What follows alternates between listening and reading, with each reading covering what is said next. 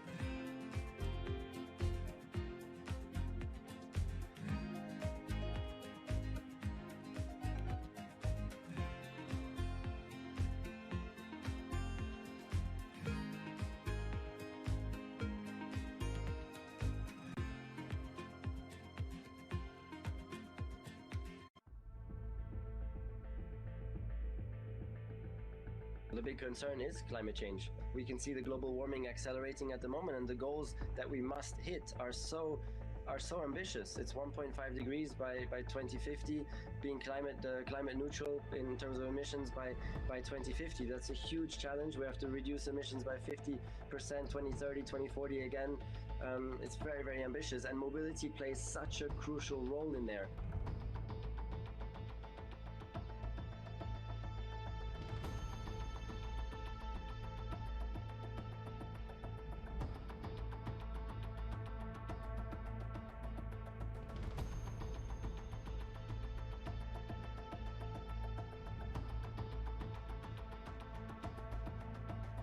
One thing is to do it in developed countries. I think we're going to get there by 2030, but then the rest of the world, and that's just as important. If you look at developing countries, emerging countries, that's where probably the biggest challenge we are going to face, to also deploy EVs there and make mobility greener in those countries.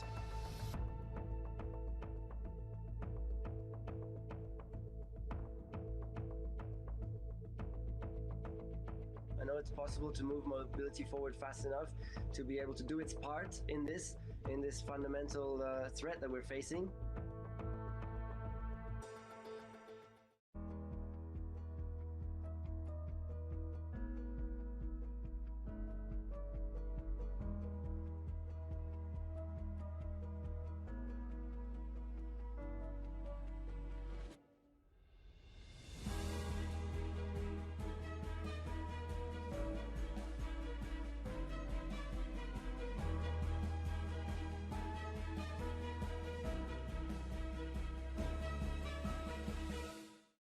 I'm David Weston. Bloomberg Television is reinventing one of the most iconic brands in financial television for a new audience. Join me to see the news program for the clever investor. This is Bloomberg Wall Street Week. Give you a sense of the real-time action. The 10-year yield tumbling now 11 basis points, so continuing in this knee-jerk risk-off feel.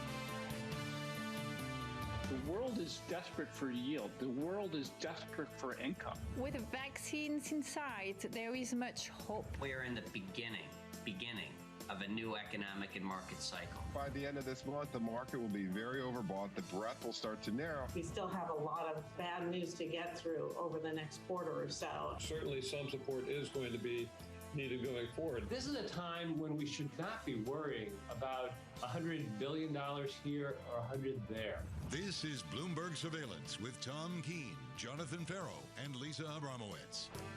Good morning, everyone. Jonathan Ferro, Lisa Abramowitz, Tom Keene. It's Jobs Day. We welcome you on the simulcast, Bloomberg Radio and Bloomberg Television across this nation and worldwide as well. The stew of news is just extraordinary. An important moment will be Lawrence Kudlow after the jobs report. I believe Mr. Farrow has that lined up. But, John, I want to talk for a moment here about the markets. The Dow, Boeing, affected. Boeing down 28% year to date. John, the Dow up single digit, 5%. Look at it, John, 13% on the Standard & Poor's 500 year to date. And the Nasdaq 100, and Lisa's loaded the boat on the Nasdaq, up 38%. John, this is a boom and great bull market. Record on the Nasdaq, just off that on the S&P 500. And this market, Tom, has ignored all the bad stuff over the last month and held on to all the good stuff. Does that change in 29 minutes? The payrolls report, the estimate, 460. Ellen Zettner and Morgan Stanley saying maybe a bad print is good news because it gets the job done, sealed, delivered down in D.C., Tom. Well, we'll see in the stimulus, of course, front and center. Kevin Cirilli talking about the enthusiasm there to get something done. We'll talk about that in a moment. Lisa, I love what Greg Peters of PGIM said there in the opening credits. The idea, Lisa, that everybody's looking for every bit of yield. And to me, that's been an undersold story this week about how other credit has really moved with a vengeance, price up and, yield down. One of the most shocking speakers in this entire day, I think, is Priya Misra when she came out and she said the Fed is probably going to extend the duration of their bond purchases at their meeting later this month, not because they think that monetary conditions need to be easier, but because markets would throw a tantrum. We would face another taper tantrum without their support. They are backstopping these valuations going forward, no matter what happens with the jobs print or anything else, Tom. Surveillance confession right now. Lisa Bramowitz and Tom Keene, we could care less about next year's outlooks. John Farrow reads every damn word of every single 2021 outlook. John, what's the blend of those outlooks so far? You really want me to do this right here, right now? Throw me under the bus for this, are you? Small caps over big caps. Value over growth. Cyclicals over defensives. International over the United States. Tottenham over Arsenal. Underweight core government bonds watch it there, in the United States and Europe.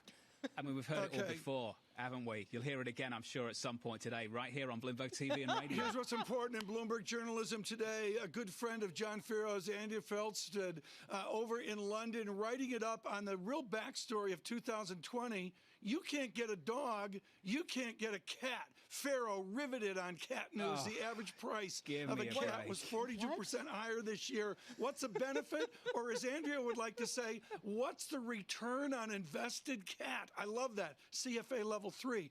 A cat generally costs between, and this is in pounds, John, you'll have to translate, a lot of money and a lot more money over its lifetime, excluding vet bills. Some people like Farrow may be forced to part with their cats. John, I thought that was very important. So you've gone from Dow points to 2021 outlooks to the animal that I absolutely... We're just... Wow. I'm not going to say it. The last time I said what I thought about cats, people called in and complained. They did. So you're not taking me there. I'm not going to say it. Carry on. And we'll carry on. Julia Coronado joins us right now here as we look at the news and the serious news of the moment in this pandemic as well. With macro policy perspectives, Julia Coronado was dead on economic growth coming out of the financial crisis. Julia, what's your call for the next 12 months on economic growth? Well, there's a real dichotomy between the near term, the next 6 months, and then the 6 months that follow. So we have a pretty flat profile for the next 6 months. We get a little bit of stimulus. We're not expecting a big package, although, there's hopeful noises, but we've heard hopeful noises before. And more importantly, the pandemic itself keeps people on the sidelines, keeps activity on the sidelines. We really can't return to normal until we see people have confidence in their health. And so we expect that later in the year, second half of 2021, where we expect we can get a nice surge in pent-up demand for services, which is what is still lagging both in hiring and in spending. It's the services sector, which is 85% of the U.S. economy, is still lagging behind. Julia, getting a read on the economy right now, I'm actually finding quite difficult. Claims has been really dicey in the previous couple of weeks, a little bit better this week, though. We've been told it comes with a health warning. You can't trust these numbers. I'm looking at the ISM. The employment component was quite soft on the manufacturing side earlier this week. How do you, as an economist, look at the data coming through, the high-frequency data, and put together some kind of estimate as to what November looked like. Yeah, boy, the tea leaves have never been harder to read. We know all of the data is measured with a lot of error right now, partly because data collection has been disrupted by the pandemic itself. And this month is really hard because we've got some of the high-frequency hiring indicators that come from the small business sector have rolled over and are suggesting a negative print this morning. But the broader indicators like the ISM services, consumer assessments in the Conference Board survey, claims are holding up okay. So we kind of split the difference and are looking for a 250K gain this morning, which is in normal times very solid. Of course, it's not good enough when you're 10 million jobs in the hole. So it would be a little bit of a worrisome moderation and just kind of confirming that the pandemic is taking a toll. And that might be inevitable in the near term, and really highlights, I do agree with what you were saying earlier, that it could be key, though, in getting the stimulus over the finish line, which has been just like watching Lucy in the football. Oh, yeah. Watching these negotiations. It's been fun. It's been real. Julia, I will say there is a question of what the value is in this jobs data if it is so messy. Even if you get the headline right, is that the value or is the value elsewhere? What are you going to be looking for in today's report beyond just the headline? So, of course, we're concerned about labor force participation. We've one of the reasons the unemployment rate has dropped so quickly is that we've lost a lot of people that have given up looking for work who have to stay home with their children, so more disproportionately women. So we're definitely looking at participation. Of course, I don't expect a rebound right now because of the pandemic and the school disruptions that are ongoing. But that's something that we keep an eye on. Also, just the composition of job gains and whether we are seeing that resiliency in the goods-producing sector. As Jonathan mentioned, the ISM manufacturing hiring component rolled over. That's been doing a lot of the heavy lifting, and the resiliency we've seen is the goods-producing sector. So we want to see that continue. And Julia, what's so important here, and John nailed it because he's reading all those 2021 outlooks that I'm not reading. But Julia, what's so important here is the goods sector resiliency, as you and John mentioned, and also the distinction of the service sector. Are we going to see a reversion to 3% inflation in service sector, or are we going to sustain this disinflation? Which is it? Well, I think we have to be careful when we talk about inflation and distinguish it between one-off changes in prices, level shifts in prices, and actual ongoing price increases. I see a lot of confusion in how we talk about inflation. So we don't think we're in deflation just because airfares are low, right? It's just a one-off level shift down with weak demand, and then it will rebound.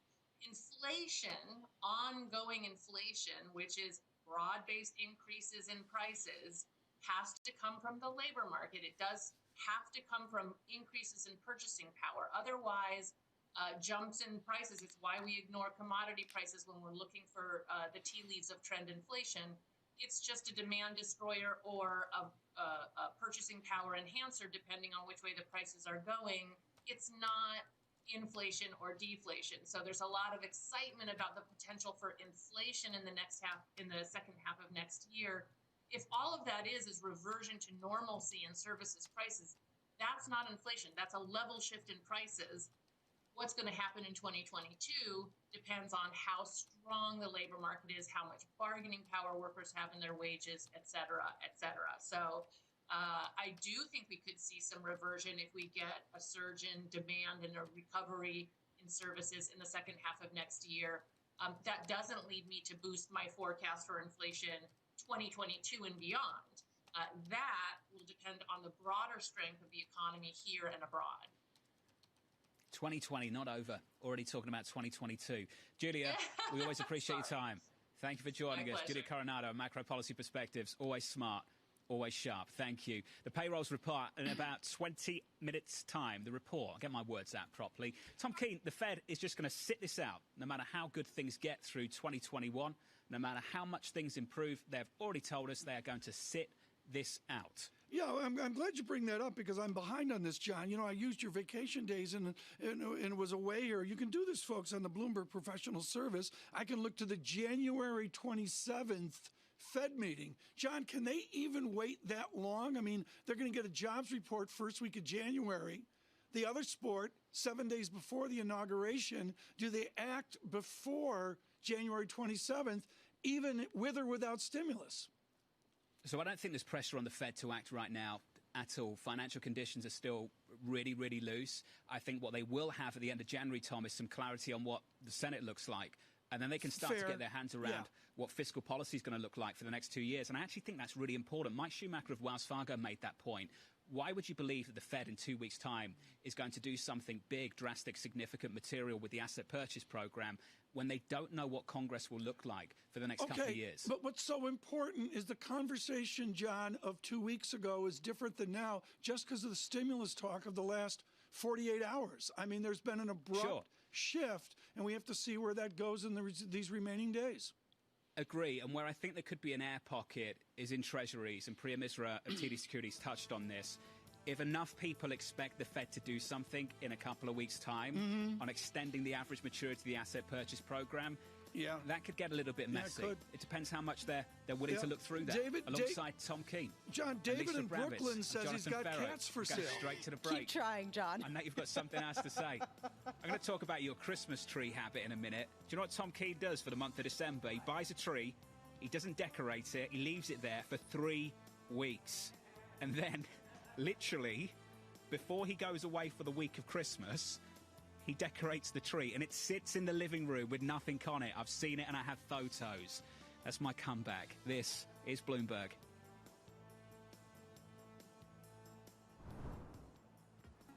With the First Word News, I'm Rishka Gupta. The Justice Department is in talks about resolving charges against the CFO of Huawei Technologies.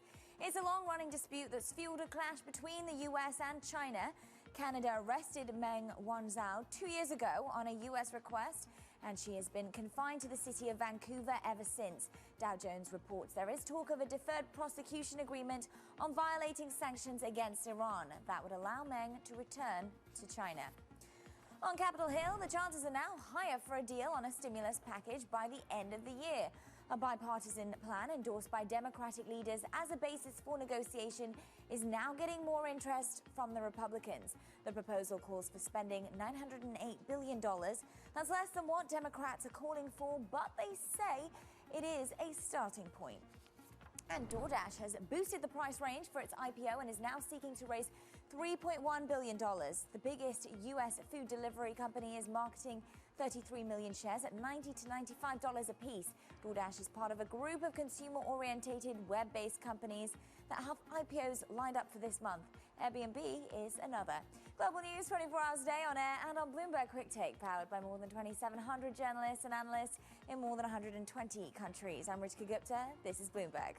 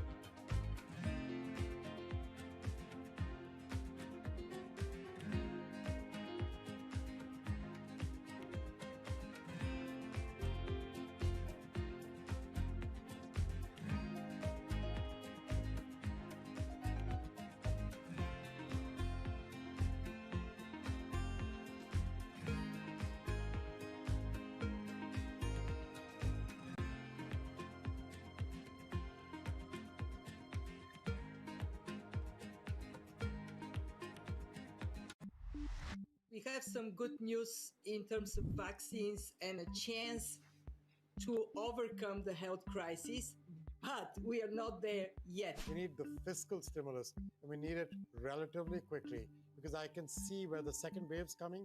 You can see consumer spending beginning to get impacted again. What we need surveillance to be stronger. We need public health measures, because you have no other way at the beginning. This is your best weapon, and you need to use it well. The good news is that both the vaccines and the therapeutics, in particular the antibodies, are coming along and will start to bring that number way down. We don't just need more investment in public health. We must also rethink how we value health. I do believe a targeted fiscal stimulus is going to be in order to really begin a more equalized economy. Welcome to That's Debatable, an interactive series on today's most pressing issues. This week's resolution, should we stop worrying about national deficits? We'll hear from both sides. Every deficit is good for someone. There will be automatic spending cuts if nothing is done. And we'll get your perspective too, with help from the artificial intelligence of IBM Watson. I'm John Donvan. Join us for That's Debatable, presented by Bloomberg and Intelligence Squared, Friday on Bloomberg Television.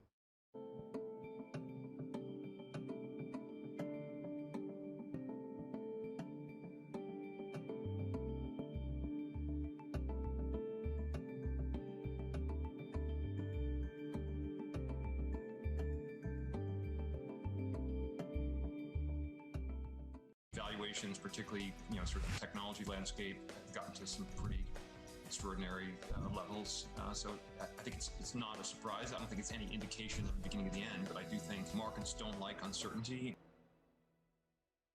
It's really a reminder, isn't it, just how sensitive the markets are to any commentary about trade. We did see some pressure on the yuan, we did see some pressure on the futures. That is now being reversed.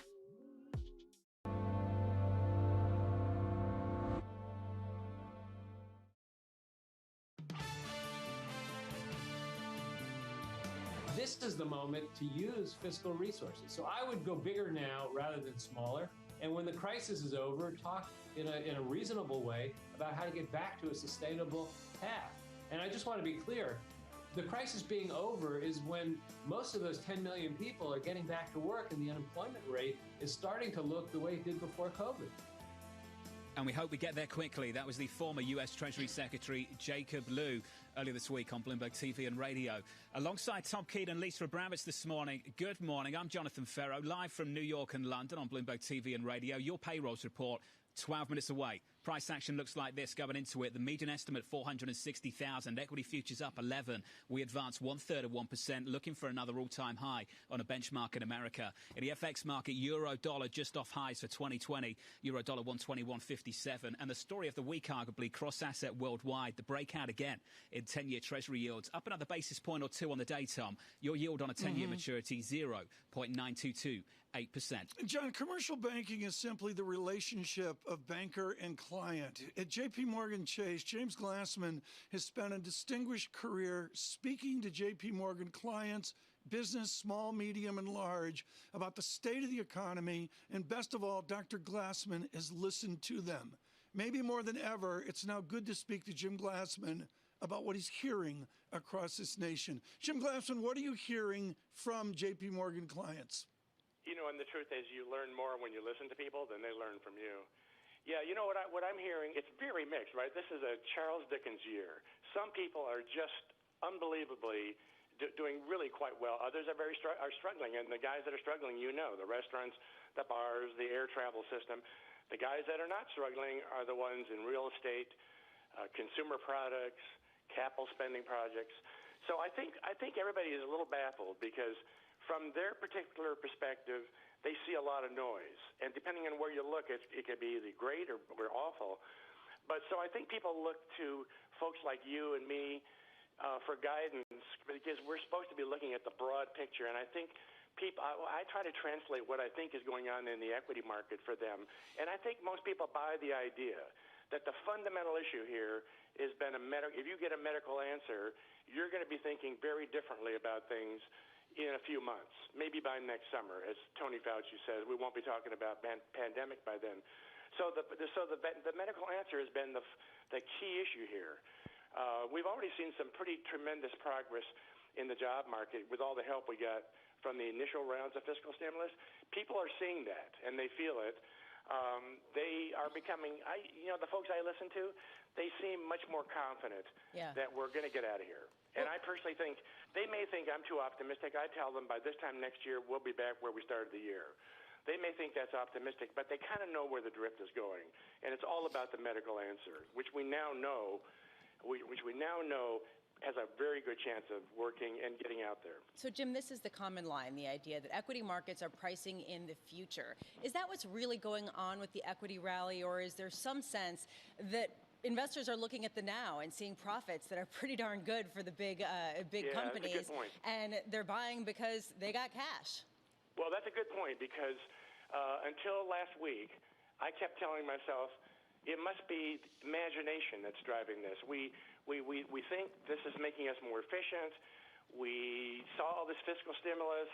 We know there's a medical answer in the pipeline. But honestly, when I saw the news last week on the profitability of companies in the third quarter, after-tax profits of non-financial companies rebounded to an all-time record high. And that's put us right back into this zone that we've been in the last 10 years. So you might be right. It might be that equity investors they hear all this stuff about, it sounds too abstract to them. They're trained to look at performance of companies, and a lot of these companies are doing really well. And I think the shock of COVID, which is forcing us all to go online and business, working from home instead of the office, is making businesses much more efficient. And maybe that's what's showing up, and maybe that's what's driving the equity market.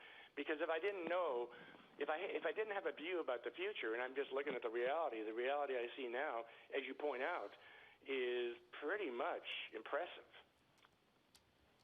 Jim, if I didn't know, I'd think the Fed was buying equities, and I think that's the story for many people looking at financial markets. I got to tell you, it's the policy response to this.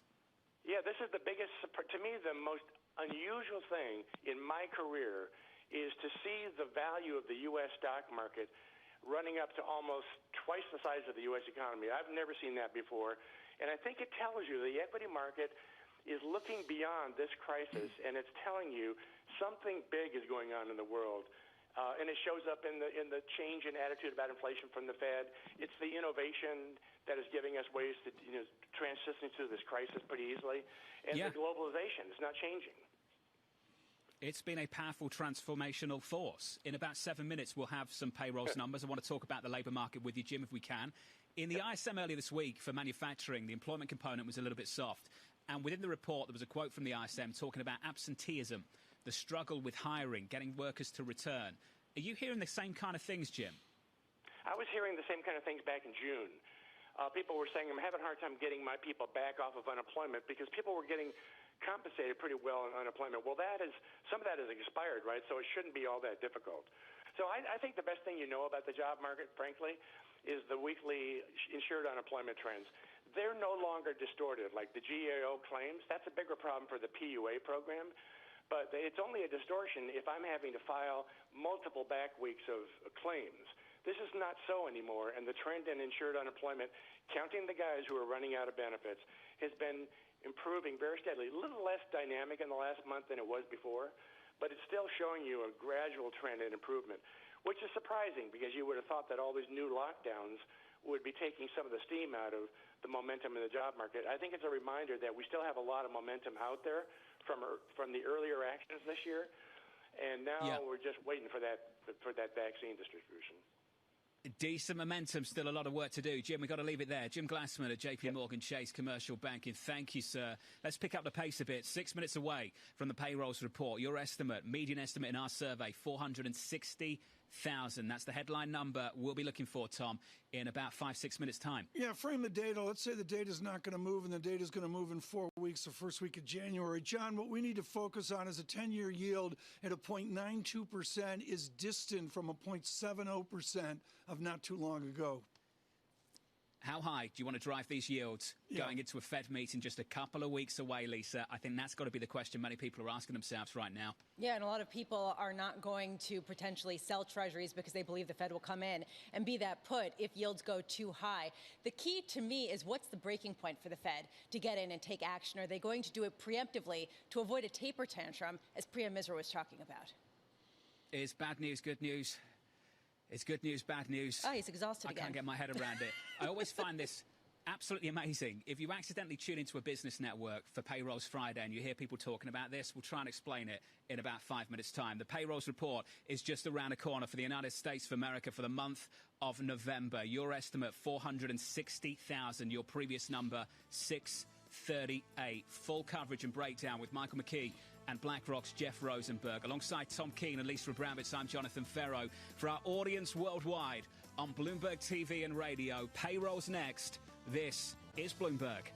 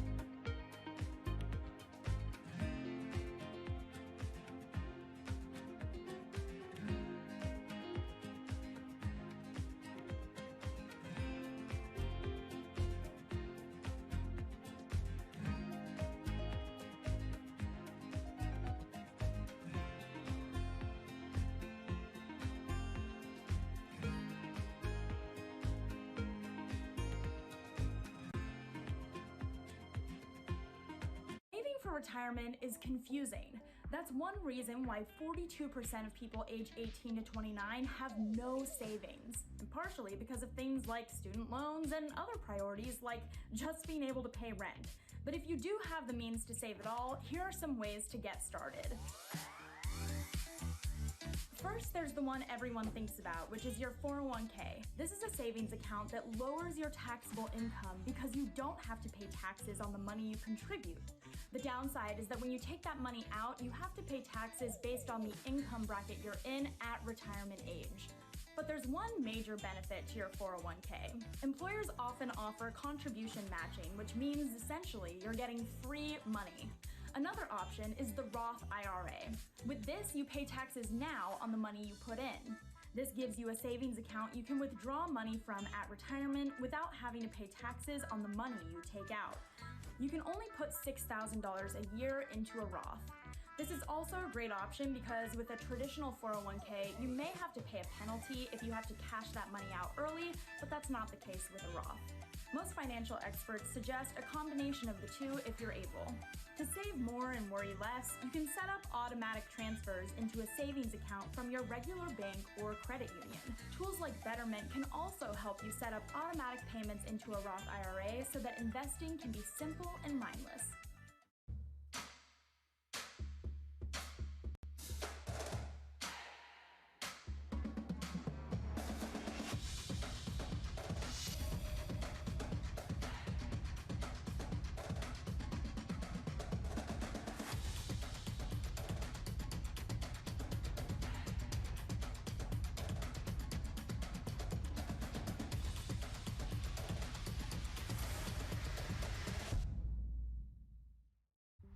It is possible we could have negative growth if this resurgence gets bad enough and mobility falls off enough. We knew that things were going to slow down after the bounce back in the third quarter, and you're seeing that in the data now. We're going to be well into 2021 before there's some sort of equilibrium that we achieve.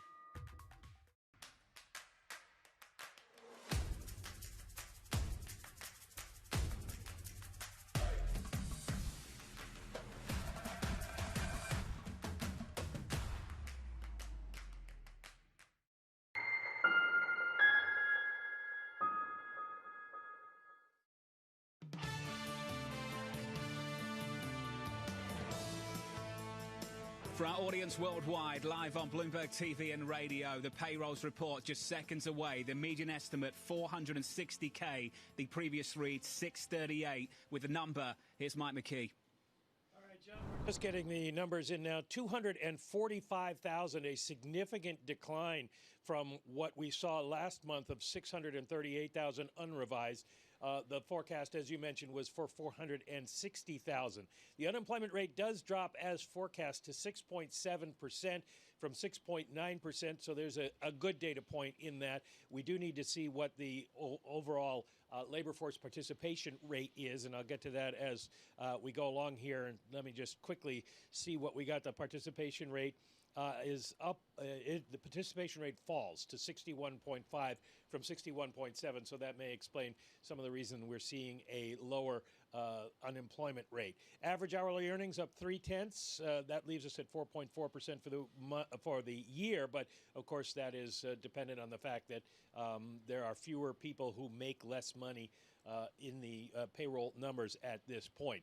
Taking a look at some of the details here, the unemployment rate down by 8 percentage points from its high in April, but it's still 3.2% higher than it was in February.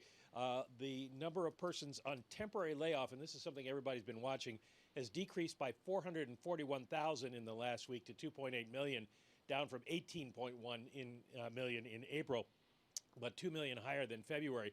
The number of permanent job losers at 3.7 million is little changed from the month before, still higher than it was in February. And the number of long-term unemployed is up by 385,000. These are people who have exhausted their regular unemployment benefits. The number of people who are, let's see, higher teleworking. This is always an interesting number. Teleworking. Up from 21.2% to 21.8%. So more people staying home to work from home. The number of payroll numbers for September revised up by 39,000, so better news, 711,000 in September. October, though, revised down by 28,000, so we have a net 11,000 additional employees over the 3-month period. Mike, I want to give you a chance to breathe here, and also, folks, I really want to emphasize here, the way it's distributed now is different. I don't like it. Mike McKee doesn't like it. Nobody likes it. It was better when McKee was hermetically sealed in the lockup before. What I'm seeing, Michael McKee, off of this, off the Bloomberg, is a set of headlines showing the two Americas. The number of U.S. unemployed for 27 weeks rising, almost 4 million. A stunning headline, if I can find it right now. Michael McKee, the jobless rate would be 0.4 of a percentage point higher if workers were classified correctly. Michael McKee, do you trust this data? You trust the data as much as you can. The BLS is doing the best it can to adjust. Fair. And they do come up with this alternative unemployment rate number.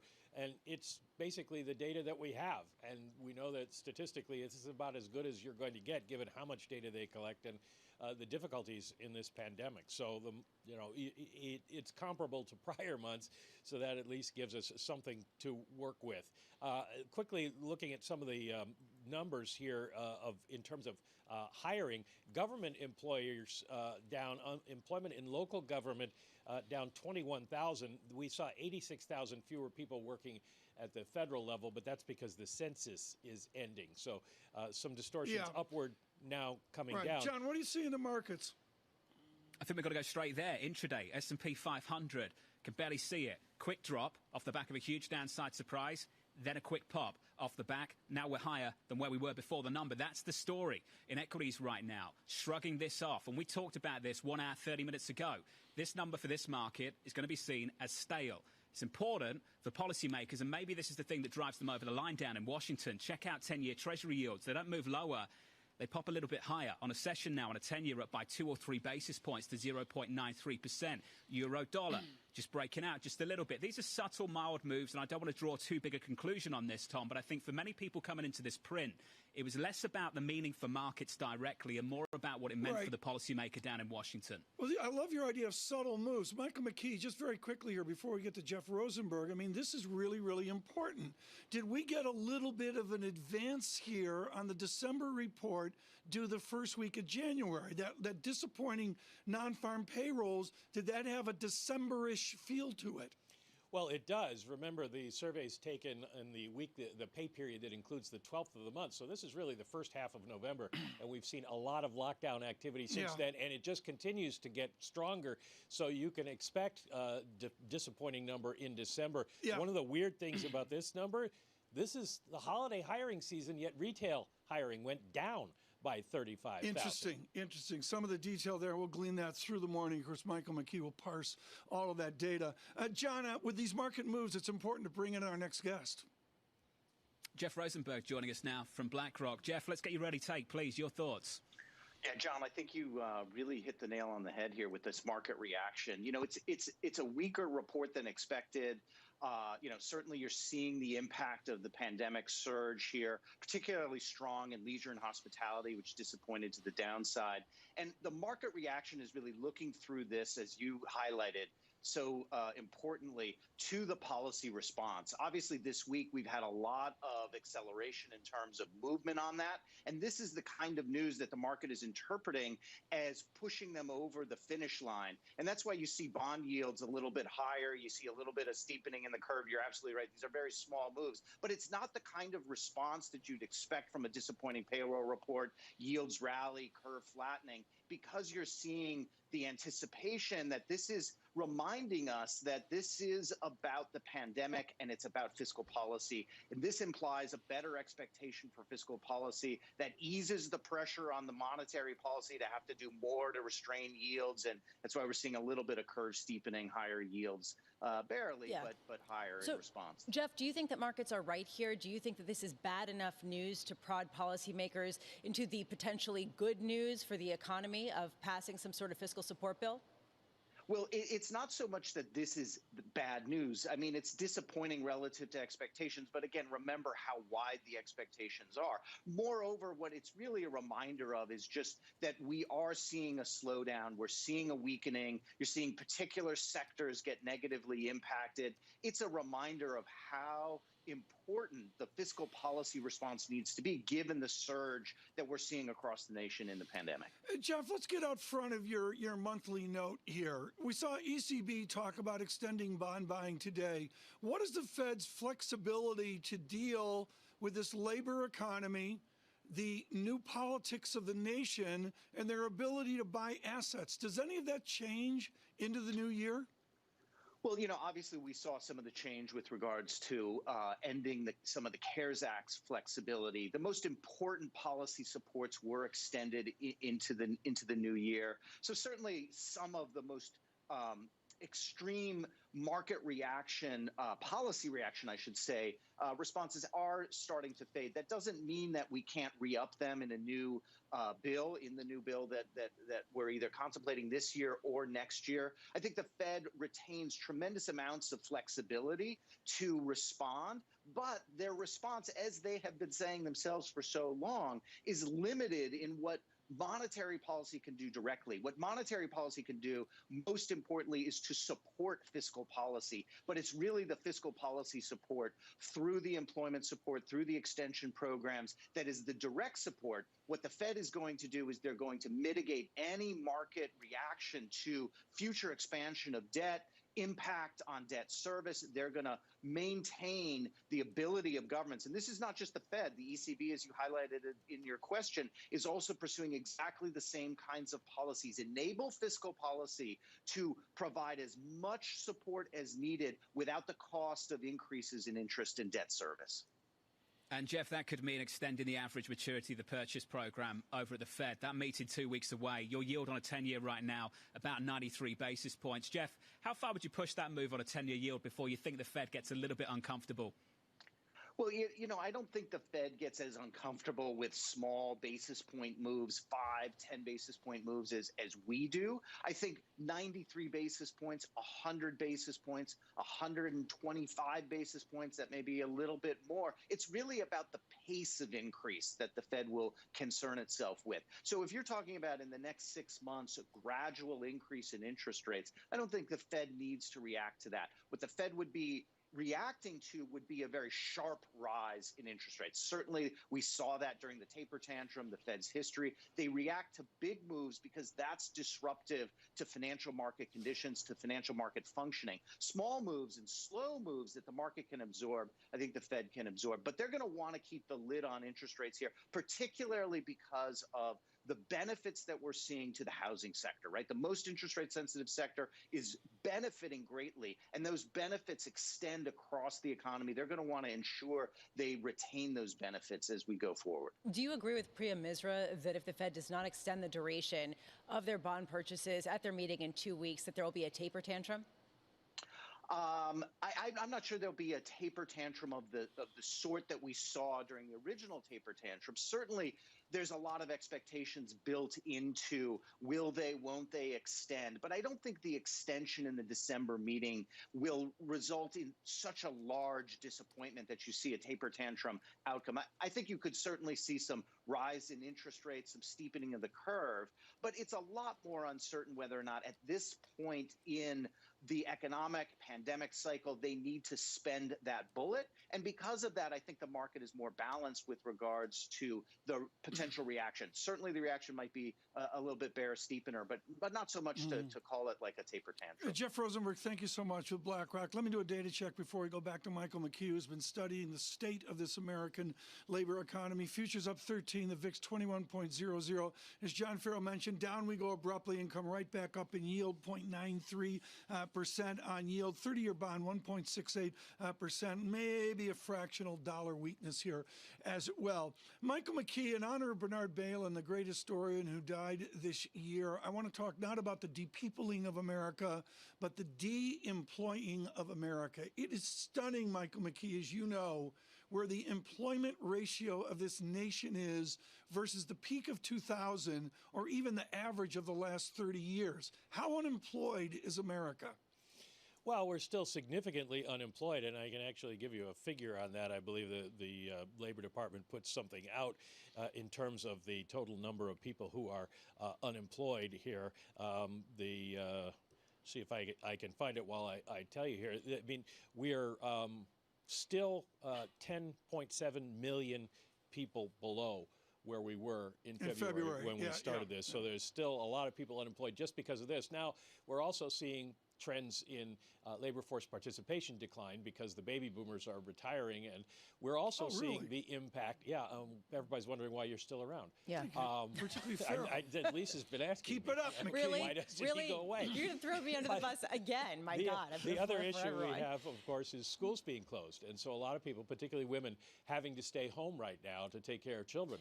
So there are a lot of people who are not in the labor force and a lot of people who are unemployed right now, and there is a long way to go. Given the fact that there is this unemployment, this permanent unemployment that is bleeding into the figures, what is the real unemployment rate? We're looking right now at a headline number of 6.7%.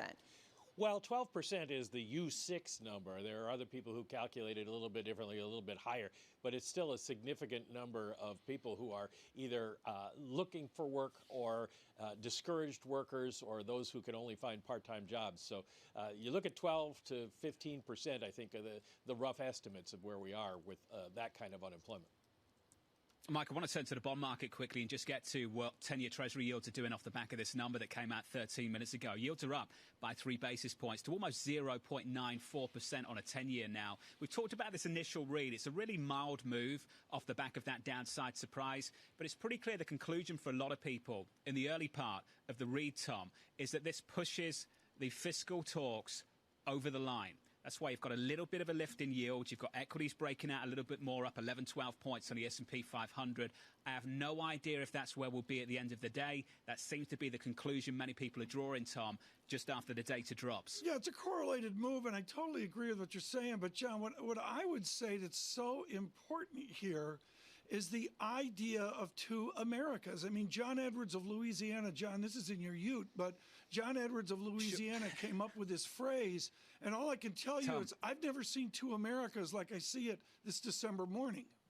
Tom, I couldn't agree with you, and this speaks to why me, so many other people, you, Lisa, have been uncomfortable with what is happening with markets and what is happening with society. And the huge challenge of 2020 has been to divorce how you feel about what is happening around you, the disparity that so many people experience and we're aware of, from your outlook for markets, which are trading on the aggregate number. And the question that I would be asking, Tom, is when does the disparity start to matter to financial markets? Because markets will trade on the aggregate number.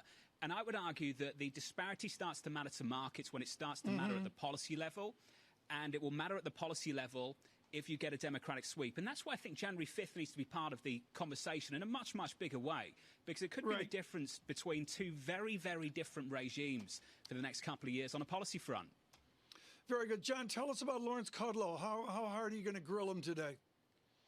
Look, I think it's probably going to be one of the last times we catch up. The outgoing National Economic Council director. I want to try and gauge, Tom, what this package will look like down in D.C., whether it has the president's sign-off, if it does include $160 billion of state and local aid. That's been the red line over the last several months, going all the way back to July. Has it changed? It's going to be interesting on those red lines, and John's right. It's a key conversation. Michael McKee, I got 10 seconds with you before we get to our policy expert in Washington. Michael McKee, what data are you going to look for as you stagger through December to that January 1st report? Well, we'll be looking for retail sales and spending to see if Americans are still going out to spend. As a services-based economy, do we still spend money given this situation, or are people concerned because of these numbers they're seeing and starting to save more? Michael McKee, thank you so much on the jobs report. And again, futures up 12. Right now on policy, as John Farrow mentions, a key topic with Mr. Kudlow, Henrietta Trays joins us. Henrietta, is the ink drying on a stimulus bill right now? Are you that certain it can get done? I feel pretty great about it, honestly. I know that's crazy talk after the last 6 months of inaction, but I don't think there's a question of whether or not we're going to get a bill anymore. I think it's what is the size and scope going to be. So I am optimistic. I would say low end 65, 70% odds that we get a bill done in the next 2 weeks here. Okay, I'm looking right now. The 10-year yield believes your message. Right now, yield's breaking out, as John was pointing out earlier, almost now up to 95 basis points as people price in the greater likelihood of some sort of fiscal support package passed in Washington on the heels of this labor market report. Do you believe that, Henrietta, that this was a bad enough report to push any of the laggards on Capitol Hill into passing something? I really do. I had an interesting conversation with a client yesterday who was still sort of looking at stimulus as unnecessary and saying, you know, the market clearly doesn't need stimulus. And I think that's an outdated way of thinking about how D.C. considers economic policy. This is an anomaly under the Trump administration that anyone cared about the stock market in Washington, D.C. It's about the fundamental data. It's about the jobs data. It's about the unemployment number. It's about GDP data. It's slow moving, but it's exactly this kind of print that makes members in D.C. say, oh, right, we need stimulus. There's a substantial amount of unemployed. We are heading to a massive increase in COVID. We're going into the holidays. We're not going to be here for another month and a half. We do something now. Let's package. I expect it'll be somewhere in the $600 billion range. That includes $300 billion roughly in money that has already been allocated in previous iterations of stimulus, whether the CARES Act or the PPP program or the ESF programs at the Fed and Treasury level. But there's going to be somewhere in the range of about $300 billion in new funding that goes out just to extend the pandemic unemployment assistance. Where does McConnell stand? Just, Henrietta, I'm wondering, the key sticking point, as we've been talking about all morning and frankly for a couple of months now, is the funding to state and local governments. What's sort of the tipping point for McConnell to get on board with this $908 billion bipartisan agreement, or something that still includes some aid to state and local governments? State and local is absolutely a sticking point because you still have this divide mentality amongst Midwestern senators in the red-blue state divide. But I think if you can drill down and stop discussing just state and local broadly, but get into schools need this aid, specifically buses, rail, transit, subways. These programs are going to lay off 10,000 workers. They're slashing their provisions by 40% in D.C., in New York, in Chicago. They are making a lot of noise at the transit level. So I think if you could start talking about transit funding and specific segments. Oh, come on, Henrietta, I take issue with this after talking to Patrick Foy. Washington hates transportation because they're Democrats in big cities. Is that going to change in the next 48 hours? I think there's enough of a push, honestly, to get you a small basket of funding for those sectors. It will include airlines, by the way. There's a long way to go there, but I do think that fundamental underperformance and lack of there is something that has shifted in the last couple of months. Yes. Henry, it's a bit of disruption on your line, but we'll stick with it because this conversation's important. How important are the things that we're discussing right now to the January 5th runoffs in Georgia? I think that's a really critical question, obviously. It's important because you need to get enough funding to keep Democrats at home and not enough to alienate your Republican base. So that package that I just walked through, roughly $600 billion or so in spending, does just that. It's no bailout. There's no $300 to $600 a week unemployment insurance booster at the federal level, no direct payment to individuals, none of that, Democratic socialist-minded stuff that will get the Republican senators in trouble, Senators Perdue and Loeffler, but it is also enough to provide aid to the Democrats or the members of the Georgia community who need it the most, mostly in that unemployment insurance aid, to get them to potentially stay home. This is going to be the largest turnout runoff in the state of Georgia per the electoral officials' expectations. The margins are exceedingly tight.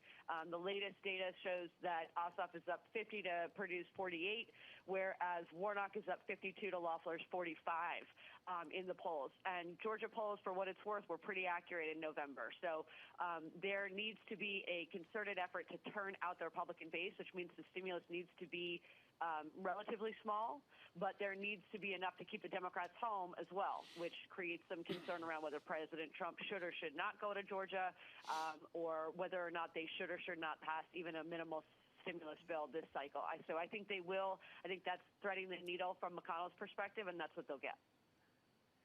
This is not part of the conversation on Wall Street, Henrietta. It barely comes up. The outlooks for 2021 hardly even include January 5th. There is just an assumption that we have a divided government down in Washington, D.C. Do you think that's a mistake? Well, if we do see the Democrats pick up the next two seats in Georgia, there will be the definition of divided in D.C. 50 is not a functional majority.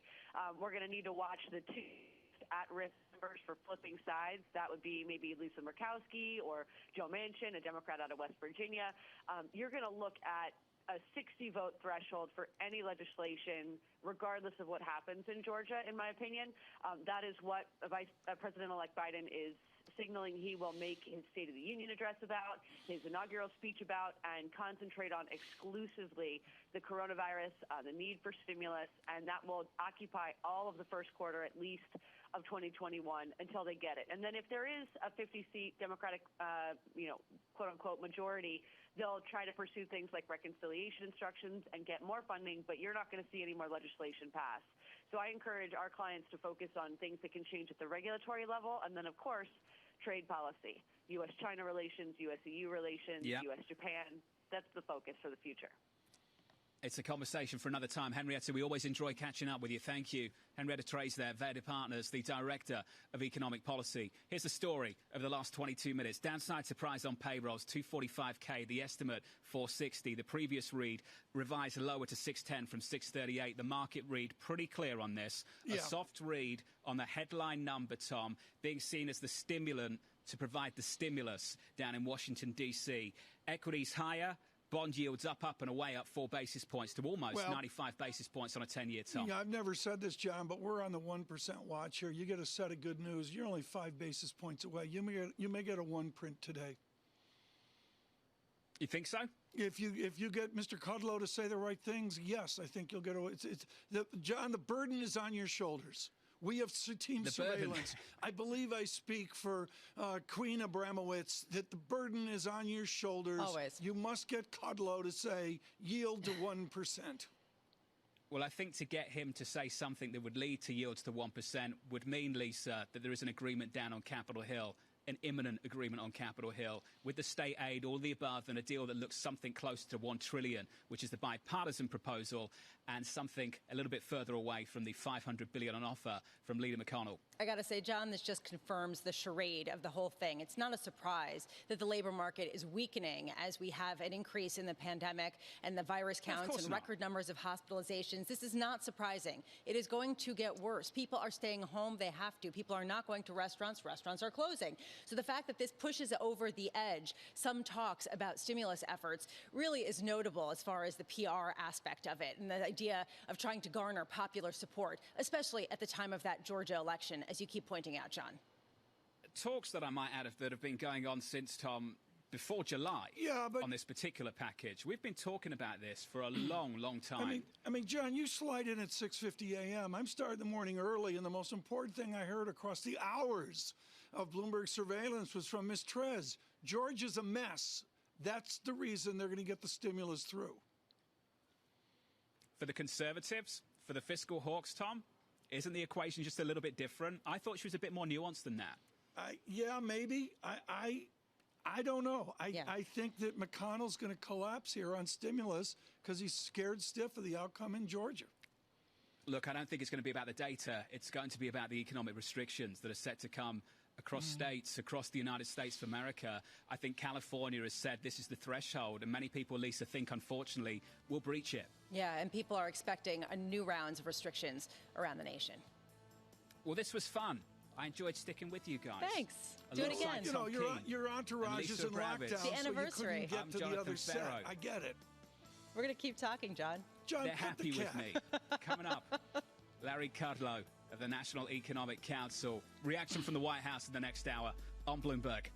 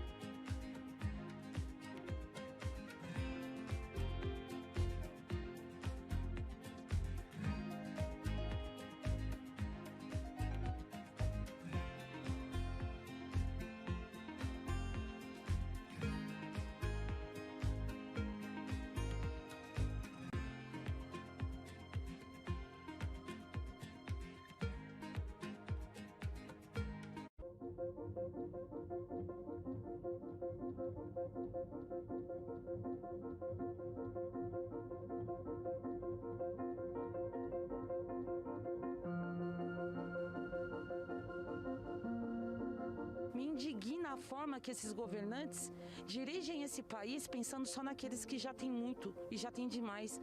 E é mais uma vez por isso que a gente optou por ocupar esses espaços, para que a gente lá de dentro possa exercer a mesma pressão que a gente já exerce na rua de fora para dentro. A gente quer abalar essa estrutura.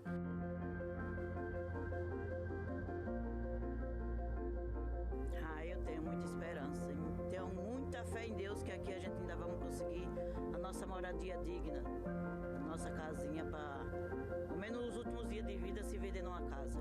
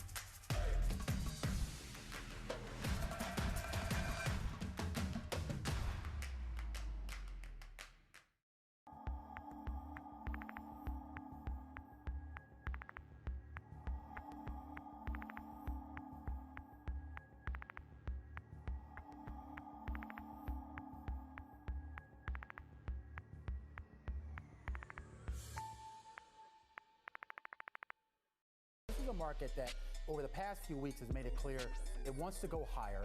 It got a little spooked by the idea that geopolitical tensions are rising.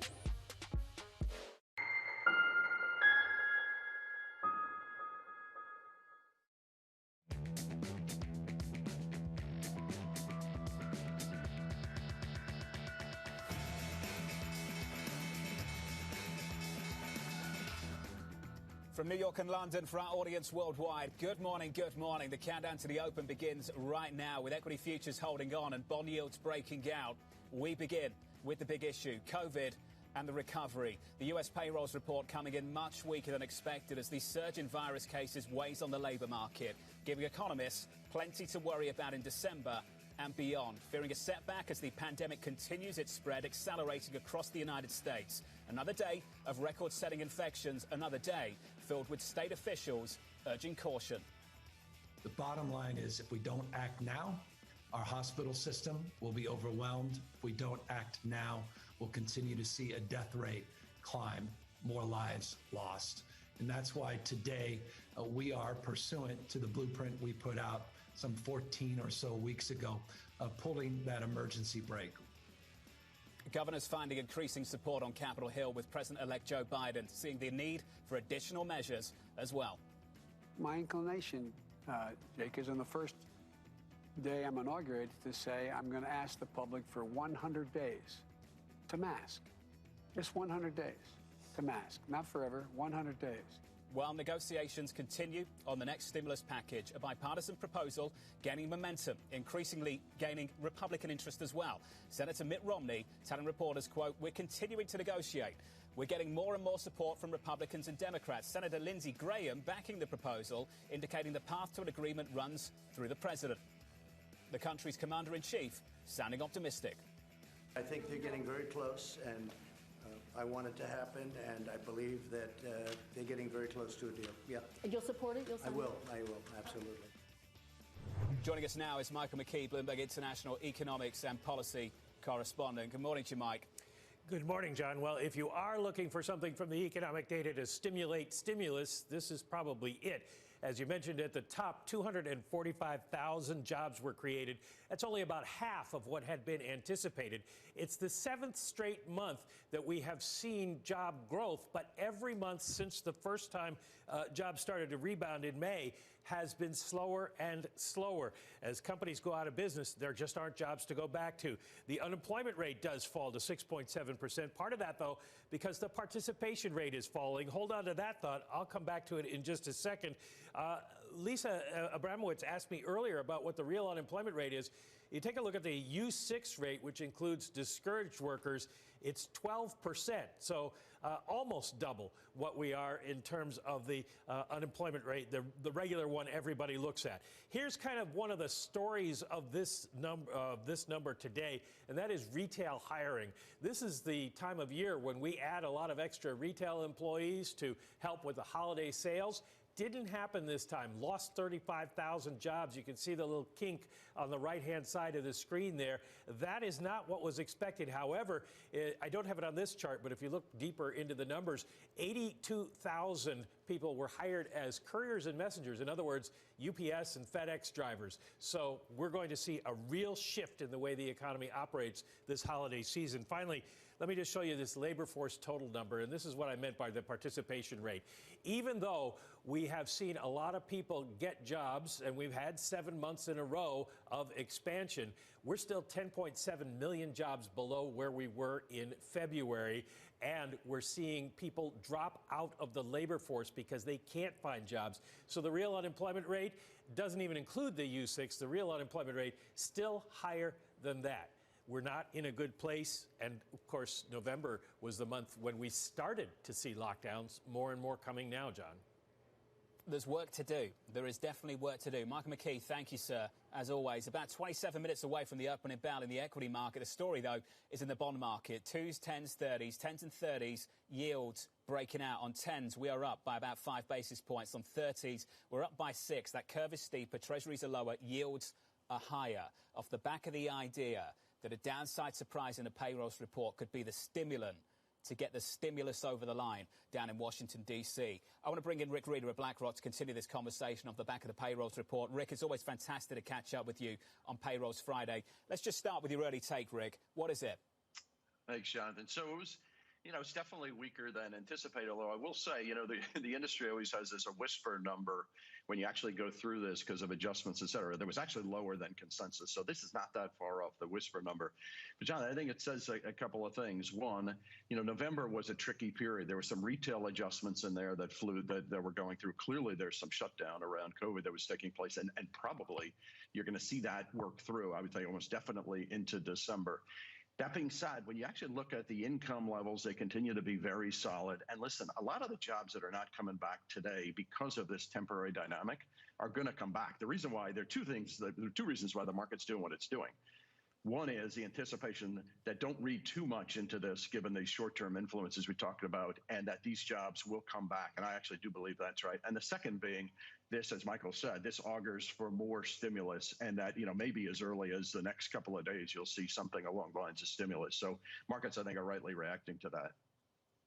So, Rick, this market will look through a soft print for November. Likely will look through a downside surprise, a soft print maybe for the month of December.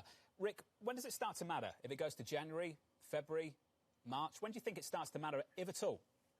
Yeah, it's a great question. So I think there's two parts to this. One, I think the economy and employment are different dynamics today, much more detached than they've been in the past, because I think what a lot of the economy is doing, a lot of what companies are doing is realizing you can operate more with a more virtual environment. And so you won't see the employment come back to where we were pre-pandemic. That's part of it. The other part of it, though, is I do think if we don't see it come back as vaccine starts to work its way through, yes, January is going to be important. February and March are going to be really important as you start to get vaccine implementation. I think you're going to see it. If you look at some of the key data in this report and recently, average work week keeps extending. What does that tell you? Companies are pressing on their existing labor force. Secondly, job openings are actually at almost 20-year highs, meaning there's just a lull in terms of bringing those people on. So that will come. But like you say, if it doesn't happen in the first quarter, then you start to wonder about that. Well, let's sit on the Treasury market just for a moment, Rick. Yields are breaking out. The Fed meeting is a couple of weeks away. There is a belief out by many on Wall Street, some of your peers, who believe the Federal Reserve will extend the average maturity of the asset purchase program and put a cap on the other side of the screen. Rick, do you believe that they will? And how far would you push this move in Treasury yields? So listen, it's tough to time it. Do I think the Fed is concerned about, or I don't know if they're deeply concerned about a few basis points move in the 10-year note. However, will they extend the weighted average maturity? Yes. Will they do it this meeting? Maybe. But yes, I think they are going to do some things that are going to be more accommodative, including, I think, ultimately you're going to shift the construct of the purchases into more treasuries. I do think they want to dull the higher rate dynamic. That being said, I do think as we get into next year, rates are going to migrate higher. I think the curve will steepen. And some of what's playing out is anticipation of what is a better economy, and that the Fed is going to put a brake on how much it moves. But the markets will reflect the fact you're going to get more treasury supply and the anticipation of a better economy. And quite frankly, that at some point the Fed will start to move. And inflation is moving up. We think moderately, but inflation is moving up. It's an amazing dynamic. We're used to the idea that bad news could be good news for equity markets. For bad news to be bad news for the Treasury market is something new to me because of the stimulus conversation. Rick, let's talk about portfolio construction just briefly. What this conversation means for you on the bond side, and then we can talk about the equity side as another factor in all of this. On the bond side, what do you do? I mean, Jonathan, it's coming into 2021 cannot be any more different than coming in 2020. 2020, when you came into this prior year, you thought about, gosh, there's some yield in the Treasury market. I could build some balance using some long duration. Actually, the front end of the curve was really, I remember being on your show talking about the front end of the curve being really attractive to get some yield. It's all gone. So now what do? So now there are parts of where you try and get yield into your portfolio, places like emerging markets, places like credit, while spreads continue to ratchet in. I think every month we keep talking about this. But the demand for yield is going to be incredible. So hold a bit more cash in the portfolio, use a bit more equities in the portfolio than in balanced funds where you can, and then get that yield. Parts of emerging markets, parts of high yield, parts of the loan market now are becoming interesting. And so try and get that yield. Securitized assets are interesting. Get more yield, hold more cash, and then the equity market is a better expression. Quite frankly, there's a lot of earnings, a lot of yield coming out of the equity market, particularly if you can sell call options against some of your equity position. Rick, there's something that you guys have been talking about over at BlackRock that I think is fresh, it's interesting, and that's to build up the defensiveness on the equity side of the portfolio so you can build up the income on the fixed income side as you pull back from treasuries. Rick, can you speak to that a little bit? Because I think it's quite an important conversation for the next couple of years. Yeah, I mean, it's something that's really powerful. I mean, there's not enough cash flow in the world, Jonathan. I mean, one of the things that we've been thinking about, talking about for a long time on your show, there's not enough income, not enough cash flow in an aging demographic. There just isn't. And some of it is because the technology has extinguished a lot of the frictional costs, which end up being cash flow. Think about energy is one part of that.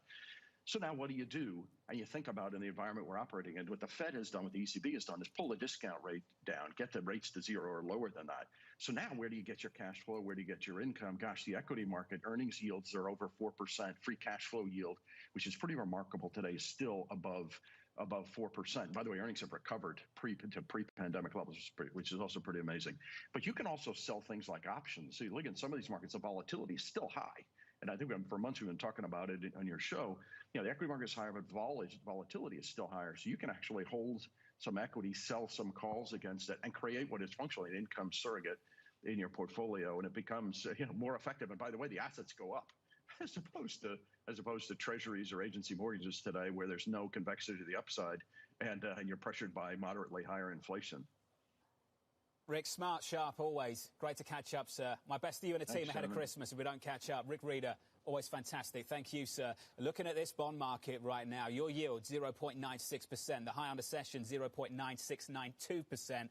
The high of the year, we are just a whisker below it at 0.973. I say the high of the year, the high post-pandemic shock. Post-pandemic shock, not quite the high of the year. Keep an eye on this bond market breakout of the last hour or so. At the market desk with your movers, here's Abigail. John, ahead of taking a look at U.S. movers, we do have some breaking news here on Glencore, the Anglo-Swiss mining and metals and commodities company. Shares are higher, up more than 1%, holding the day's gains on the news that the CEO, Ivan Glassenberg, is retiring. He will be replaced by Gary Nagel, and this change will happen over the next 6 months. So you can see Glencore holding the day's gains, although off the highs. Turning to U.S. movers, having to do with the hopes for stimulus based on that less than perfect jobs report. We do have the reflation trade in place. American Airlines up 2.4%, despite the fact that they're saying that they're seeing slowing bookings and daily cash burn at the high end of the range. Traders probably considering the idea that stimulus could come through and help. The same deal with Carnival. We also have ExxonMobil trading higher, up 1.8%, in line or ahead of, better than oil, but in sympathy with oil. And the bank's getting a nice boost from the yield curve up, the 2-10 spread up about 4 basis points. As you know, where is money coming out of? Tech. It's a little bit mixed, actually. We have small gains and moves for the likes of Apple, Microsoft, and Facebook. So very much today, that reflation reopening trade, John. Abigail, thank you. The opening bell is 18 minutes away. Is a downside surprise on a payrolls report what it takes to get fiscal talks wrapped up down in Washington, D.C. That conversation up next with Mike Collins of PGIM. This is Bloomberg.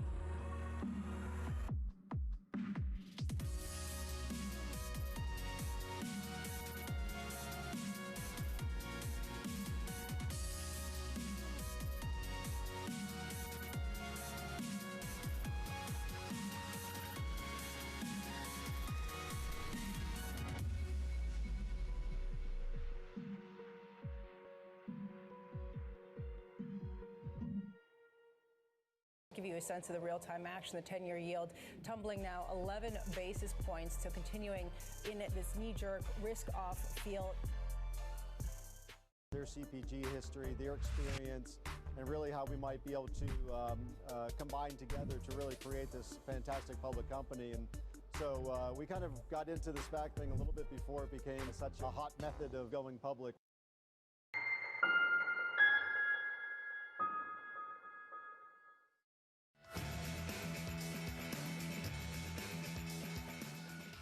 The first day I'm inaugurated to say I'm going to ask the public for 100 days to mask. Just 100 days to mask. Not forever, 100 days. And I think we'll see a significant reduction if we occur that. If that occurs with vaccinations and masking to drive down the numbers considerably. President-elect Joe Biden discussing potential plans for tackling the pandemic, hoping to slow the spread following another day of record infections in the United States. New cases surging amid tightening restrictions, forcing state officials to implement even tighter, stricter measures. Delaware issuing a stay-at-home advisory. Ohio's governor telling residents not to travel within their own state. All of that fueling the prospects of a stimulus package down on Capitol Hill. Republicans beginning to show support for a $908 billion bipartisan proposal. Bloomberg chief Washington correspondent Kevin Cerruti joins us now with the latest. Morning, Kevin. Good morning. Two things on my radar today, specifically as it relates to fiscal stimulus talks here in Washington, D.C. The first is that Senate Majority Leader Mitch McConnell unveiling a separate proposal of his own that he's been working on with top Republican leadership in the Senate, and the President Trump, saying that he is going to be backing that. This, according to new comments made within the last couple of hours from Treasury Secretary Steven Mnuchin. It's a negotiation tactic of sorts, which is the second point that I'll make here, because Democrats, looking at the new dynamics of the upcoming math in the House of Representatives, where Republicans were able to make gains, are feeling essentially that centrist Republicans and Democrats might have more political capital in the new Congress. It's caused Speaker Pelosi to significantly lower that $2.4 trillion price tag down to $908 billion. Now, aides to some of the top Republican senators have told me over the last couple of days that they're ready to get on board with this $908 billion package. In public comments from everyone, including Senator Richard Shelby, John Thune, Mitt Romney, Susan Collins, all showing a willingness to get on board with this. The vote, Jonathan, could actually come sometime within the next couple of days. This market getting behind that idea very quickly off the back of that downside surprise on a payrolls report. Kevin, thank you. Does that really move the dial down in Washington? One downside surprise on a payrolls report. Maybe that's the take right now. Just look at the bond market. Yields out towards the post-pandemic shock highs of the last several months in the Treasury market. In the FX market, dollar weaker, euro dollar 121.60, just off the highs for the year. Cable breaking out to levels we have not seen since 2018. There is, of course, a Brexit twist, a Brexit angle to this conversation. Pound sterling 135.22, up by about 0.5% on the session so far. Sterling with a 135 handle. That's the story in the market at the moment. PGIM's Michael Collins remaining optimistic on the outlook for 2021. He says the following: despite the big drawdown in the first half, global GDP is only going to decline 2 to 3%. Equity markets will be flattish or post positive returns across the globe. The bond markets will see significant gains. Michael Collins joins us now for more. Mike, great to catch up. Payrolls, about 50 minutes old. Your take, please. Yeah, Jonathan, obviously they were a little weaker than expected, but, you know, the average hourly earnings were pretty strong. The thing we're really focused on in our shop this morning is the labor force participation rate. And I know you and Mike McKee have been talking about that a lot this morning. People are dropping out, right? And, you know, economists like to talk about the scarring, kind of the permanent impacts that this pandemic will have on the potential growth rate of the economy. And we're worried that once you get through this big pop in growth in the middle of next year, you might just revert back to where we've been, which is kind of this really sluggish global growth outlook going forward, which is one reason we really like long U.S. interest rates at these much higher levels. So you like the 30-year, the 10-year, where they are right now, Mike? Yes, absolutely. We think this kind of backup in rates, Jonathan, is really a gift that the market is giving us. And one way we gauge the value there, and I think people miss this all the time, right? I mean, the bond market is very forward-looking. If you look at a 10-year today, it, you know, right where it is, 95 basis points. And as you know, our range on that 10-year has been between 0.5% and 1%. And our view at PGIM Fixed Income is we're going to generally hold that range because the curve is so steep, right? Even though that 10-year is only 1%, the 30-year is getting close to 2%. And if you look at what's priced into that 10-year note, in 10 years from now, it's well over 2% now, and that's kind of a flashpoint for us. That's a point that definitely marks value because relative to the yields around the rest of the world, man, that is a really big number, and we do not think we're going to have a 10-year note above 10% in the next 10 years. So there's already value being created in the bond market. Mike, where does that leave your credit call at the moment? Well, we like credit a lot better. I do not want to overstate our view on rates because generally we have a massive underweight in U.S. Treasuries, right? It's just that we like the overall level of U.S. interest rates, but the real value is out on the curve in credit, right? If you look at that 30-year bond, Jonathan, at 170, the average spread on 30-year corporates that we own are kind of about 170. So that gives you a yield of 3.4% on the 30-year kind of BBB rated corporate bond. And we think the curve is attractive out there and the spreads are attractive out there.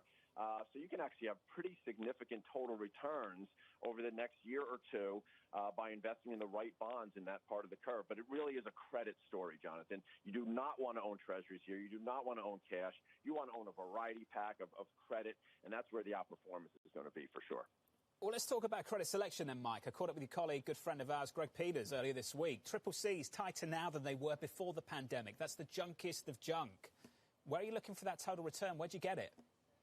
Yeah, so the median Triple C is tighter than where it was. Obviously, the Triple C part, the risky part of the high-yield market, always has this huge tail to it, right? This really risky tail. And if you kind of strip that out, you're absolutely right. The median is actually a little bit tighter. But, you know, we actually like the kind of the BBB, BB sweet spot. I know Greg Peters has talked about that on your show, and that's where we see a lot of value, right? When you're a BBB rated investment grade company, you do not want to get downgraded to junk by and large. It gets really expensive to finance all that debt. So they do everything they can to hold on to that rating, and they pay down debt over the next few years, which is where the deleveraging really works for you as a bondholder. Hey, Mike, always brilliant to catch up. Let's catch up before the year is out. Mike Collins there of PGIM. Thank you, sir. Coming up on this programme, the honest action you need to know. That'll be next in our morning calls. Then, much more on the conversation after a downside surprise on the payrolls report, what it means for fiscal stimulus talks and the year ahead. Anastasia Amoroso of JP Morgan joining us shortly. In this market at the moment, equities holding on. This bond market, these yields breaking out. Your 10-year 0.96%, just a basis point or so away from the post-pandemic highs on a 10-year Treasury yield. For our audience worldwide, the conversation continues on this Payrolls Friday. This is Bloomberg.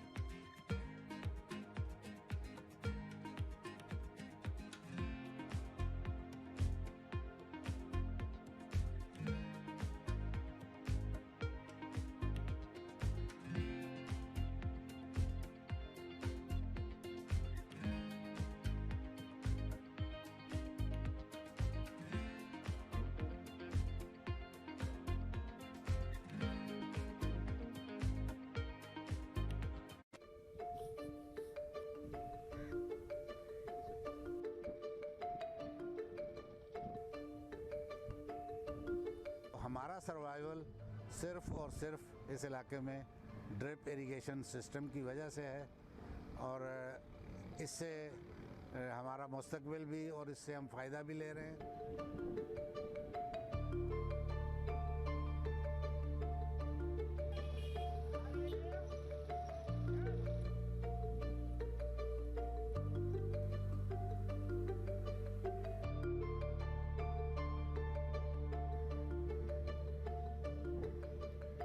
तकरीबन 20,000 square kilometre land जो है वो abundant पड़ी है, जिस पे कुछ भी एग्रीकल्चर टेक्निकल तरीके से नहीं हो रही।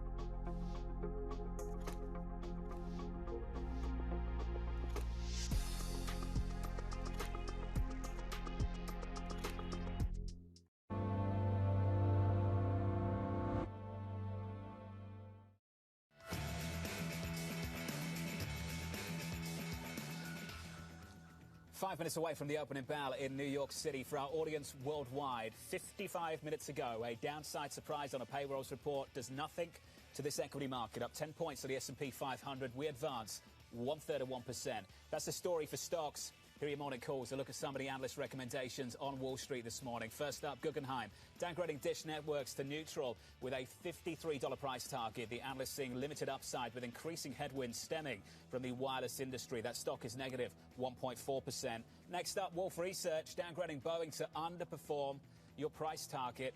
They don't have one. The analyst noting that the stock is pricing in a recovery scenario that appears to be overly optimistic. We're softer there by 0.5%. And your third and final call comes from Wedbush, raising its price target on Starbucks to 101. They have an outperform rating. The analyst expecting a notable jump in U.S. sales growth following recent channel checks. That stock is positive by 1.54%. That's three of the calls. Up next, following today's disappointing payrolls report, what it could mean for the future of the reflation trade and the fiscal conversation. JP Morgan's Anastasia Amoroso joining us shortly. And later, I'll be catching up with the National Economic Council Director Larry Kudlow for reaction from the White House. All still ahead right here on Bloomberg TV.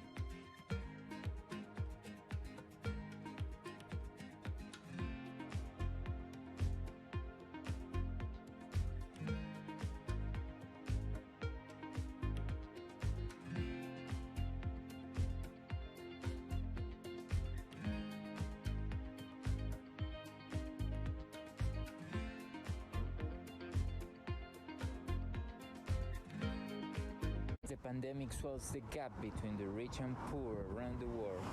There may be no starker case of inequality than Venezuela, where the socialist leader Nicolás Maduro has kept his hold on power by fostering a Darwinian dollarization under quarantine. The nation's mighty oil industry has collapsed. Water, electricity, and gasoline are barely available, and hunger hunts vast portions of the population. 4 out of 5 Venezuelans can't afford a basic food basket last year, according to a research by the main universities.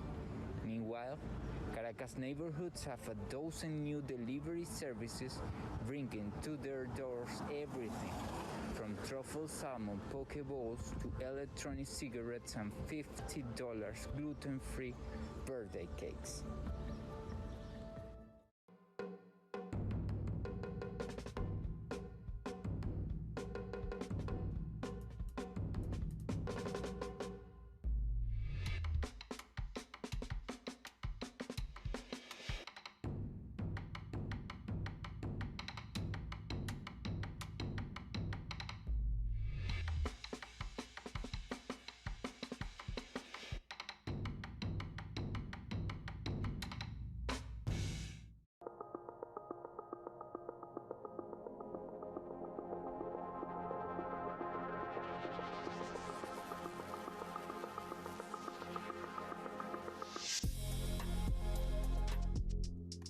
It's really a reminder, isn't it, just how sensitive the markets are to any commentary about trade. We did see some pressure on the yuan, we did see some pressure on the futures. That is now being reversed.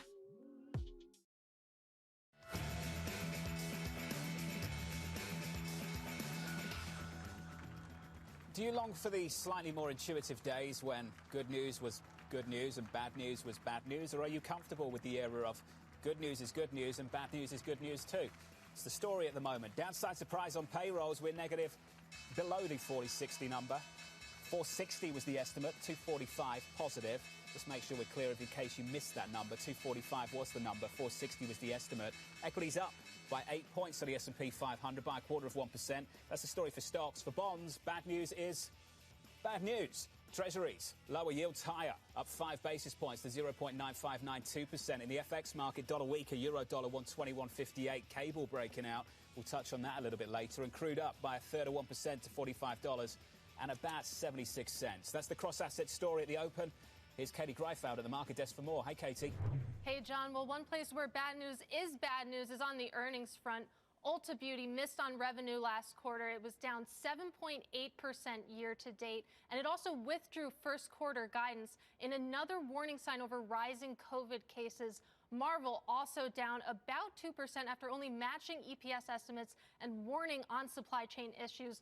Big Lots also in the red, as you can see. It beat EPS estimates by a dime, but it warned that its strong start to this quarter might not last, again, as virus risks continue to rise. Now, one bright spot in markets, here we are, we're red, Smith & Wesson. It's now lower, even though sales surged 61% last quarter, and the company sold a record amount of firearms during the election season. Now, retailers may be worried about COVID cases on earnings calls, but evidently investors in travel stocks aren't as fussed. If you look at Delta, American Airlines, both higher this morning as trading kicks off. Southwest is also up as optimism continues to build around stimulus talks. You can see Carnival is also rallying after updating guests on its plans to resume trips in 2021. So clearly that reopening trade is still working this morning, John. Katie, thank you very much. That's the story with the movers at the opening bell. About 2 minutes into the session, we advanced 0.2% on the S&P 500. On top, energy, we advanced there by 2%. At the bottom of the pile, healthcare, negative about 0.1%. That's the story of the equity market. For all of us worldwide, stimulus hopes and vaccine optimism fueling inflation expectations, sparking a rally in the reflation trade. Chris Harvey of Wells Fargo weighing in. You have a recovery and you have a multi-quarter, multi-year reinflation trade or steepening. And that's very positive for financials. That's very positive for small caps. That's very positive for the economy. A lot of people are piling into the momentum trade, but we think we're in the final days of that momentum trade. You really want to be a contrarian. The opportunities are more on the side of being a contrarian and things that haven't been picked over at this juncture. For more, let's bring in Bloomberg's Abigail Doolittle. Hey, Abigail. Hi there, John. Well, in terms of the reflation trade, that really is the theme of 2020, but in different waves. If we go back to March, when we were in the dark depths of stocks really crashing around the pandemic, not knowing what's next, and the Fed came in with all of their liquidity. On that, stocks really took off. The all-world index there in blue up about 40%. We also have the bond index, aggregate bond index trading higher. So stocks, copper also doing very well right out of March. Not doing so well, the Fed liquidity weighing on the dollar. The dollar right now down about 6% on the year, heading to its worst year since 2017. But that weak dollar really helping all of these risk assets climb. Now, that's been reemerging more recently. Over the last 3 weeks, John, the dollar is down. That has helped out commodities over the last 2 weeks. We have the likes of oil, platinum, copper, iron, all trading higher over these last 2 weeks. Big gains for these illiquid risk assets traders want in. And of course, the question is about the next Fed meeting on December 16th. Many consider it to be a live meeting. What will happen? Will they provide more stimulus? Certainly, perhaps keep the idea that they are there ready to do whatever it takes, in addition to the hope for fiscal stimulus, John. On the Fed, we do have the 2-10 yield curve spread really steepening, its highest level since October 2017, helping the banks, travel stocks, stocks in general on the idea, the nod toward inflation, even if it's not quite there yet in the real world, John.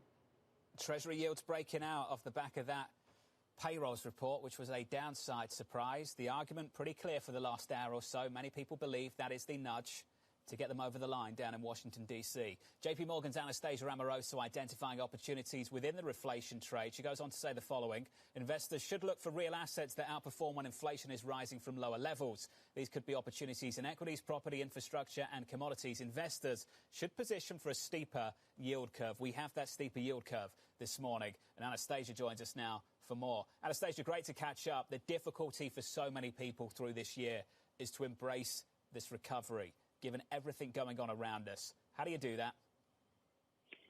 Jonathan, I think we have to do it. We have to acknowledge that year of 2020 has been the year of the virus. It's been the year of all the pandemic challenges. And next year, 2021, is going to be the year of the recovery. We have 4 vaccines that are likely to help us get to mass scale vaccinations, hopefully sometime by the middle of next year. So if that's the case, then what we're likely to see is a much broader economic recovery than we've had to date. I mean, it is great that the unemployment rate today is down to 6.7%, but everybody knows that this has not been an even recovery across sectors. So what we look forward to next year is a more broadening economic recovery that can in turn lead to higher inflation expectations, and that's part of the reason why you see some of those bond yields rising. So how you do that exactly, I think the reopening trade that you were talking about is very much on the table. And I do agree that a lot of the stay-at-home momentum stocks have had a wonderful performance, wonderful rally this year, but they have seen some of that performance stall a little bit here. And I think the handoff going into next year is going to be to the continuation of the reopening trade.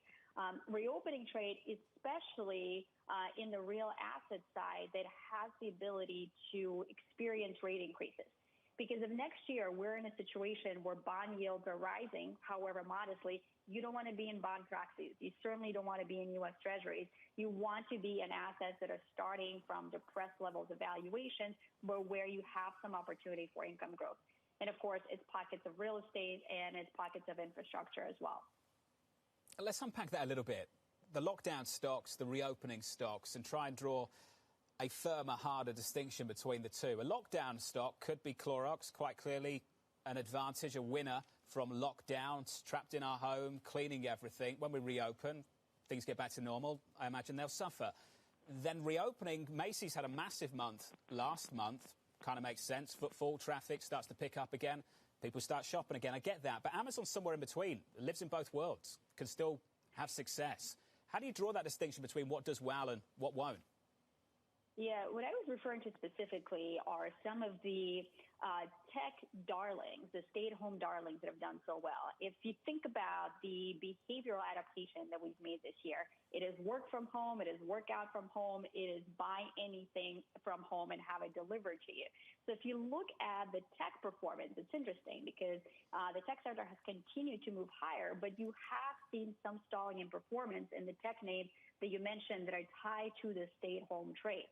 So the reason why I single those out specifically versus the Clorox is because when you look at the valuations of some of those names that are starting to be a little bit stretched, especially in the large cap space. So I think some rotation is in order there.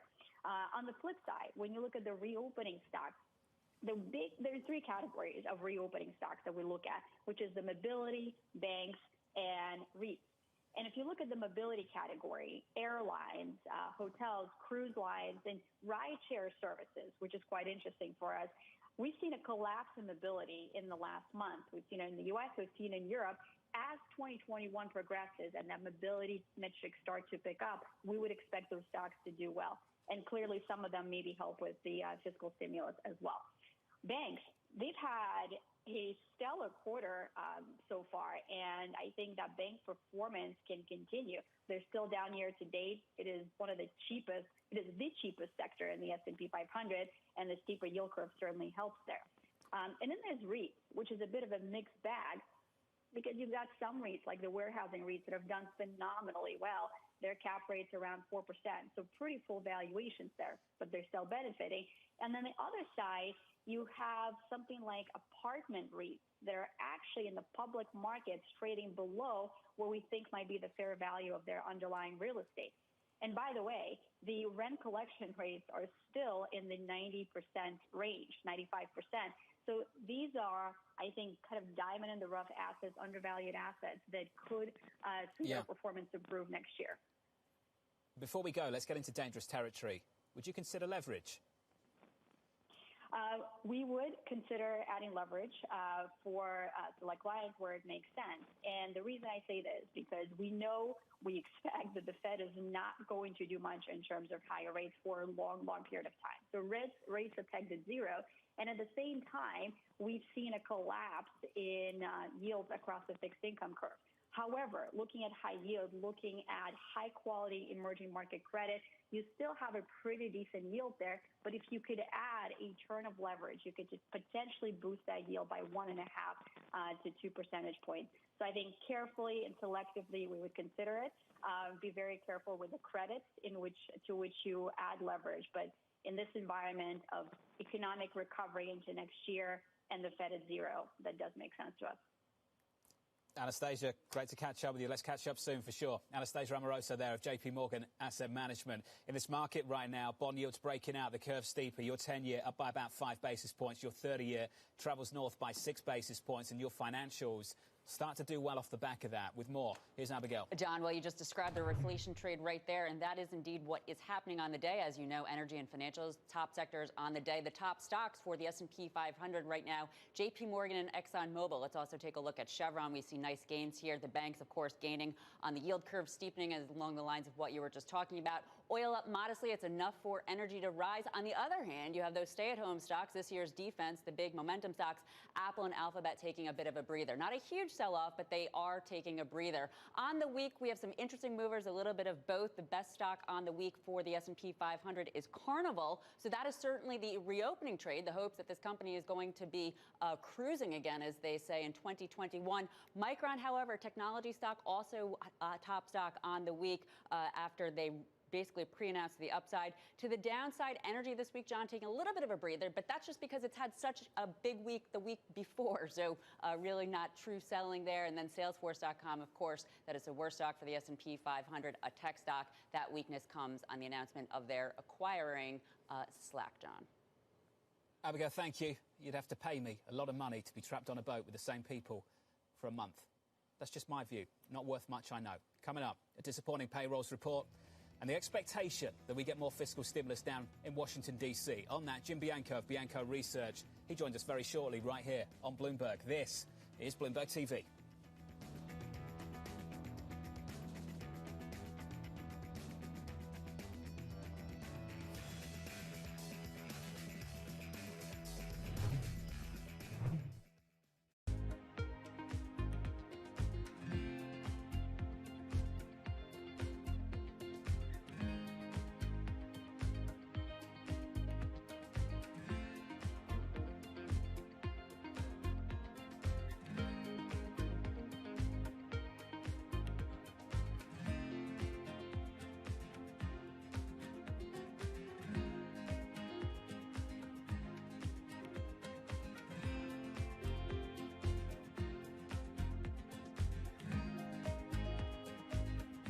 Welcome to That's Debatable, an interactive series on today's most pressing issues. This week's resolution, should we stop worrying about national deficits? We'll hear from both sides. Every deficit is good for someone. There will be automatic spending cuts if nothing is done. And we'll get your perspective too, with help from the artificial intelligence of IBM Watson. I'm John Donvan. Join us for That's Debatable, presented by Bloomberg and Intelligence Squared, Friday on Bloomberg Television.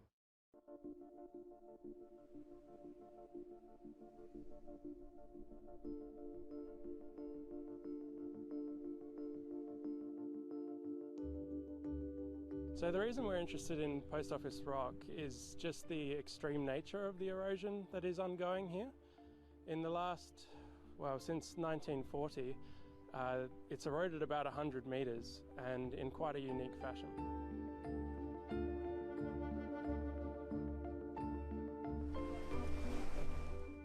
By having a map of the seafloor and hopefully being able to capture some movement in these transverse dunes, we'll be able to see after the erosion where the sand is going and why it is not replenishing the coast, as sometimes and most often happens.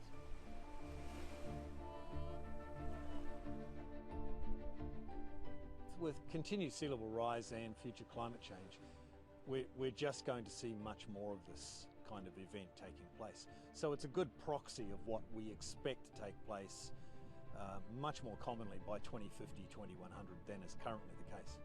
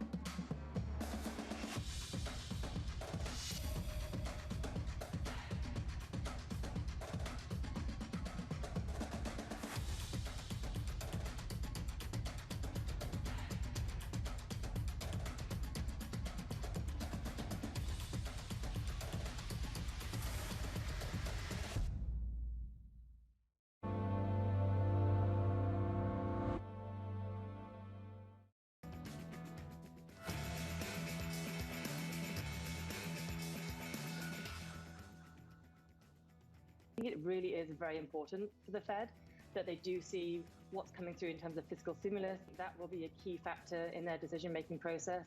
In addition, obviously we will hear about whether they propose to taper. We'll hear a lot more about their forward guidance. We will hear, hopefully, something about the weighted average maturity of the QE program. So there's a lot for the Fed to digest.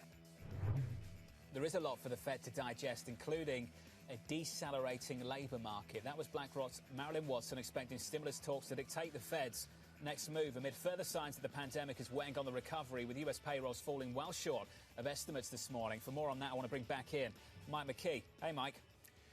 John, the question for the Fed is what can they do and why should they do it? When you take a look at what the issues are for them, the known unknowns, as you might say, there are three major things that they're not going to really have a good handle on at the December 16th meeting. One is the long, dark winter of COVID. How bad does it get?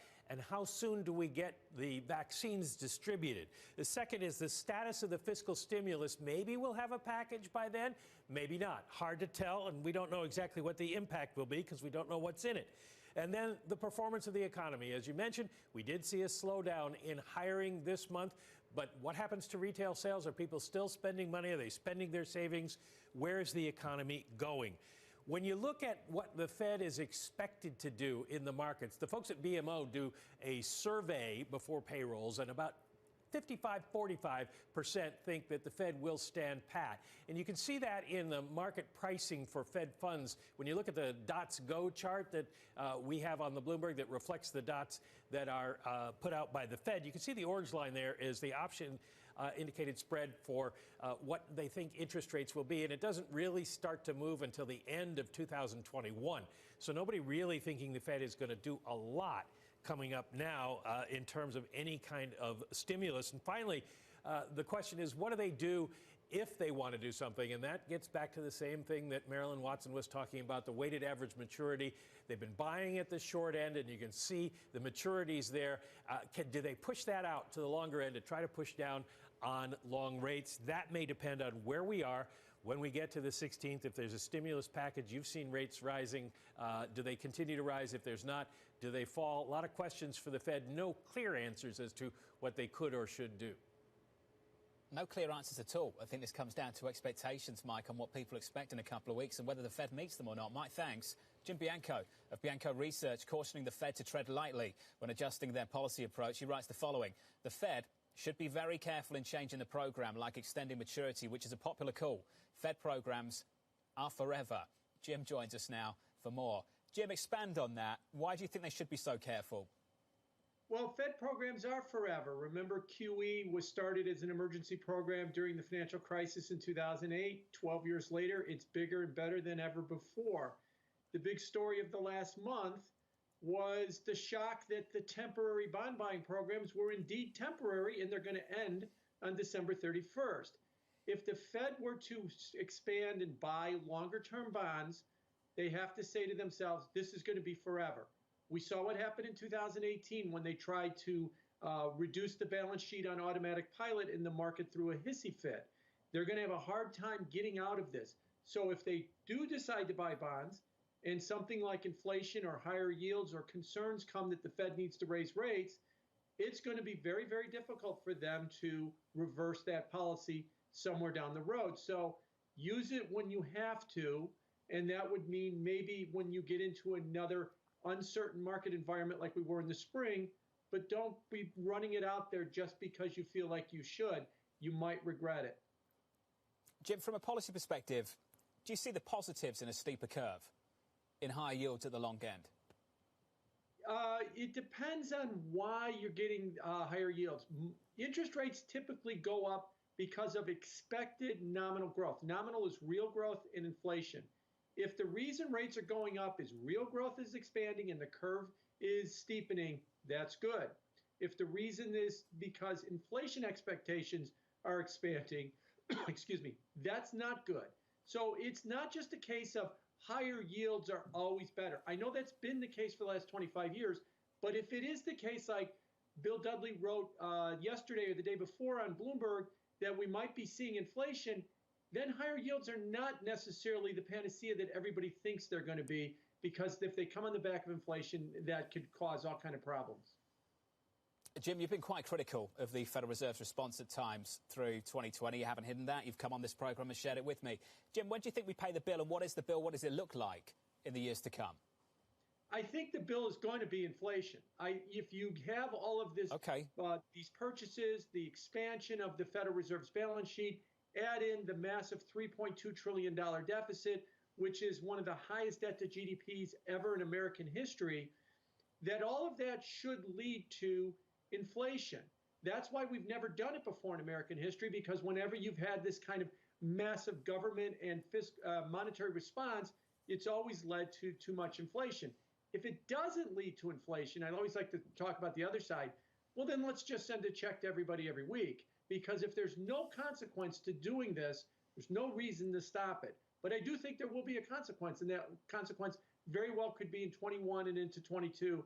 We're going to start to see significantly higher inflation, and for the equity market, that might lead to multiple contraction. Jim, just quickly before we let you go, in a couple of minutes' time, I'll catch up with Larry Kudlow, a man you know well. What do you think is left for this administration to do in the month and change that they have in the White House?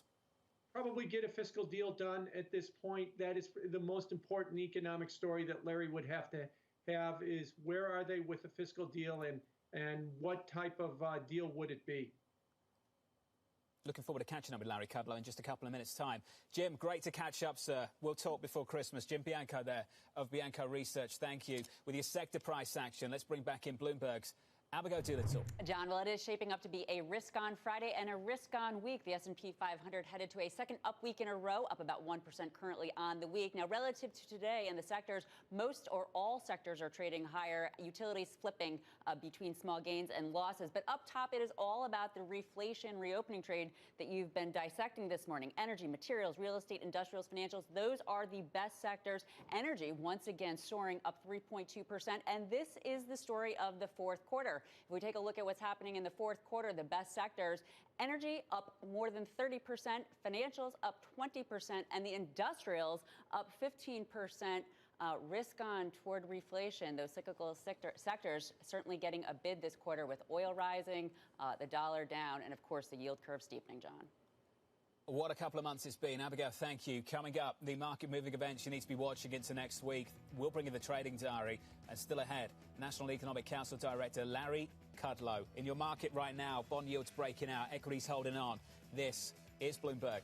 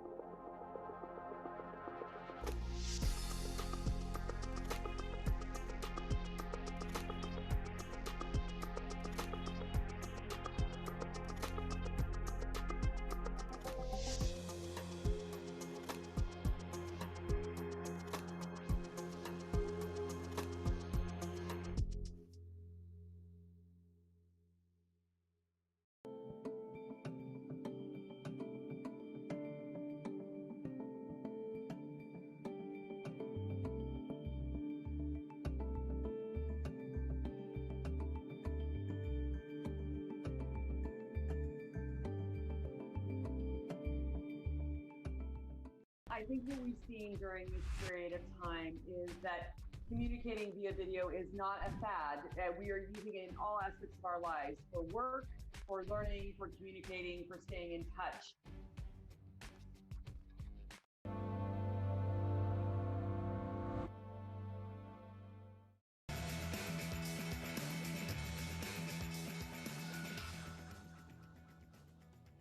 25 minutes into the session in New York City, equities up by about 1% on the Russell, on the S&P up by 0.4%. New all-time highs in sight at the close this Friday.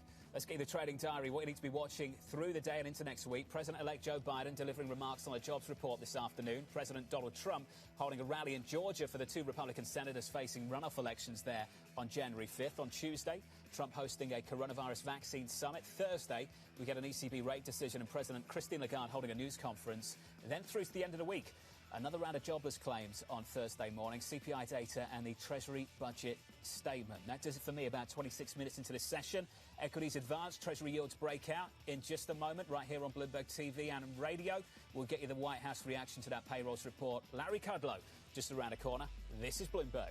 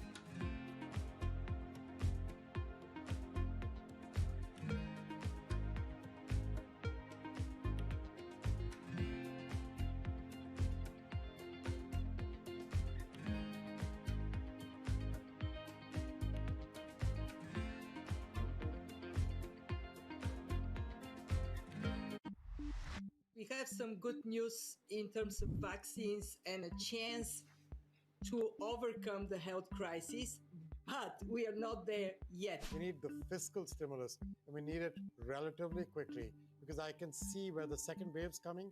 You can see consumer spending beginning to get impacted again. What we need is surveillance to be stronger. We need public health measures, because you have no other way at the beginning. This is your best weapon, and you need to use it well.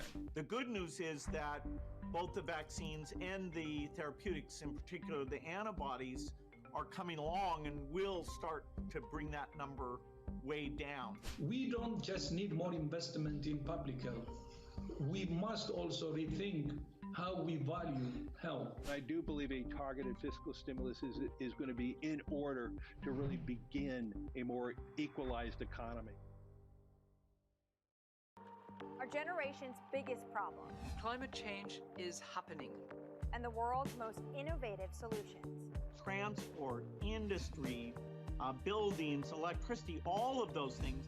Everything you need to know about our changing environment, the politics of global warming.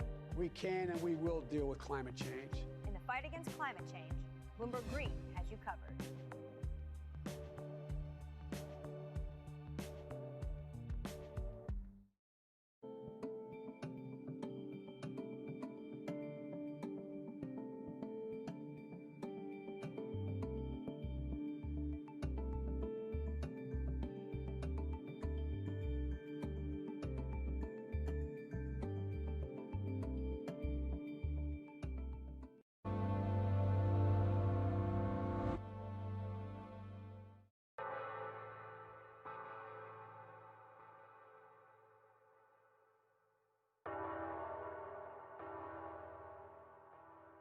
Months after Hurricane Maria, Puerto Rico is still in peril. Huge swaths of the island are still without power, running water, or access to medical care. Experts estimate that it will take years before these services are restored island-wide. Much of the blame has been placed on FEMA for a slow response in comparison to recent disasters on the mainland. But recovery from a disaster of this complexity and scale has proven more challenging than anyone anticipated. And filling the gaps between an overextended public sector and a suffering populace falls on the private citizens.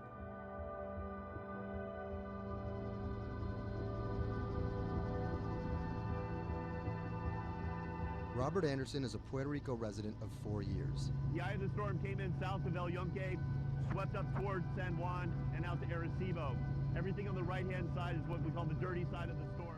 This isn't his first time in a disaster zone. With a military and telecom background, Anderson worked on repairing damaged cell phone towers in New Orleans after Hurricane Katrina. Some might be tempted to label him a disaster capitalist, seeking lucrative government contracts for his expertise. But as Anderson finds himself in the middle of a humanitarian crisis, he and his associates are developing a variety of pro bono recovery projects that target the island's hardest hit areas. I see two Puerto Ricos. We're here in San Juan. They have telecommunications restored.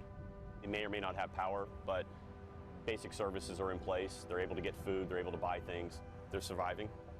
And when you look outside of the San Juan area, you can go 15 minutes from here and find areas that are devastated. I'm working on the devastated side. Today, he's put together a boots-on-the-ground mission to provide medical care to some of the island's most isolated and vulnerable residents. Steve Berenbaum is one of Anderson's business associates. He offered an extra car and a set of hands. So we received an initial report from a nurse that was out in the area. We're headed to the northeast region of Utuado for some people that are in need of urgent medical assistance. Dr. Sally Priester is a physician from San Juan. She filled a van with medical supplies at her own expense and brought along a team of nurses. Google Maps estimated our first destination to be a 90-minute drive. But it didn't account for obstacles like this.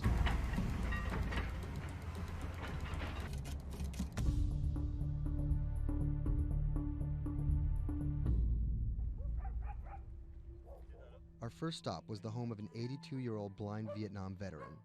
His roof was blown off by the storm, and he's been living alone in a back shed for nearly 2 months. His cane actually got broken in the storm, so he's limited mobility. He has a number of medical ailments. Dr. Priester's having a look at him. We called the VA. They're going to get him set up with what he needs, get him stabilized so he can then be transported either to an evacuation center or off the island. It's when the chain gets broken, when those families that are connected to them leave the island or take off, these guys get left at the end of the road, and it's tough. FEMA was not officially part of Robert's team, and their arrival caught everyone by surprise. Their job here was to survey and report back to their superiors, and did not come with medical aid of any kind. People think that FEMA is there to hand out bottles of water, and it's not what they do. FEMA has a role to play. They have a very specific role. They bring in ships, they bring in airplanes, they bring in tractor trailers with pallets of things.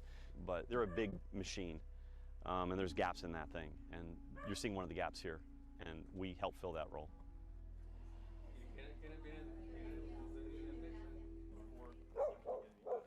These guys are in a bad situation before, and now they're struggling for real basic things. One of the risks that you run is people going from fear to hopelessness. Those are the folks that we're trying to reach. And how are they reached? How are they even found? Word of mouth, mostly. And what's your role in all this? Ghost in the machine. I'm lucky enough to be able to communicate with folks in FEMA, the state of Puerto Rico. For a ghost, Robert makes his presence well known. Not only was he the de facto leader of the mission, now with FEMA in tow, he created his own maps to survey storm damage. So we're right here. And delivered them to FEMA HQ free of charge. I have pretty good reach. Perhaps that's how he managed to earn himself a coveted FEMA badge without actually working for them.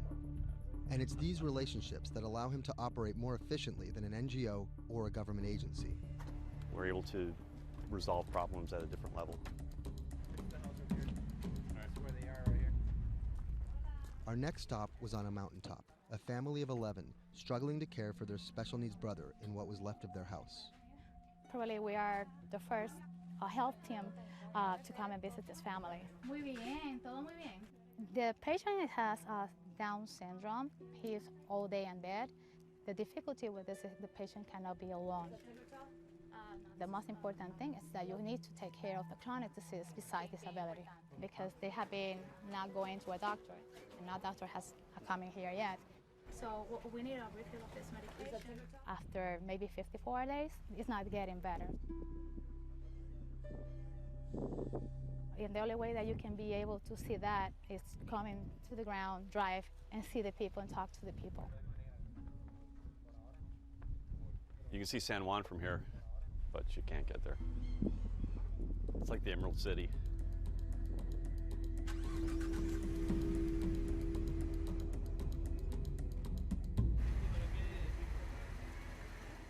On this stop, we caught word that a man living alone at the edge of the jungle was in need of care.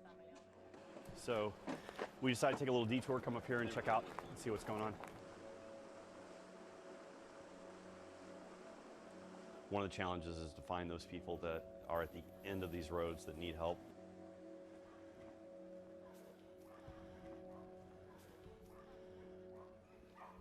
¿Pero por qué estás solo? ¿Por qué estás por acá tan solo? I'm asking about why he's alone right here. He said things in life happens. You know, I'm here by myself. So ¿dónde vive acá? En la parte de acá.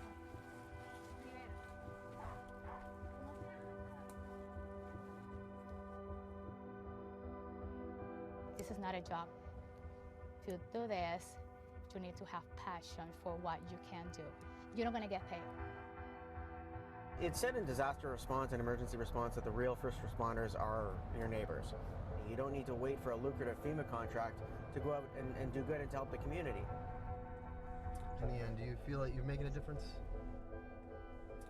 Lives you touch and people that you can affect. I don't really think about it in those terms. But why do you do it? It helps me sleep at night. I think it's as much for the people that are going out to help and do things as it is for the people that you affect. Whether out of altruism, or the lure of a paid gig, or some mixture of the two, Anderson hopes to stay here to help shape Puerto Rico's future. Puerto Rico's essentially been a colony for 400 years. It was treated poorly by the Spanish. It was not treated well by the United States when they first got here. Puerto Rico can continue in the way that it's always been, or Puerto Rico can rebuild itself like nothing that's ever been. And we have to do everything we can to make that real. That's the bottom line.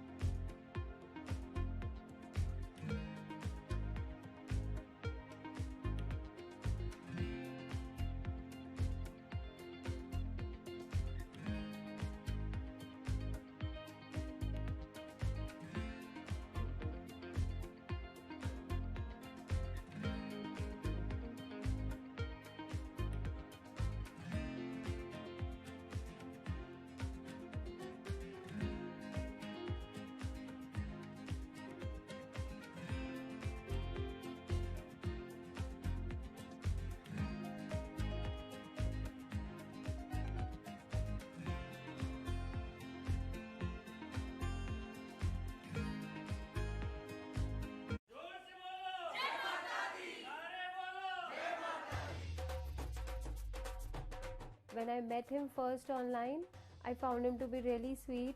I think I was the one who was talking for an hour. He was just listening. When we met, I saw her. She was beautiful, intelligent, and kind, which was, something that I was looking for.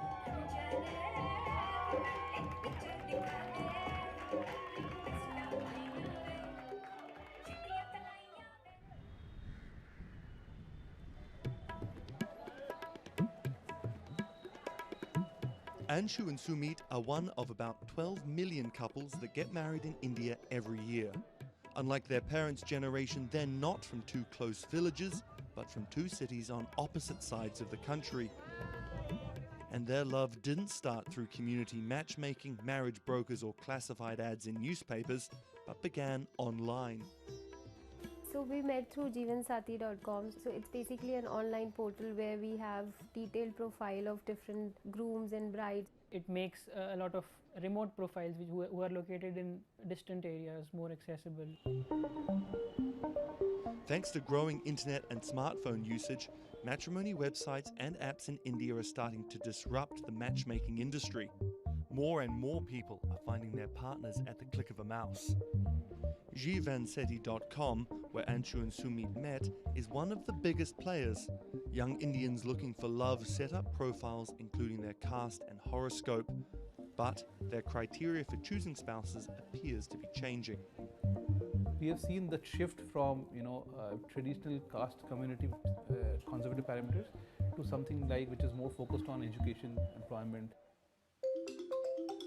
Anshu and Sumit's marriage was initiated by their parents, but modern Indian couples like them have more input than previous generations. We looked up to them to agree for the proposal, but it was primarily our decision that we wanted to be with each other.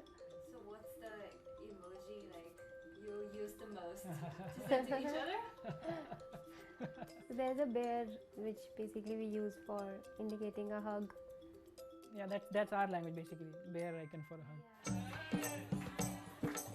Time flies when you're in love, and just 1.5 months after they first met online, the couple got engaged. They decided to hold their wedding less than 3 months later. But planning a traditional Hindu wedding on such short notice is no easy task. The massive event usually lasts 3 days, has various ceremonies and celebrations, and involves the entire two families and hundreds of guests. Luckily, there are websites and apps for that.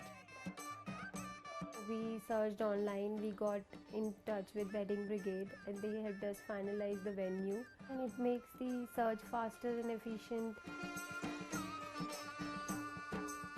Startups like the Wedding Brigade are challenging traditional wedding planners in this $50 billion industry. It provides various services from booking banquet venues to buying wedding gowns. The website makes money by charging commission from vendors. People don't want to be limited to what is available around them. They want to know the entire range of options available before making a decision. And now it's easy to find almost everything on one portal.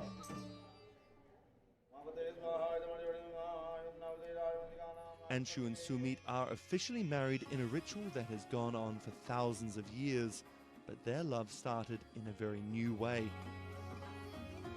Technologies might be changing the way couples meet, date, and get married in India, but they're definitely not changing everything.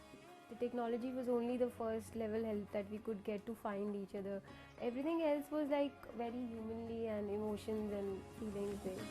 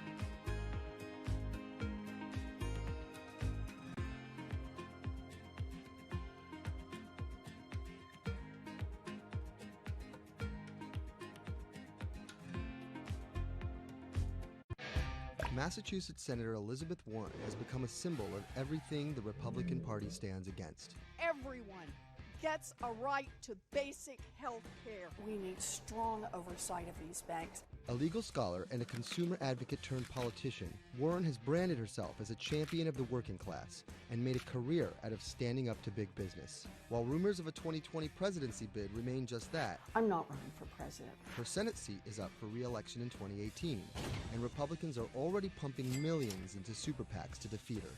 This is the story of how a law professor and politician came to be seen as the biggest threat to Republican values and the greatest hope for progressive America.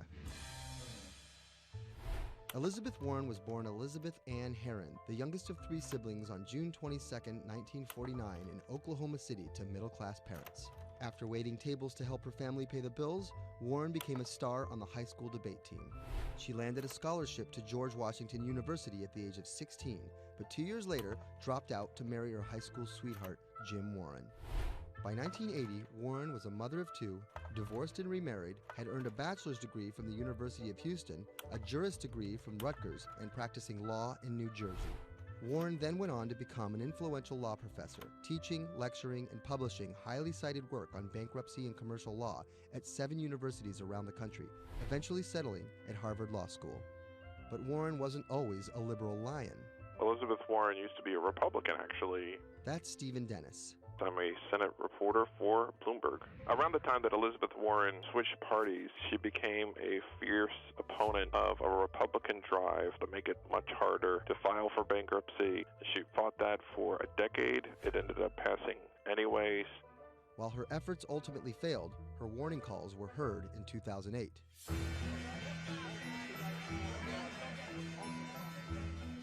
We're in the midst of a serious financial crisis. Our entire economy is in danger, and without immediate action by Congress, America could slip into a financial panic, and a distressing scenario would unfold.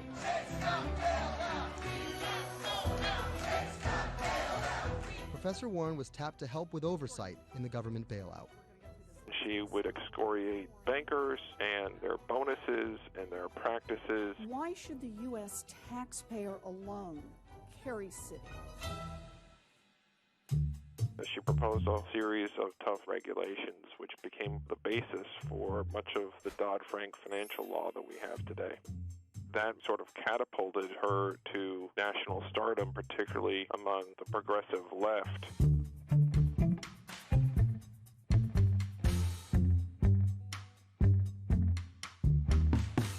Encouraged by her newfound notoriety, Warren declared her bid for the U.S. Senate on September 14, 2011.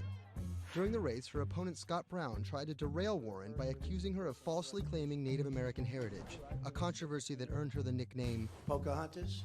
Nevertheless, she was victorious and won the Senate seat by a comfortable margin.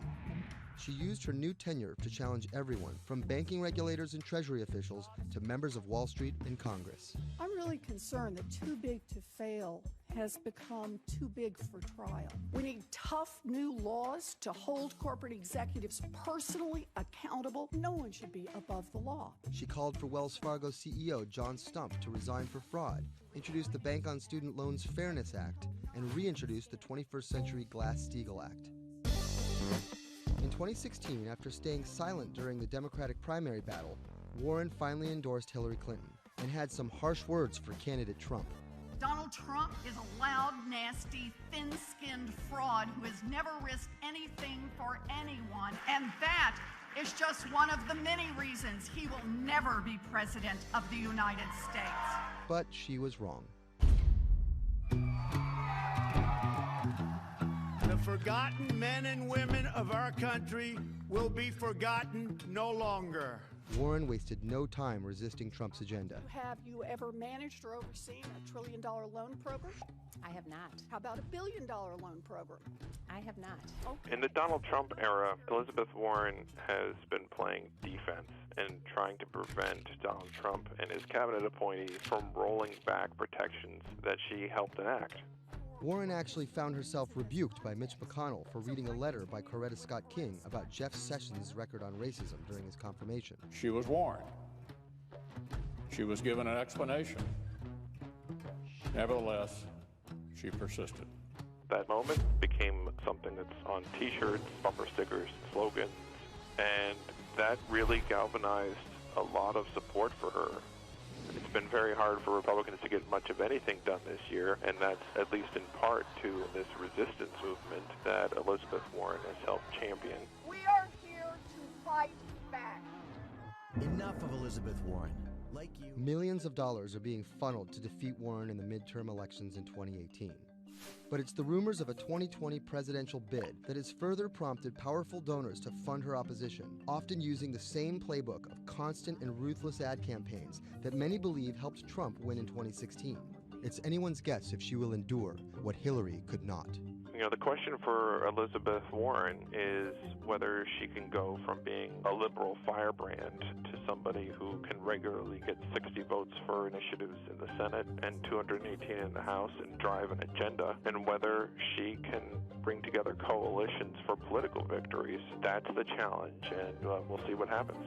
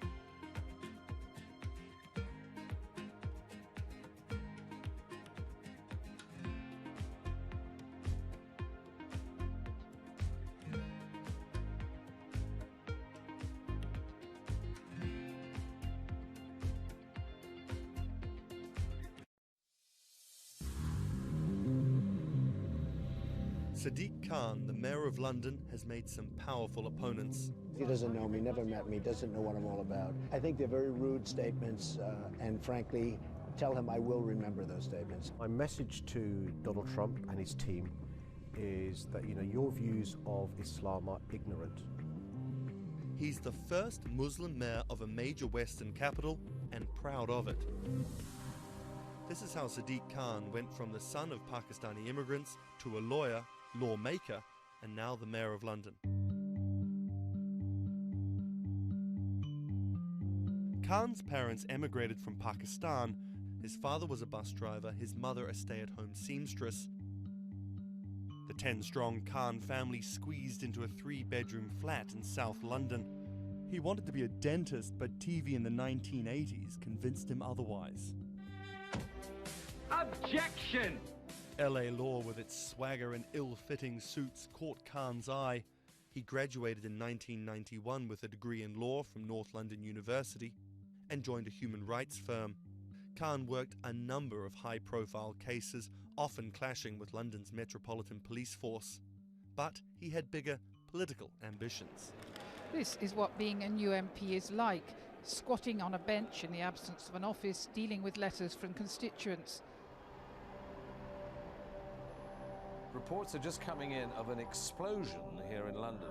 And there's just explosions, and then it was just smoke everywhere. Everyone's just asking what's happened. Only 2 months after Khan entered the Commons as a Member of Parliament, London was attacked by Islamist extremists. That day will stay with me for the rest of my life. He spoke out against the attacks both as a London MP and as a Muslim. He has been very clear about his opposition to violence, opposition to terrorism, and has set out to make the case for a more open and peaceful Islam. That's Thomas Penny, one of Bloomberg's Westminster correspondents. Here is a man who is a Muslim, and he is standing up and being open and straightforward and being clear that the problem here is not Islam, but it's Islamic extremism. In 2015, a decade after the attacks, Khan ran for mayor of London, and his faith was back in the headlines. His opponent, Zach Goldsmith, trying to link Khan to radical Islam. The debate got again personal and nasty. The Goldsmith camp has called Khan extreme and accused him of associating with, quote, those who seek to do our police and capital harm. It's a pattern of behaviour. Even the former Prime Minister David Cameron repeated the allegations. He shared a platform with Sajil Shahid, the man who trained the ringleader of the 7/7 attacks and accused the United States of bringing 9/11 on themselves. But the smears didn't stick. Zach Goldsmith ran a very negative campaign that was based on what people knew was a lie. This election was not without controversy. And I'm so proud that London has today chosen hope over fear and unity over division. After taking the mayor's office with a comfortable majority, Khan has brought a business-like efficiency to the role, scrapping expensive vanity projects like the Garden Bridge and the new Routemaster buses, which cost £350,000 each. The former lawyer who used to fight the police in court is now praised for his close relationship with them. I was talking to a very senior police officer in the Metropolitan Police who said there was a sea change when he went into City Hall, and the police were saying how much they welcomed this because they knew where they stood and it was more straightforward to work with. So he works like a lawyer, he works like a government minister. Khan's kept his faith at the fore. He's an outspoken voice for moderate Muslims across the world. Donald J. Trump is calling for a total and complete shutdown of Muslims entering the United States. Now, by giving the impression that Islam and the West are incompatible, you're playing into the hands of the extremists. The ongoing spat between Khan and US President Donald Trump escalated when Trump went after Khan, misquoting him on Twitter just hours after the terrorist attacks of June 3rd, 2017. Khan's now one of the most prominent Labour politicians in the UK. In fact, a recent poll of Londoners found Khan was more trusted to keep the country safe from terrorism than the Prime Minister or the Labour leader. His story of going from the son of an immigrant bus driver to the mayor of one of the greatest cities in the world plays well with Londoners. But can he appeal to the rest of the nation? Has Khan got his eye on the top job? And is the UK ready for a Muslim Prime Minister?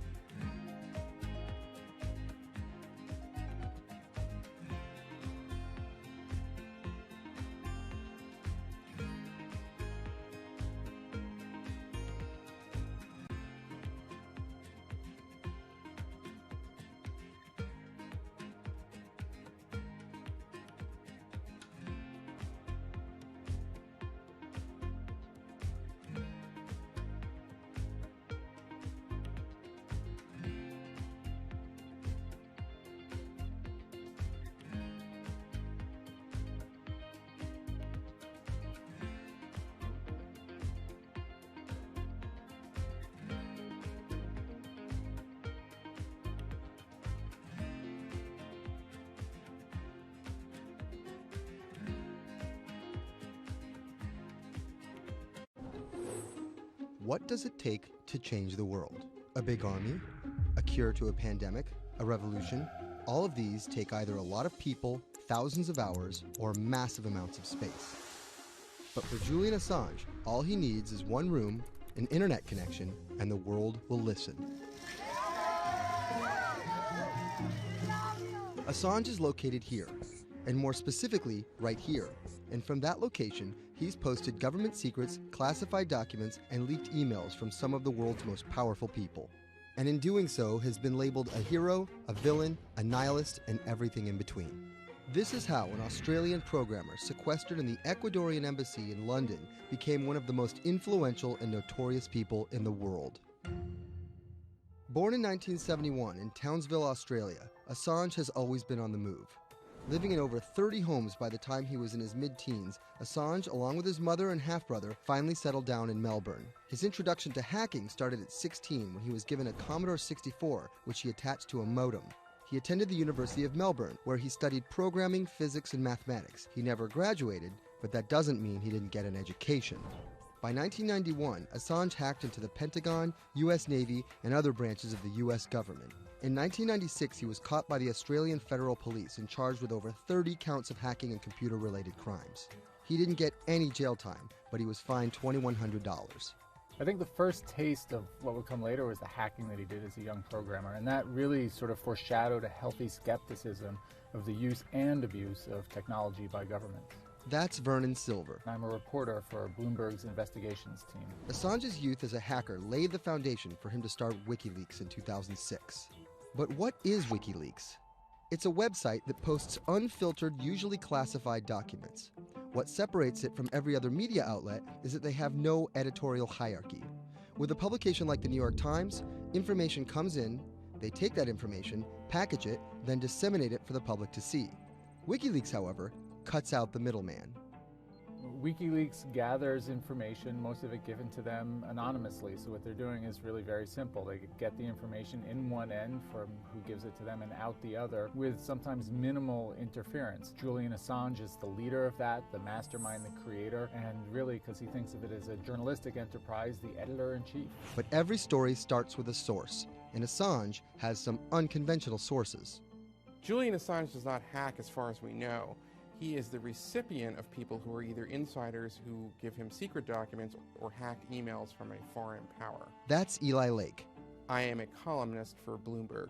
And there was no source bigger for Assange than Chelsea Manning. He used to be known as U.S. soldier Bradley Manning. In 2010, Manning provided Assange and WikiLeaks with hundreds of thousands of leaked government documents. WikiLeaks quietly began releasing the documents in February of 2010, then made big headlines in April by posting what is now known as the collateral murder video. Come on, fire! It was a vivid, graphic video. It changed the debate on the Iraq War, and importantly, it put WikiLeaks on the map when they put it online, and they couldn't be ignored at that point. And those leaks were just the beginning. They went on to post more than 90,000 leaked documents known as the Afghan war logs, 390,000 documents known as the Iraq war logs, and 250,000 private messages between diplomats called cables in what is now known as Cablegate. These leaks were met with very real ethical questions. The problem with publishing those cables was that a number of confidential sources for U.S. diplomats who faced real danger when their names were exposed. Then Secretary of State Hillary Clinton drove the point home that every country, including the United States, must be able to have candid conversations about the people and nations with whom they deal. Shortly after Cablegate, the Swedish government issued an arrest warrant for Assange on allegations of rape and molestation. He claimed the allegations were fabricated to get him extradited to the United States, a claim the U.S. government denied. Either way, Assange's next move was to seek refuge in the Ecuadorian embassy, which really was the beginning of the new chapter in his life and what we're dealing with now, which is him being stuck in London. What was supposed to be an office in an embassy is now Assange's self-imposed prison to this very day. But that doesn't mean he's slowed down. Since being trapped at the embassy, WikiLeaks has released files about Guantanamo Bay prisoners, Syrian political figures, and the draft to the Trans-Pacific Partnership. And then came the 2016 U.S. election. Thousands of leaked emails showed Democratic Party officials possibly plotting against Bernie Sanders in his race against Hillary Clinton. Over the course of 68 days, WikiLeaks released 20,000 confidential Democratic National Committee emails. In terms of the presidential race, if you look right here, when Assange released the first batch of emails, Trump actually takes his first lead against Clinton. I think we've had enough of the Clintons, in all fairness. Don't you think? Once WikiLeaks started exposing secrets of the Democratic Party, Julian Assange became a hero to many on the right. Public opinion kind of flip-flopped. WikiLeaks. From the emails, we now know Hillary Clinton's campaign manager makes risotto, and also how the DNC squashed Bernie Sanders' campaign. One thing we don't know is who gave Assange the stolen emails in the first place. Many leading Democrats say they suspect it was the Russians. They released an analysis from a private cybersecurity firm that had said it was the Russians. But Assange claims our source is not the Russian government, and it is not a state party. So this is where we stand today. The public still doesn't know who provided the emails to WikiLeaks. Meanwhile, Assange is still running WikiLeaks and still releasing documents. In March 2017, he started publishing documents from the CIA's Center for Cyber Intelligence called Vault 7. The CIA, the agency charged with finding and keeping our top secrets, can't keep its own secrets. As long as Assange has a connection to the world, no government secret will be too far from exposure. Julian Assange is still in the embassy. Maybe he'll leave, maybe he won't. Kind of regardless, his work has been done.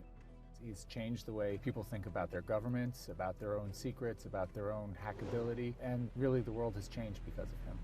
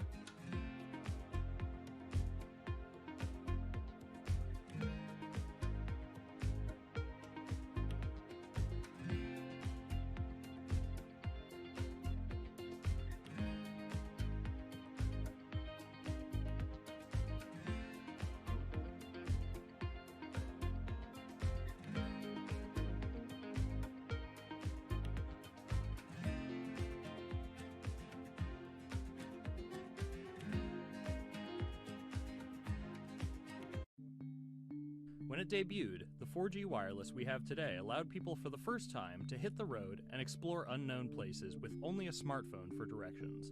When 5G arrives, it could enable driverless cars to take us there as well.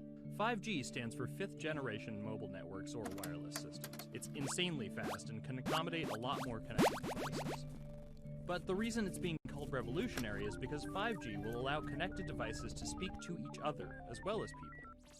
Right now we're living in a world where really it's a one-way experience. That's Bloomberg tech reporter Ian King.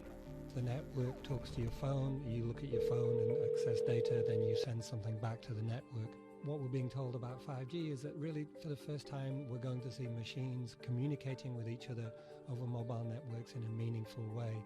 5G could end up being 100 times faster than what we have now, with speeds that could reach 20 gigabits per second. In plain English, that means downloading a full-length HD movie in seconds. 5G will also increase total bandwidth, which we will need in order to accommodate the growing Internet of Things.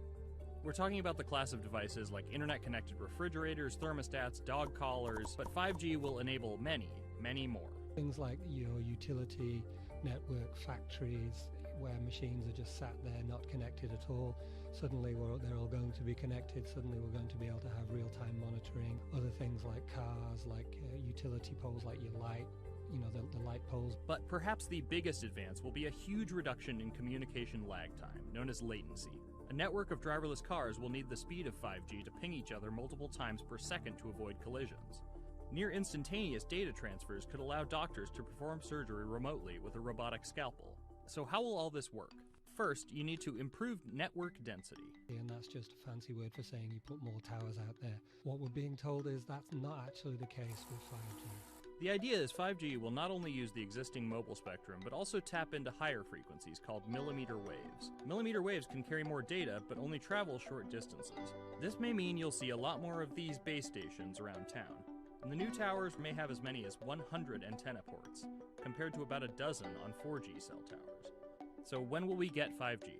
Getting 5G ready is expected to cost providers $275 billion over 7 years in the US alone. Look for the first 5G service to pop up in big cities sometime in 2019.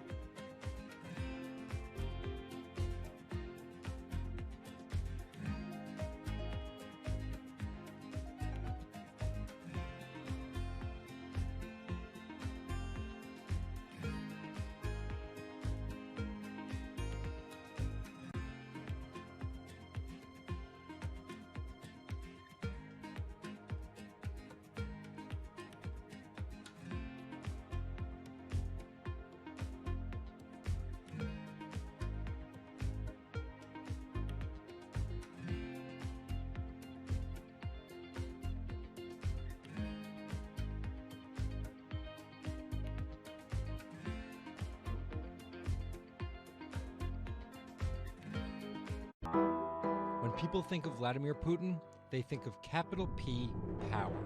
And that's exactly the impression he creates. Whether it's physical power, firing different weapons, riding in various James Bond-esque modes of transportation, or tossing hapless opponents in judo. Or political power, ruling his own country with an iron fist, crushing his political opposition, or, most recently, being accused of meddling in foreign elections for his own benefit. This is how Vladimir Putin went from a poor, tough kid in Leningrad to a KGB spy to the very symbol of modern Russia. Vladimir Vladimirovich Putin was born in 1952 in Leningrad, which is now St. Petersburg. His father was a factory foreman and his mother a homemaker.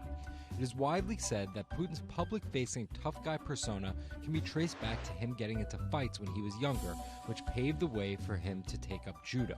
After getting a law degree from Leningrad State University, Putin joined the KGB Foreign Intelligence Service. He spent 16 years in the KGB.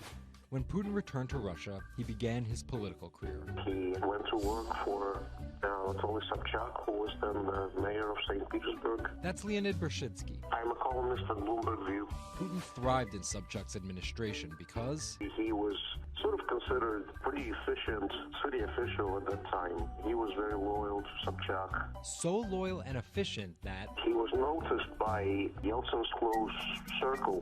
And those people soon brought Putin over to Moscow to work in Yeltsin's administration, where he quickly climbed the political ladder. Then, of course, he was promoted to Prime Minister of Russia. That's Dmitry Trenin. I am currently director of the Carnegie Moscow Center. Around this time, Yeltsin and the people around him, the so-called family, decided that Putin would become Yeltsin's successor. And then this happened.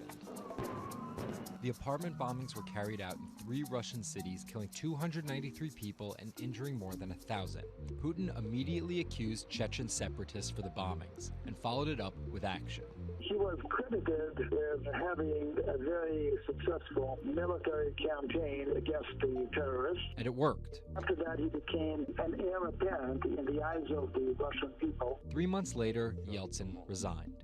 And on his way out, a famous exchange. He was getting into the car in the Kremlin, and the last words that he addressed to Putin before getting into his car was, "Take good care of Russia." So Putin took over as president, and 3 months after that, won his first election. But just because Putin won the presidency, that didn't mean he had all the power. This is Michael McFall. I was U.S. ambassador from 2012 to 2014. In the 1990s, there was a fire sale of all the things worth owning in Russia, and certain people, the oligarchs, did better than others in that fire sale, sometimes called privatization, and those people tended to be well connected with the Yeltsin regime, and they weren't Putin's friends. But they probably miscalculated, thinking that they could easily find a way to influence him. It became impossible almost from the start. From that very moment, there was warfare between him and the oligarchs. That's when Putin gave the oligarchs a choice. Putin's way? Some of those people from the 90s managed to figure out a new way of dealing with Putin and have survived. Or prison. Others could not find common vision, and so they lost their assets. Khodorkovsky once was Russia's richest person, worth $15 billion, but he ran afoul of President Vladimir Putin and spent a decade in prison. With domestic power consolidated, Putin focused on restoring Russia's global influence. Putin is the guy who believes in the expansionist Russian state. Georgia and Ukraine and all the other Soviet republics that split off when the Soviet Union fell apart, he still believes that they're traditional Russian satellites. A lot of his strategy is about keeping them in the orbit. That Yeltsin line, take good care of Russia, that's how he understands it. And he used annexation and invasion, as well as oil, gas, and trade to keep former Soviet republics in Russia's orbit. In 2008, Putin's 2 terms were up, and he decided to step down as president. Dmitry Medvedev stepped in as president, and Putin went back to prime minister. But really, Putin never left power. He pretty much continued running the country, and Medvedev was a bit of a figurehead. There was actually a period of cooperation between Russia and the U.S. that benefited both countries during Medvedev's presidency. Because Medvedev did not have the same negative attitude towards the West as Putin did. But when Putin came back to run for a 3rd term, in the lead up to the 2012 election, it was widely believed that both the presidential and parliamentary elections were rigged, and Russians took to the streets. Putin blamed the protests squarely on America, and more specifically, Secretary of State Hillary Clinton. He believed that she had sent, and this is his words, a signal to demonstrators. Still, Putin won by a huge margin and set about crushing the protest movement immediately upon his return to the Kremlin. Over the next few years, Russia's economy tumbled. Putin annexed Crimea, leading to sanctions. The price of oil fell drastically. The ruble hit a new low, and America played down Russia's influence, with Obama calling Russia a regional power. Despite all of that, Putin's approval rating remained sky high, and then an opportunity for payback. I think I'd get along very well with Vladimir Putin. In 2016, there was one candidate who called Vladimir Putin very smart. Trump exhibited tolerance towards Putin's actions annexing Crimea, and similar views on NATO and sanctions. Secretary Secretary Clinton didn't support any of those views. Even though Putin denies any wrongdoing, U.S. elections. Yes. the U.S. has accused Russia of being behind the leaking of 20,000 Democratic National Committee emails, which many say helped Trump beat Hillary Clinton in the presidential election. Which leaves us here, with the possibility of a President Putin until 2024, positioning Russia to be the world power he always imagined it should be.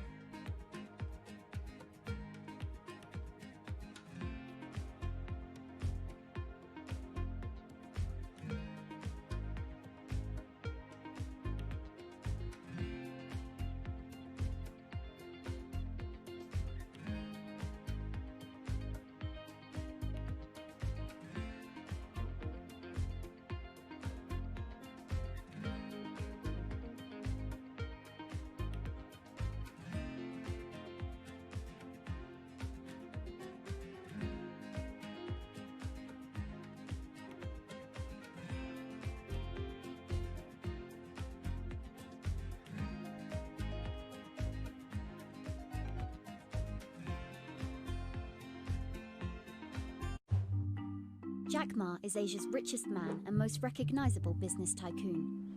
He's the chairman of Alibaba, China's e-commerce giant and one of the 10 largest companies in the world, yet he still wants more. We know where we're going. We want to be the 5th largest economy. Big words from the man some call Asia's Jeff Bezos. He's confident, he's charismatic, and he's definitely not the average CEO.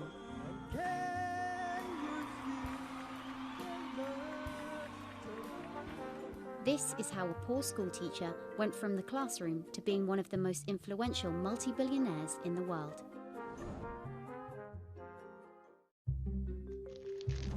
Ma was born in China's southeastern city Hangzhou in 1964. His parents were traditional musician storytellers. As a teenager, he started to learn English from foreign tourists after China opened up in the late 1970s. And then for 9 years, Jack Ma hung around outside the Hangzhou Hotel, which is now called the Shangri-La. He would get up at 5 a.m. to talk to travelers. That's Bloomberg technology reporter Lulu Chen. And I cover China Internet for Bloomberg. Ma failed China's National University entrance exam twice before being admitted to local teachers' college. He graduated in 1988. He applied for 30 jobs and got rejected, including from the fast food giant KFC. When KFC come to China, come to us, say, 24 people went for the job. 23 people accepted. I was the only one guy. Then Ma got a job at a local university and taught English there for about 5 years, earning just $15 a month. On the side, he started a translation company with several friends. During a company trip to the US in 1995, Ma had his first encounter with the internet at a friend's place in Seattle. I searched the first word, beer. I don't know why, because it's easy to spell, baby. And I see beers from Germany, beers from USA, beers from Japan, but there's no beer from China. So he searched for the word China instead and still couldn't find anything. And that got him thinking. He wanted to build something that would put China on the world's map. He started China Pages, a Yellow Pages-like website, but it didn't take off. Then Ma joined a government agency in Beijing to help set up a website. By 1999, the internet stock boom had gripped Wall Street, and back in his Hangzhou apartment, Ma decided to try again. With his wife and a group of friends, Ma raised $80,000 and set up Alibaba, a site that allowed businesses to sell stuff to each other. 人家美国人强就强它的硬件，强就强它的系统建设，这方面确实比你早。但是玩信息玩软的，中国人的脑袋绝不比你们长。我们在座的所有人的脑袋绝不比你们长。 By 2000, Alibaba had raised $25 million from investors, including Goldman Sachs and SoftBank. He had no business plan and zero revenue, but his eyes was very strong eyes. In 2003, Alibaba started Taobao, a platform for individual sellers to trade with each other, and publicly declared war against eBay, who had started to make a foray into China. Jack Ma has this famous saying that Alibaba is a crocodile in the Yangtze River, whereas eBay is a shark in the ocean. And if they fight eBay in the ocean, then they'll lose. But if they fight them in the Yangtze River, then they have a home base advantage. In 2007, just 1 year after it forced eBay out of China, Alibaba debuted its business-facing division on the Hong Kong Stock Exchange. But it delisted 5 years later as its performance sagged. But in 2014, Alibaba raised $25 billion in the world's biggest IPO in New York. Everybody should have a dream. What if that dream comes true? After achieving dominance in the business of e-commerce in China, Alibaba has been building an internet empire worth $472 billion, with businesses in cloud computing, online video streaming, movie production, healthcare, sports, retail, and even news media. Alibaba buying into South China Morning Post really raised eyebrows. This is the largest English newspaper in Hong Kong, and it shows that Jack Ma's ambitions weren't limited to e-commerce. He wanted to influence not just Chinese users, but also overseas users as well. The US has criticized Alibaba for allowing companies to sell counterfeit and poorly made goods, but in China, it enjoys the favor of China's government. It's part of Ma's company philosophy. In love with the government, but don't marry with them. Jack Ma's an extremely fortunate man for jumping on the internet sector so early. Note that this is a person who has no coding skills at all. He's a natural showman and a gifted public speaker, and really able to convince others to believe in his vision. Ma's vision of growing Alibaba to be the world's 5th largest economy faces strong competition at home and abroad. It will require more than just naked ambition and charisma, but Ma is great at getting himself in the right place at the right time. So far, it served him well.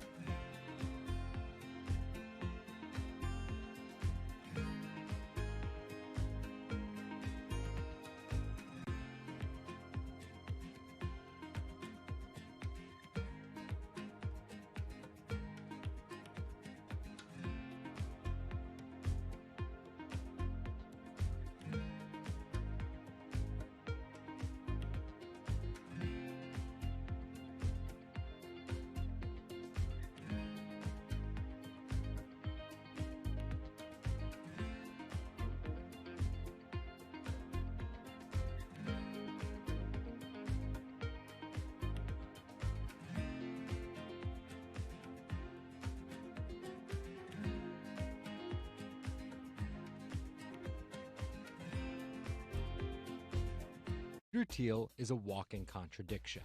He got his bachelor's and Juris Doctorate from Stanford, but speaks out about the horrors of higher education, saying college is as corrupt as the Catholic Church was 500 years ago. He's a staunch supporter of the free press, yet he bankrolled a lawsuit to bankrupt an independent media company. But these were not journalists. And most of all, he's an immigrant libertarian who's the most public supporter of Donald Trump in all of Silicon Valley. What Trump represents isn't crazy, and it's not going away. This is the story of how an openly gay, immigrant genius, libertarian billionaire went from tech contrarian to Silicon Valley's biggest Trump supporter.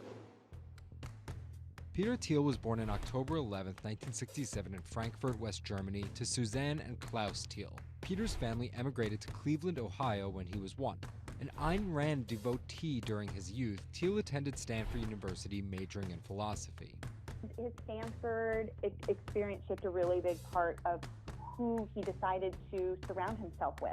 That's Lizette Chapman. And I cover technology and venture capital here at Bloomberg. He and his Stanford friends made their first big splash in tech with PayPal. After selling to eBay for $1.5 billion, they would become known as the PayPal Mafia for each incredible success after PayPal. For Thiel, that began with an early, modest $500,000 investment in Facebook.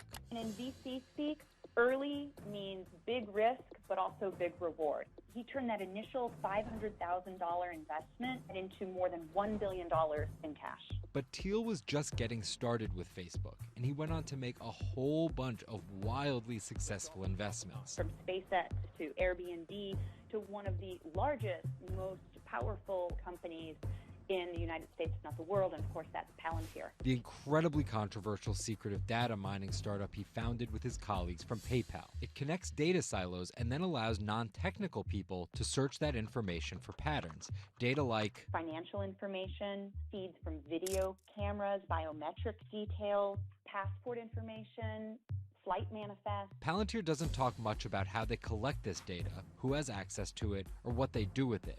But they have contracts with the Department of Homeland Security and the CIA and the Department of Justice and the Securities and Exchange Commission and several other federal agencies. It's the richest company you've never heard of, valued at $20 billion. But there are plenty of obscenely wealthy people in Silicon Valley. What makes him different? He's a complex ball of multiple contradictions. Take college, for example. Even though college was extremely important for Thiel, there's something called the Thiel Fellowship. In exchange for dropping out and a promise not to pursue college, Thiel would give them $100,000 each. You basically tell people that if you get a diploma, you're saved. Otherwise you go to hell. You go to Yale or you go to jail. Also, his relationship with the press. Here's another contradiction. He's donated to free press initiatives, including the Committee to Protect Journalists. But he also secretly spent tens of millions of dollars bankrolling a lawsuit filed by Hulk Hogan over the publication of a sex tape and bankrupting the independently run Gawker Media. Why did he do this? Because in 2007, one of Gawker Media's blogs, Value-Ag, outed him as gay.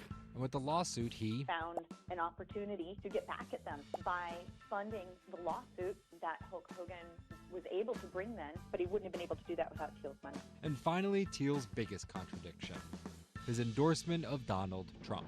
When he was asked about his support for Trump, he was surprised at the outrage that came with it from many of his colleagues in Silicon Valley. He didn't want more of the establishment. No matter how crazy this election seems, it is less crazy than the condition of our country.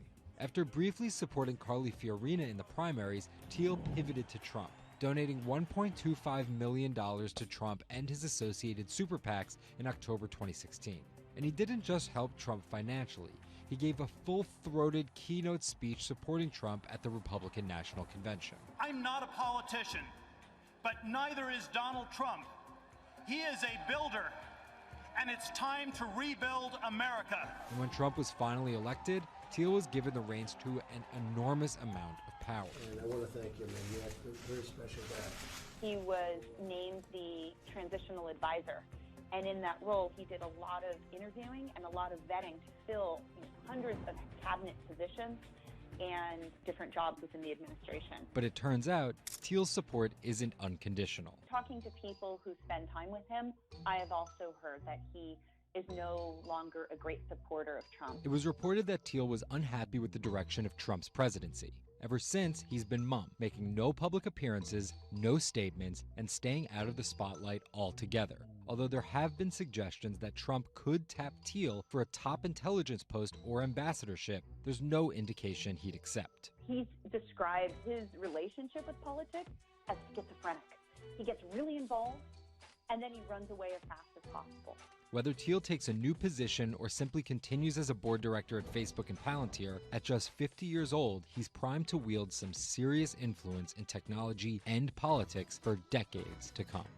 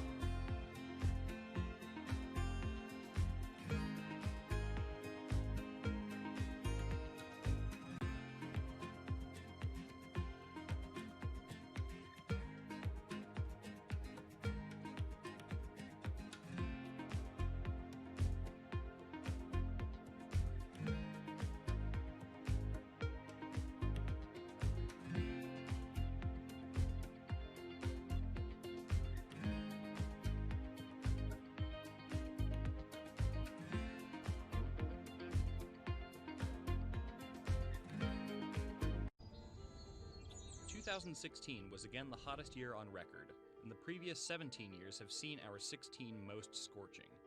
Scientists overwhelmingly agree. Global warming is the culprit.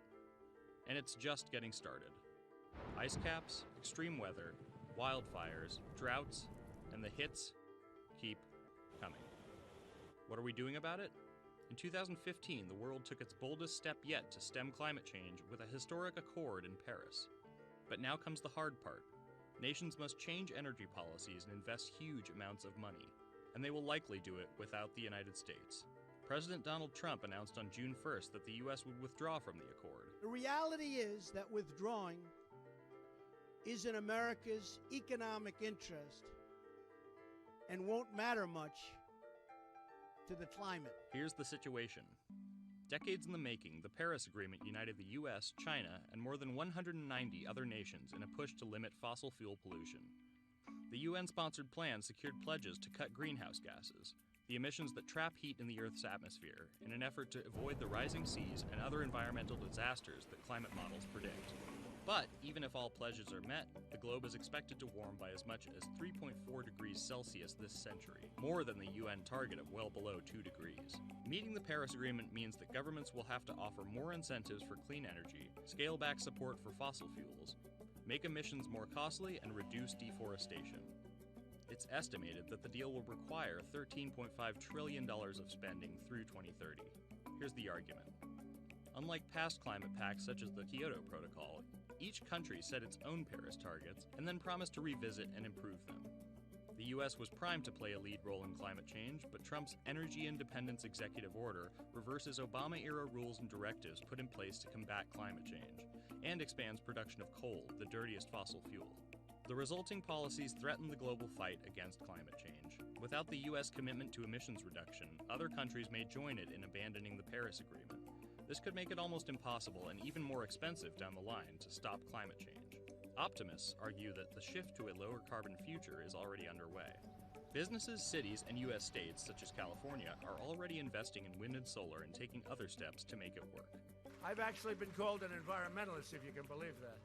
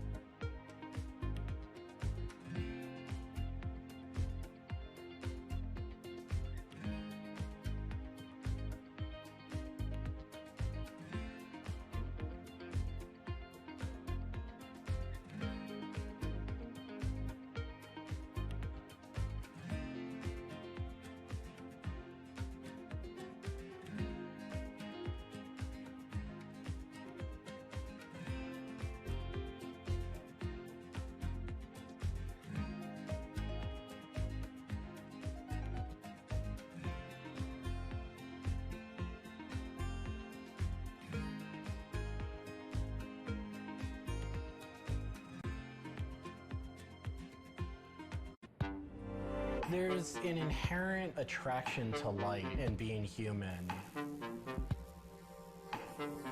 And I think on a very deep psychological level, light is this way in which we experience the energy surrounding us in a very personal manner. My name is Matt Dilling. I'm the founder of Light Bright Neon Studio, and we manufacture, produce, and restore neon works of art and design.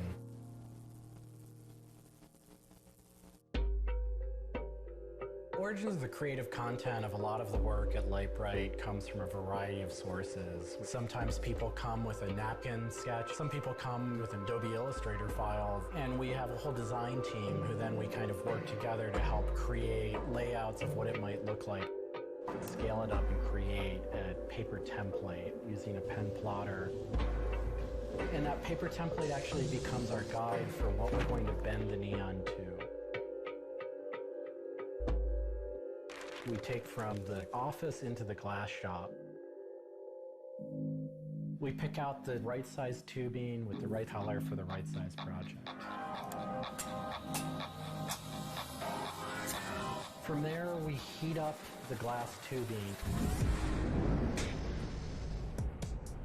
The torches heat the glass well in excess of 1,000 degrees in order for it to get into its molten state. We heat up and bend the glass tubing to match the template.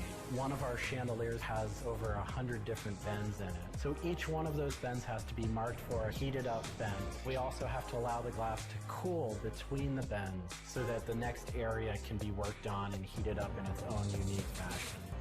It turns into spaghetti, and then we have to make sure that that spaghetti lines back up and cools to the template. We use a blow hose to connect our mouth to the tube, create a volume that's closed, and we can control the pressure in there with our mouth.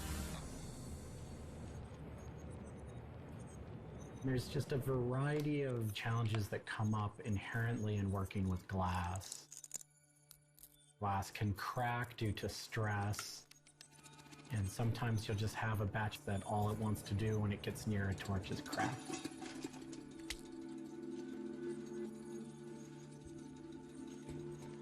After we've bent various components, we have to go in using the crossfire or the hand torch and actually weld all of those pieces together.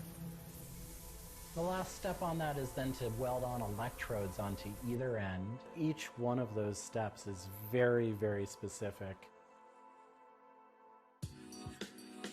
I draw inspiration from so many different experiences. It's hard to come up with one thing that's particular, but one of the ways that I really am able to connect with the creative is to float. Floating is a similar experience to meditation, to psychedelics. Going into a blackened room and laying out in a body of water and salt that's heated to your body temperature, and it allows for all sort of external stimulation to fall away. And your internal world really begins to bubble up and manifest. You really get to experience a different relationship to your mind.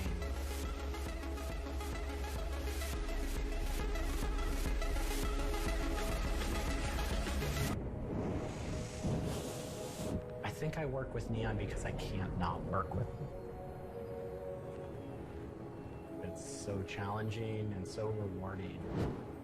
And those things are so intertwined that there's no way of separating it out.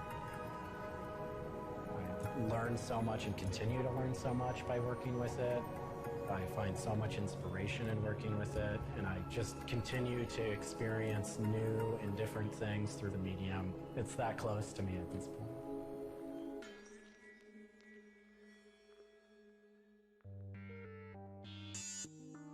Once the neon tube is completed, we have to hook it up to our manifold for bombarding. The manifold is opened, a vacuum is drawn. We check the tube for leaks with our Tesla coil. We close the tube back off, and we heat it up using a very large and powerful transformer. As the tube is heated up, it releases anything that's not inert inside the tube, and we evacuate that out. We introduce the gas into it, and we seal the tube off, sealing into that tube whatever gas we introduced into it. I think my favorite part of making a neon light is when I see it lit up for the first time. Different gases, when electrified, emit different wavelengths of light. Neon gas is this very bright orange, fiery red color. Argon gas creates a very intense blue, but that light output that is produced can then be expressed in a different wavelength by coating the inside of the tubes with a phosphor coating that takes that one wavelength of light and emits at different wavelengths. We bring it over to the aging table where we hook it up to an age-in transformer and allow it to settle, age the gas in that we've introduced to it. There's always a stray particle of something left inside the tube. But that time that the oxide coating can act to scrub whatever is left inside the tube while things are getting settled into place.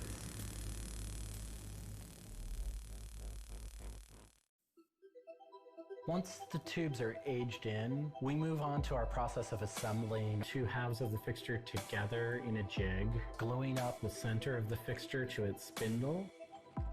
Once the adhesive dried, we would connect the wires from the fixture together into a transformer, and we turn on power and it lights up.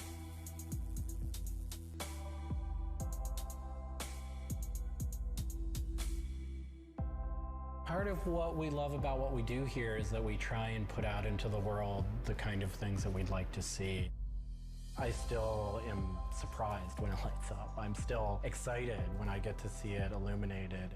There's an ineffable quality to it. To me, is this insight into the inner workings of the universe. It literally is. It's a way of looking at what is surrounding us in the cosmos in a new light.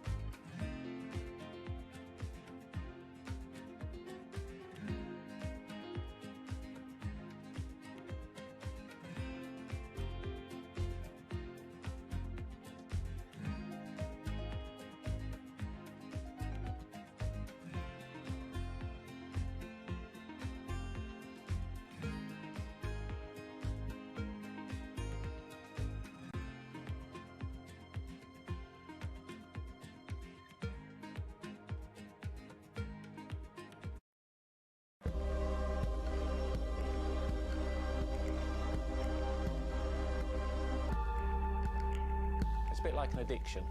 You've got to make something, you have to do something.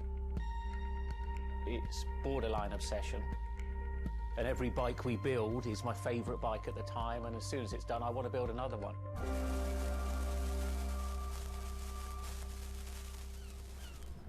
Sven cycles is something I've been thinking about ever since I started cycling in my late teens. We want bikes that ultimately you'll really enjoy riding.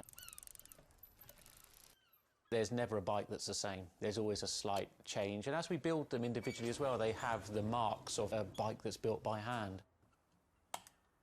Most people I know cycle have an idea of their dream bicycle. And it may be an evolving idea you've had in your head. And we've worked with a lot of people that have come to us with sketches and scrapbooks. It's really, really nice to build something that's just one-off and unique.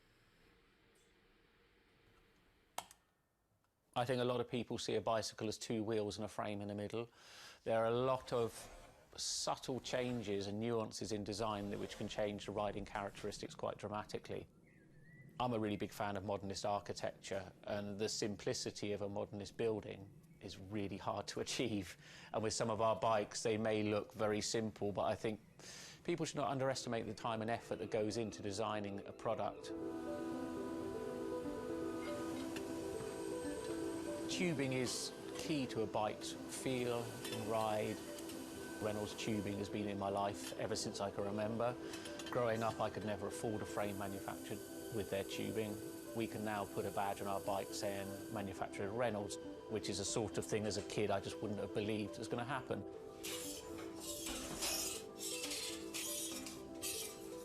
Every part of the bike has a specific tube. It's not universal.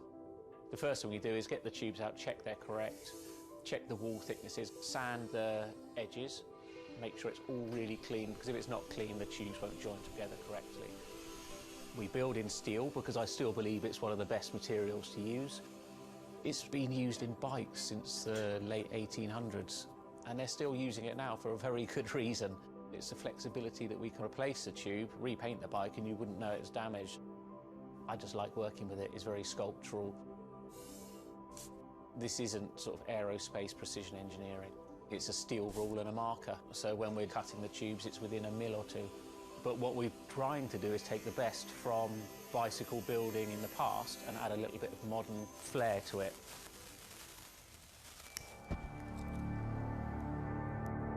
There's various techniques for building bicycles. We do a thing called fillet brazing, where you connect a pipe together. We use a bronze rod and a flame. We heat the tubes up to the same temperature and we fill the joint with bronze. And it gives a very, very sort of fluid, lovely, sort of quite sculptural feel. You've got to practice, you've got to be able to judge material temperatures, you've got to just look at it and you just get a feel for it. It's the stage where your tubes start to look a bit like a bicycle. My father's a jeweller. He'd make sort of very pretty things, which are lovely, but for me, they don't really have any function. What I love about bicycles, you can start on a Monday with a box of tubes, you can be riding it by the weekend, and it can last you for the rest of your life.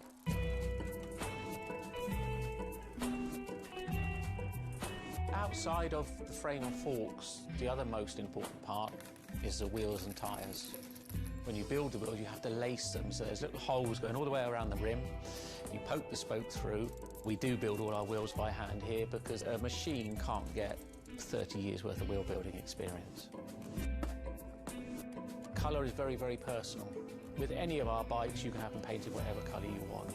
We've matched one to a teapot, so we can get that scanned and we can match that or someone's favourite item of clothing. I like to let the bike sit for 4 or 5 days minimum, just so the paint can have time to cure a little bit, and then we assemble it. We get out all the new components, and it's a case of putting them together. Some bikes you can assemble in 3 hours, some will take 3 days. And we've built bikes that cost in the £10,000 plus mark. Some people, they're saving up and this is their bike and they're going to own it for the rest of their lives, so we just want to make sure they get the right thing.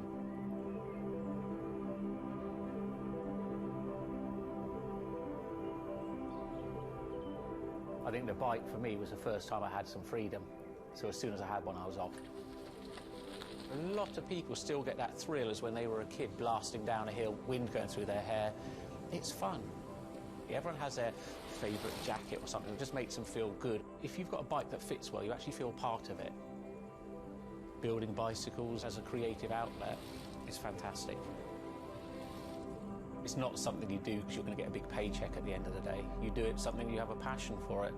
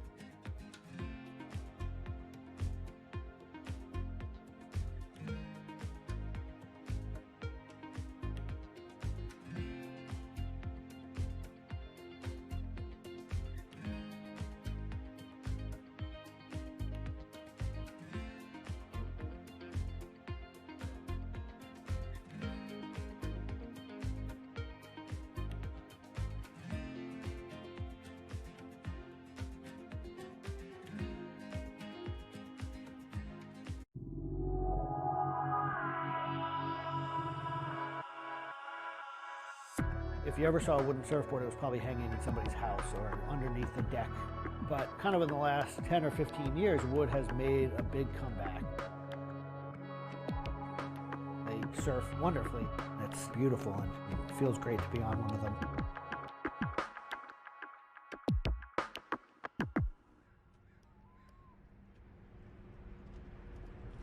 I always had a love for wood and kind of passionate about things that went in the water. I've kind of been around wooden boats most of my life. There's just so much character. The way they're built, the stories that come with them, a lot of that has translated over to why we build surfboards the way we do. When we first started thinking about building surfboards, wood was the natural material we chose. They have a very high strength to weight ratio. Wooden surfboards have the longest history of use in the surf world than any other material. People have been surfing wooden surfboards since kind of the first documented history of people riding waves. The board starts in CAD, where we take a 3D model, break down the shape, and kind of create frames and templates and all the inner parts of the board that we get cut on a CNC machine.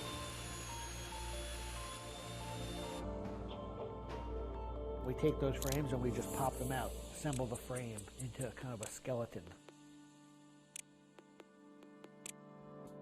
We go out to our lumber shed, pick a bunch of cedar, and bring them into our mill shop, put glue along the edges, clamp it all together into a panel. Everything's book matched, you have symmetry in the colors and texture of the wood. Cut your outline. Take our assembled frame, gently put it down right on top of the plank.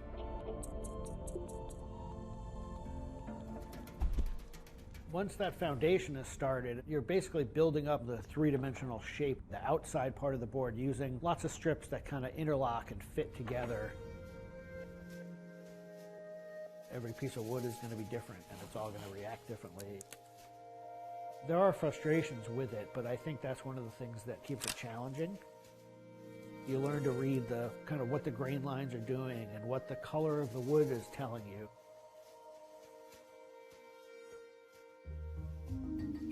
Once those rails are cleaned up, we put our top planks on. It's a little bit like putting a lid on a box. It's like, this is it. Whatever's inside that board is staying inside that board. And by tensioning some rope, you can clamp the two together. It's like a time capsule.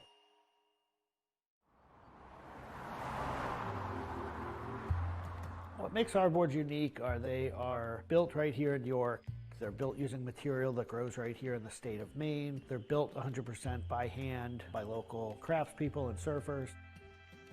There's a lot of time that goes into these boards, between 40 and 60 hours, start to finish. We wanted to build surfboards that were as hollow as they could be, but still be strong enough to work well.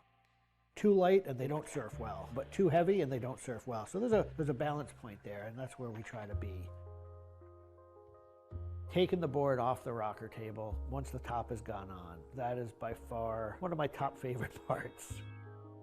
It's just you and a shaping stand, a board, and a hand plane. Everything else is out of your view. It's simple, it's pleasurable, it's quiet. You can be with your thoughts and you can just kind of be present. There's something about taking a nice sharp edge tool to a beautiful piece of wood and feeling the curls coming off and knowing that every pass that you're making, you're kind of getting it closer and closer to what you have in mind.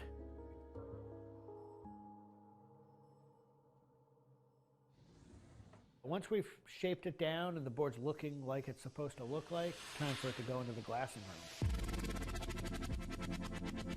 4-ounce fiberglass, laying it over the board, draping it over the edges, cutting it, applying epoxy, and on the board. Once both sides are lamb coated, it's time to put in the hardware. Drill and router and install the fin box. And on the other side, we drill and put in the leash plug and a vent. There's a lot of air just naturally inside the board, and that air wants to expand and contract with temperature changes. And that vent has a little piece of Gore-Tex fabric in it, and it allows air to kind of breathe both ways, but it doesn't allow water to get in. Once all that hardware is put in, it goes back into the glassing room. We brush a nice, beautiful, thick coat of epoxy over the whole surface, and that we call a gloss coat. That's supposed to look beautiful and glossy and shiny and flawless. You get to see that board come to life. Whatever the colors in the wood, they really come out. It just makes it look like candy. You just want to touch it and run your hands down it, and it's just kind of the icing on the cake.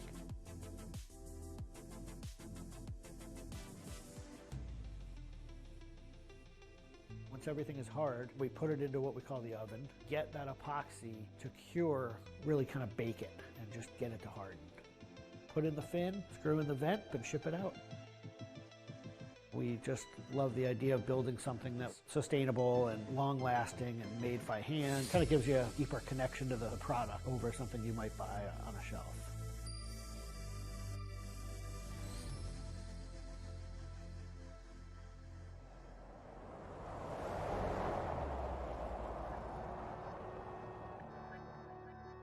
When a customer gets the board, they feel it. They 100% feel the amount of work and the amount of passion that went into the board.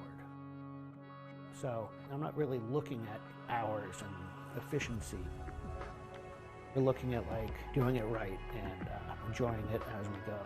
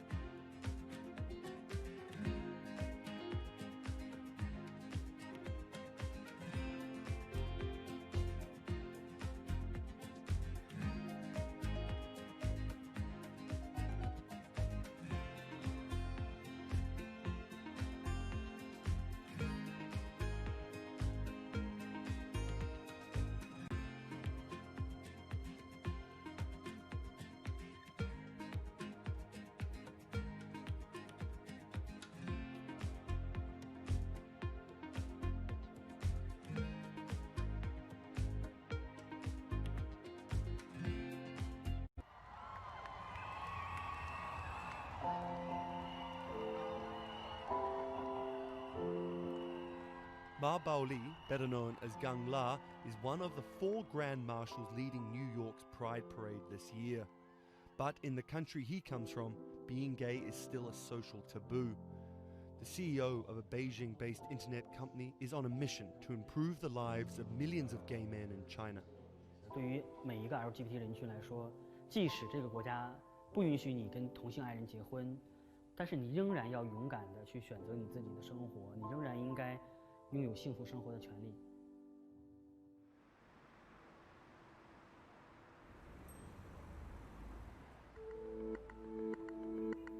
Ma's company Blue City runs an app and a website specifically for gay men.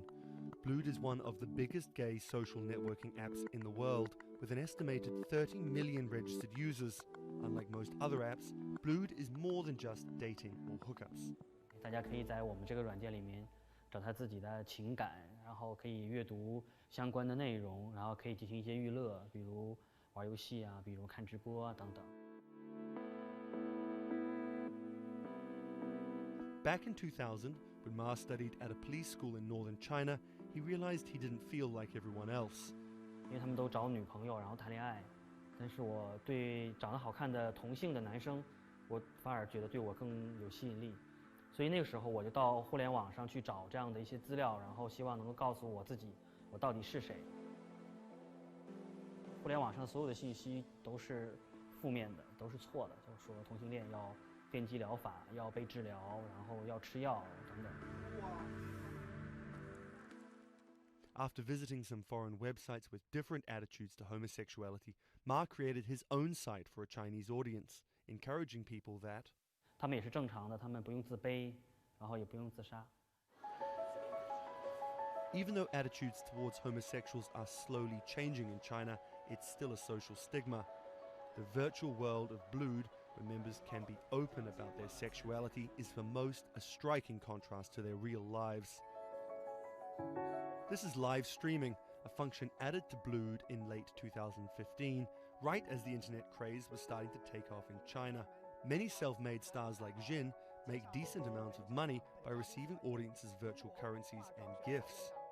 我们不是彼此的初恋，初恋这种事儿多不靠谱啊！ For Kyle and Klaus, a couple who have come out, live streaming on Blued means something different. 其实我经常会收到很多粉丝的一些互动的留言，就是类似就是说你们让我们看到了同志情侣之间的一些希望啊，我看到这样的留言我是很欣慰。The government's rules for acceptable content online may shift quickly in China, with LGBT material in a grey area. Many companies feel the chill of the recent internet crackdown, but Blue City still runs as usual. Ma has won the Chinese government's trust by helping with HIV prevention among gay men. A third of the company's staff are dedicated to screening pornographic and politically sensitive content. 我不太多的愿意去对抗，我更多的愿意去对话，去改变他们的想法。我觉得这个可能在中国来说是更有效的。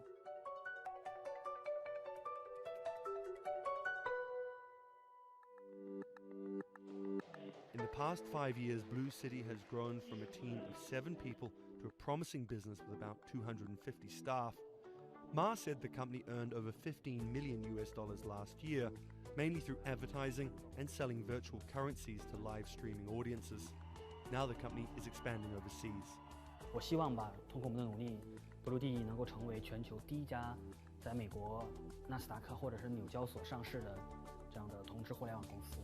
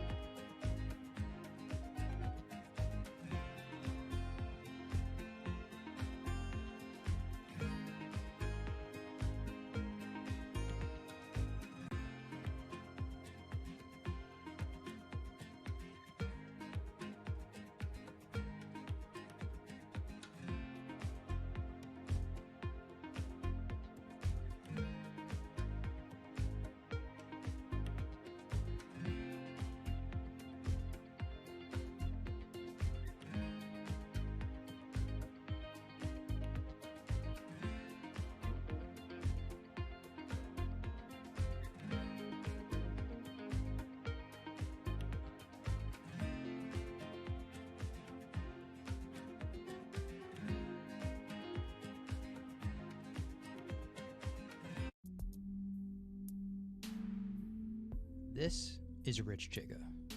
He's a Chinese rapper by way of Indonesia, and he's very popular on the internet. This is Joji. He's a Japanese-Australian singer, and he's also very popular on the internet. Plus, Joji invented the Harlem Shake meme. Let me say that again. This guy, Joji, in the blood bathtub, invented the Harlem Shake meme. But we'll come back to that. So Rich and Joji are both signed to 88 Rising, an entertainment company hoping to build a lasting global brand that will outlive singular moments of virality. They primarily create content combining Asian culture and hip-hop, a formula that apparently pleases the internet gods greatly. They've only been around for 18 months, but they're already putting up major label numbers. I think that we have an unprecedented collective of talent, a group of predominantly Asian artists, really making waves globally, which from an independent point of view as well. 88's founder, Sean Miyashiro, cut his teeth launching Vice's electronic music channel, Thump.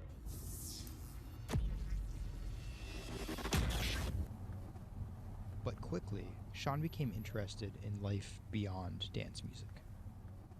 I knew that after launching a whole content platform that I have kind of the ability and the know-how to do it again, but for what was the question. So Sean moved to the Bronx to start over and figure it out. He couldn't afford an office space, so he worked out of his car at the top of a grimy parking garage. Everything kind of started here. If you look around, this is my environment. This is my serenity, really.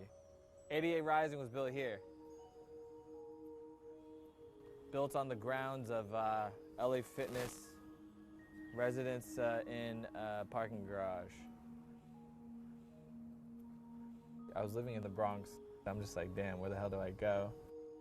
So I just come up here and I just kind of figure things out every single day. Being like, okay, what the hell is this thing? Coming here was kind of like my own kind of private office, basically. To be honest, I would even go to the bathroom here. I would take pisses here, you know what I mean? It's just too far to go back down there. When I need Wi-Fi, I'd spend a good part of the day at Dunkin' Donuts. Hi, how are you? Can I get a chicken snack wrap? Before 88 Rising officially launched, Sean caught a surprise break in the form of a Twitter friendship with a funny 16-year-old kid from Indonesia named Brian, who taught himself English by watching Rubik's Cube tutorial videos on YouTube. Seriously, that's true. I thought his Twitter was genius, from the future, just crazy, and just the shit that he was saying, the memes he was making. But I didn't know that he rapped or anything like that. I really didn't, and he came up with that stick 2 weeks later.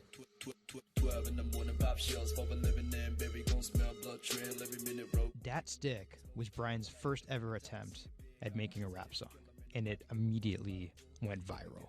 Everything was great about it, but the one thing that I noticed is the song was hard as hell. Just everything about it, man. Just was menacing, bro. Soon after the video dropped, Brian signed with 88 Rising. I'll FaceTime with Rich. Sorry for calling you Rich Chiga on my phone, Rich. Brian, he gets super pissed off that he's saved in my phone as Rich Chiga. He's like, dude, am I not a human to you? What's good, bro? What's good, brother? How you doing? Doing great. I just sound check. How was it? It was tight. So, Brian could definitely rap, but some viewers understandably took offense at a Chinese kid satirizing rap cliches and calling himself Rich Chiga. But if a group of well-known rappers saw the video and genuinely liked it, that could at least help validate Brian as a legit hip-hop artist. Plus, it could be really funny. It was just kind of an idea that I just had on the spot. Everything that rappers say is better and funnier and smarter and wittier. It's just more entertaining. We just edit it as tight as possible, put it up, and it really worked. Yo, this nigga got a pouch on and a Reebok pouch. This is the hardest nigga of all time. You said when you come for a chigga like me. That was dope. Like, it's just lit, and I think people will take it as a joke at first, but it's like if he ran with that and kept doing more videos like that, it's just lit. You know, I'd never been to America before, and like all of a sudden, it's like I see like all the rappers that I listen to just like reacting to my stuff, and I was like, what? How did this happen? The reaction video also went viral, and even led to a remix of Dat Stick featuring Wu-Tang's Ghostface. I'll get on that track. You know what I'm saying? Yeah. Really, on the remix? Yeah. Oh, you know him? And yeah, the remix went viral too. Brian has since acknowledged the misstep in his name and claims he may change it. But for the time being, he's still Rich Chigga to his fans. An ever-growing global audience, hungry for more releases from emerging talent around the world. I didn't know that it was gonna be this impactful and this important to people, and I'm very thankful and blessed that it has. And every day now that I wake up, it's like it's just like a new mission every day. A major part of that mission involves Joji. Remember the bloody bath guy? He's a former YouTube personality in the middle of a career transition. The sound of this song, Will He, it's like a trap song that you can like slow dance to. Awkward prom shit, you know what I mean? I used to do crazy episodic internet videos. It was going well, and one day it was me and a few friends just in a room. We were casually chilling, and then someone plays the song, and it's brand new at the time. I happened to have a lot of costumes laying around, so I told the other guys, I was like, get in these costumes and let's just dance to it, like who cares? We were like, okay, let's just go crazy at the drop. So that video goes up, I go to sleep, and the next morning, everyone's doing it, like next morning.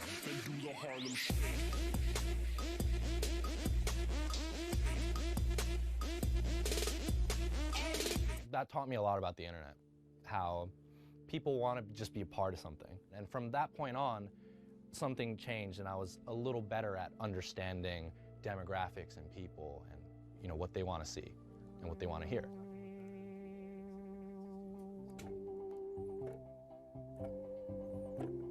I was friends with a couple other artists who were affiliated with 88, and then I also started to realize that 88 is the bridge between Western and Asian entertainment, and I really wanted to be a part of that. Joji just released the In Tongues EP, his first project as a serious artist. Joji's In Tongues record came out a couple weeks ago. It's #2 on Billboard on the R&B charts, which is crazy for independent release, and he's like a brand new artist. And the success is even more impressive, knowing he went from creating something like this, It's just Taco Bell. What could possibly go wrong? to creating something like this, the newest music video for his song Demons.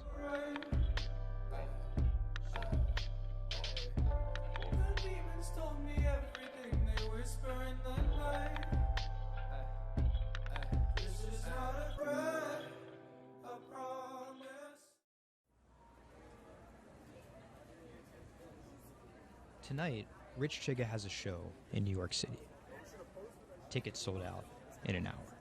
I came here, I'm first online. I was here at 1. I was the third person online. So why'd you get here so early? Because I want to see Rich Chigga. I want to touch him. What do you guys think of Joji? He's my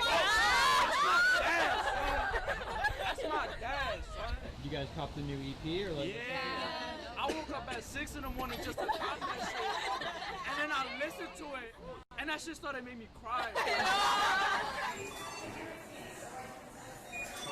This is actually kind of exciting. Every time, this never gets old. Like, you live online and social media, but like, there's nothing like just being with the people.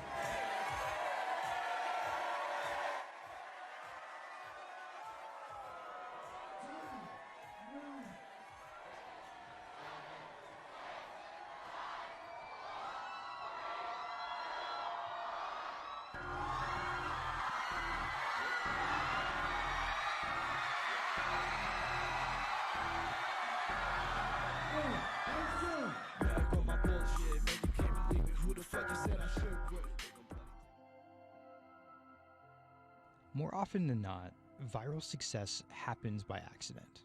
And then after an appearance on Ellen or Jimmy Kimmel, the creator's star power fizzles out. But Idiot Rising has figured out how to turn potential gimmicks into brands with an actual following that keeps coming back for the next thing. Oh, shit!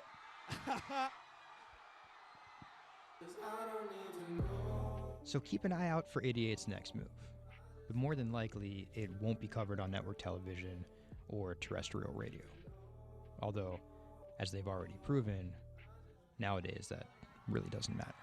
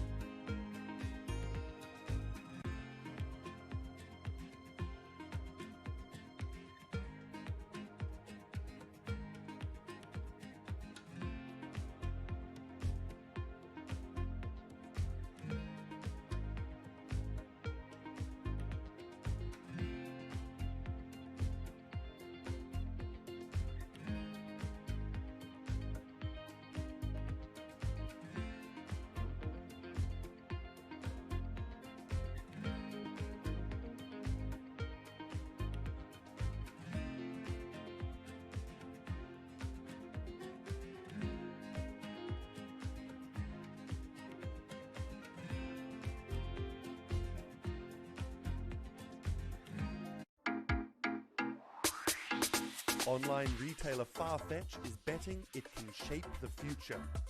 This is its concept store, showcasing the latest in retail tech. How do you capture all of that fantastic information that you gather in store with customers, touch and feel products? And we created a concept called the connected rail. And this is using a combination of RFID and ultrasound. The RFID signal recognizes the product, and the ultrasound recognizes the movement. Take the product off, and then you'll start to see your products appear. And essentially, it's like online browsing behavior. Whichever products you touch and pick up in the store are automatically sent to your app. This is effectively what you've created is your in-store wish list. In the middle, you'll see essentially a hologram of the product. What the customer sees, they control the experience on a touch device. What this allows the customer to do is take elements of products and then add their own style to it.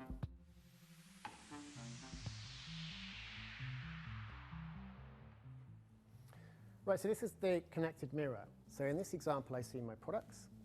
I select a coat, and that's tried it, and it's slightly too big for me. So what I can do is choose an alternative size and send a request to the sales associate, and they'll bring that size to me in the fitting room mirror. You'll also see that we've got some product recommendations here. Crucially, the sales associate's able to push items into the mirror from their device. If you wanted to, you could simply use the mirror and pay and go. Your items would then be packed and dispatched to you afterwards.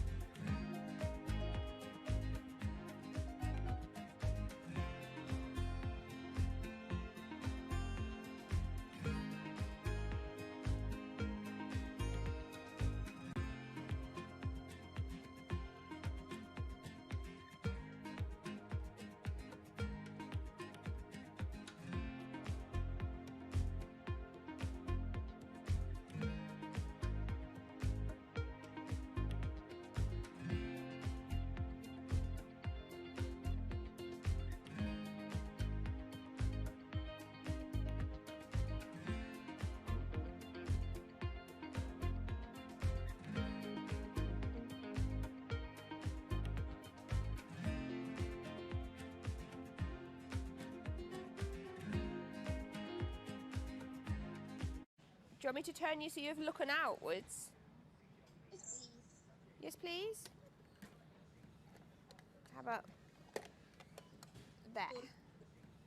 First time we came out with B, Jade said it feels like I've been released from prison. Do you want these, Mrs? Definitely. Definitely. Right. Yeah. And she could say hello to everybody, people she hadn't seen for months. It's Jade. It's Jade. Oh. So you can talk to Jade through this. Hi, Katie. She's there. Hi.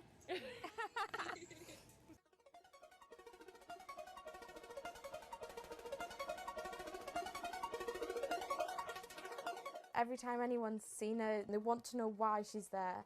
And it's kind of the opposite of when you're in a wheelchair and people see you and they kind of go, oh, should I look? I don't know what the right protocol is. When there's a tiny robot with its bright little eyes going around just looking happy everywhere, it really opens you up for conversation. You've got some friends here, look.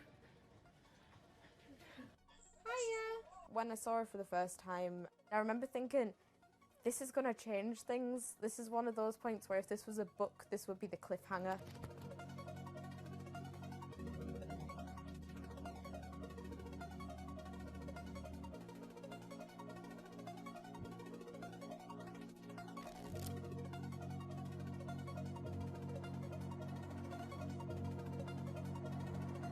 condition called Ehlers-Danlos syndrome, which means that I have a lot of dislocations, there's a lot of pain, and a lot of seizures and whatnot. So I can end up on my own in my room for long periods of time.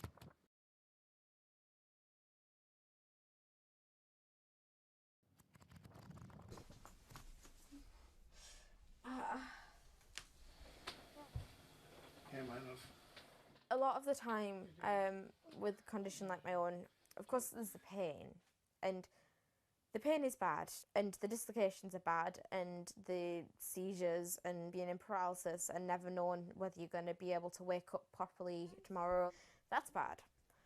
But what's worse still is being able to count the number of people you see a day on one hand. Are you ready? Sure am, I'm just hoping the connection's going to stay. Yeah, me too. Alright, here we go.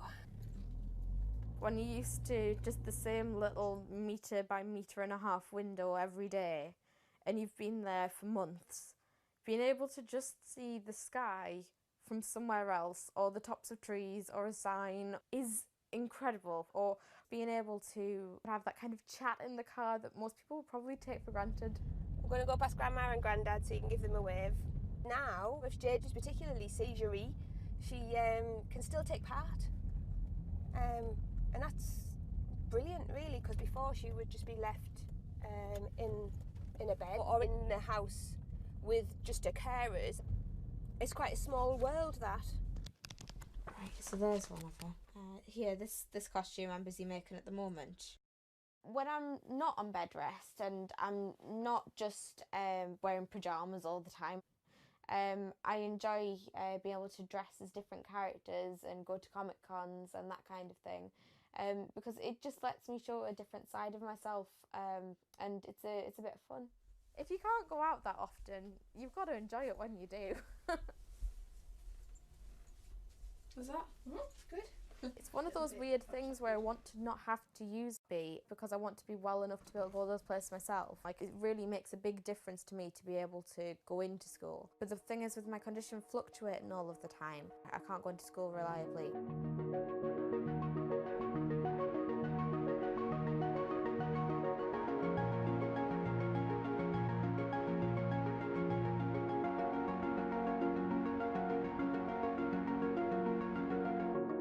He's written it out bigger on the board, thank you.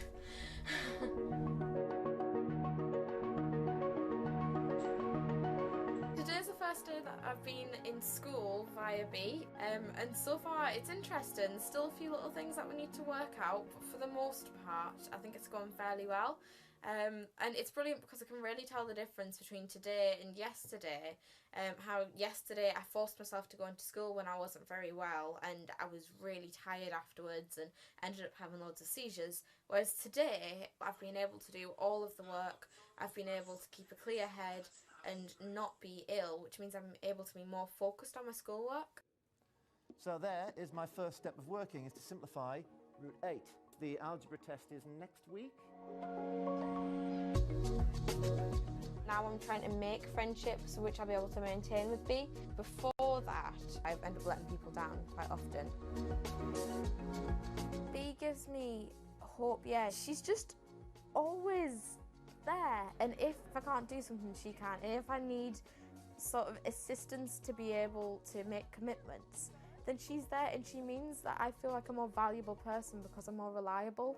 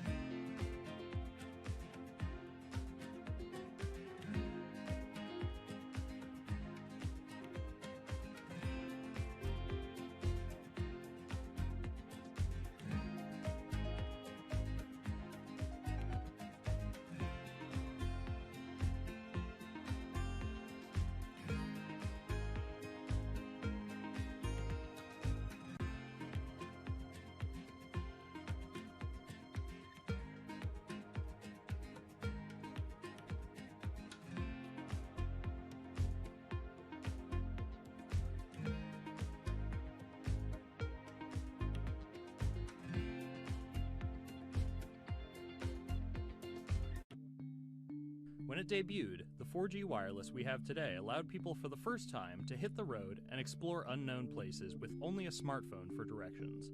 When 5G arrives, it could enable driverless cars to take us there as well. 5G stands for 5th generation mobile networks or wireless systems. It's insanely fast and can accommodate a lot more connected devices.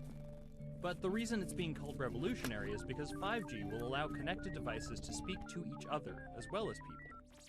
Right now we're living in a world where really it's a one-way experience. That's Bloomberg tech reporter Ian King. The network talks to your phone, you look at your phone and access data, then you send something back to the network. What we're being told about 5G is that really for the first time we're going to see machines communicating with each other over mobile networks in a meaningful way. 5G could end up being 100 times faster than what we have now, with speeds that could reach 20 gigabits per second. In plain English, that means downloading a full-length HD movie in seconds. 5G will also increase total bandwidth, which we will need in order to accommodate the growing Internet of Things. We're talking about the class of devices like internet-connected refrigerators, thermostats, dog collars, but 5G will enable many, many more. Things like your utility network, factories, where machines are just sat there not connected at all.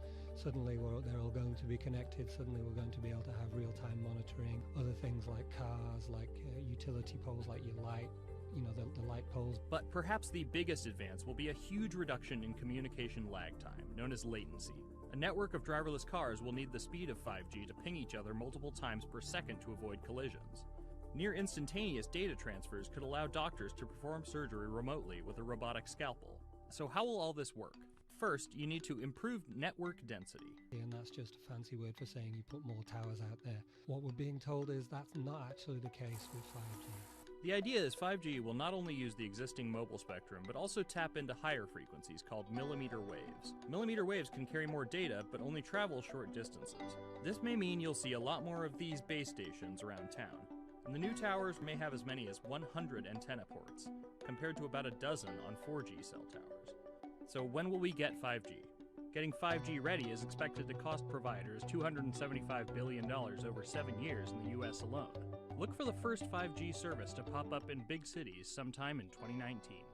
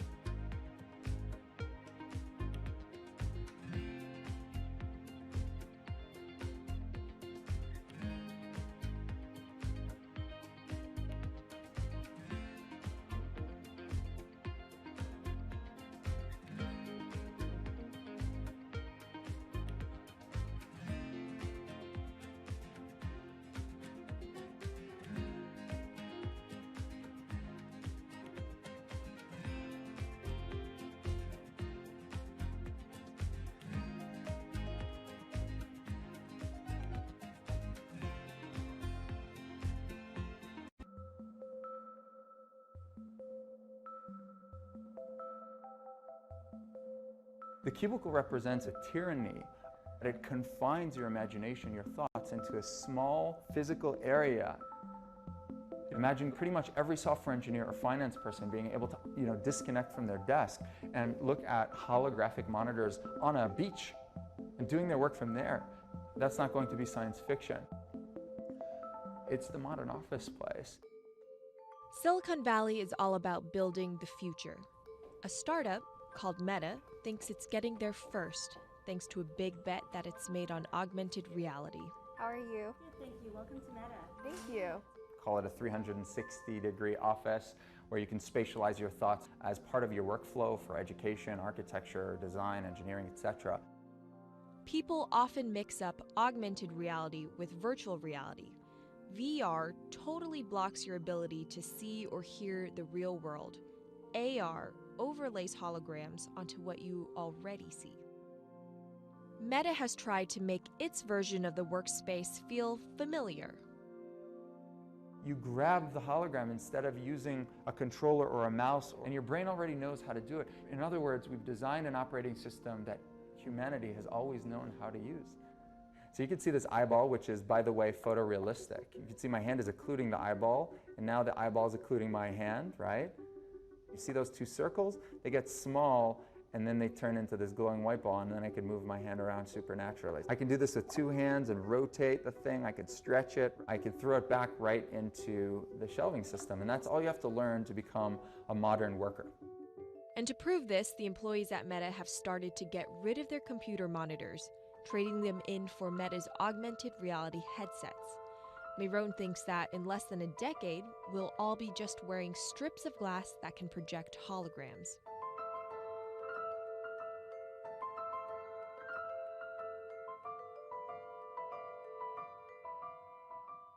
In the early 80s, everybody had computers on their desktop, but no one was using them because they had a lot of work to do. So they were still using typewriters. And at some point, the CEO took all the typewriters away and everybody was forced to use their computers. So it's very exciting to see a new generation of technology, a new paradigm. I consider us like pioneers in the holographic wild. I'm pulling up my browser with my hands and sending out emails to colleagues and just kind of really acclimating to the new environment.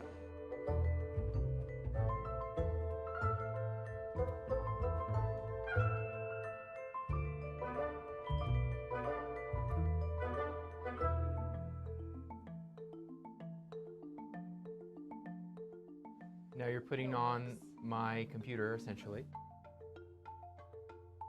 Our digital lives live on our phones. We have all of our pictures and notes and all these kinds of things. So, and why don't you write yourself a little sticky note? I like it. And go ahead and just take your fist right over the top of the sticky note and close your fist. And now. Oh, what? Meta's own transition to augmented reality has run into plenty of unexpected problems. And it's still going to be a while before you'll start to see these devices in your office. But I think it's a future worth waiting for. If we could see these holograms between us, we will have been able to share our work with one another more naturally, more efficiently, and more productively than ever before. Humanity will have evolved slightly.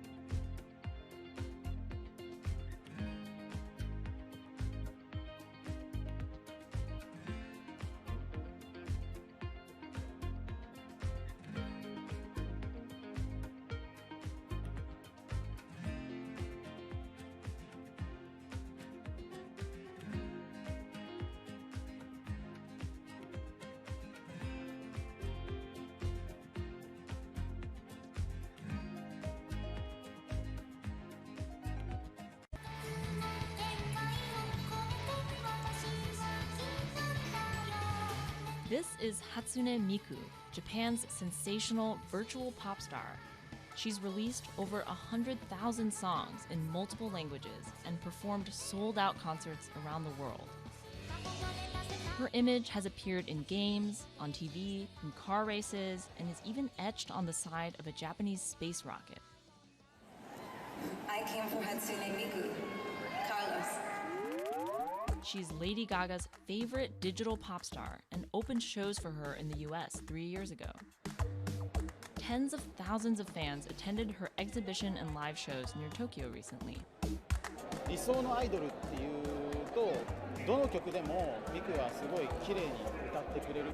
他没有缺点啊，没有任何让我们感到不开心的一些新闻。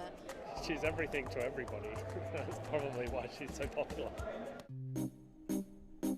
Miku's creator Hiroyuki Ito and his Sapporo-based company have been developing the virtual diva for over 10 years. 初音ミクとは、キャラクターとしてすごく、YouTube とかで検索すると、たくさんの初音ミクが出てくるんですけども、元々の、初音ミクのその原点は歌声を合成する、ソフトウェアなんです。Both the software and character are named Hatsune Miku, meaning the first sound of the future. Originally based on Yamaha's Vocaloid technology, Miku the software has a sound bank containing voice samples and a huge array of tools. You input the melody and lyrics, then Miku the character sings them.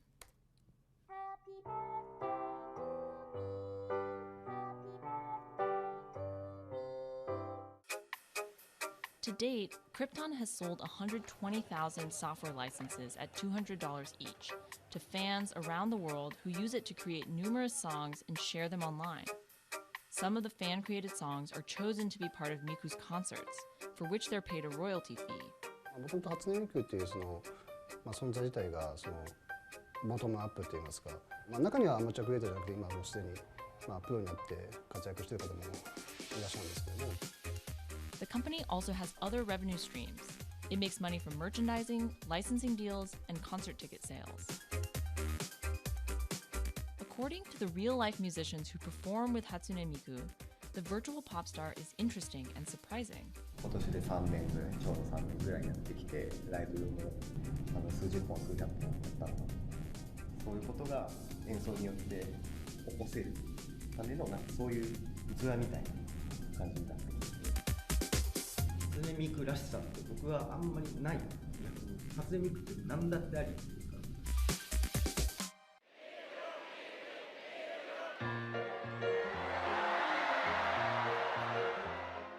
For Ito, Miku has the potential to change the way we think about music. そういう新しいそのテクノロジーによって新しい音楽のあり方っていうものを模索していきたいと思っていました。And for her fans, it goes even further. 初音ミクって魂がないので、だからみんな魂を作り上げるために存在する。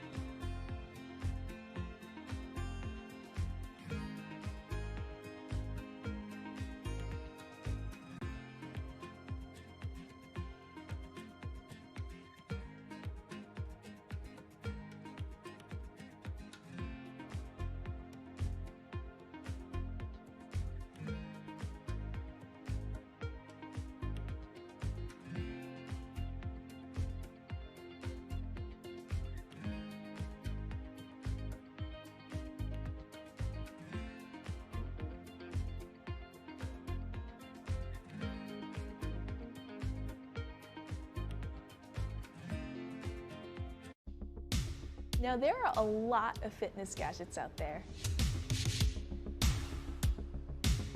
In my quest to get fit, I tested 17 of them over the last few months.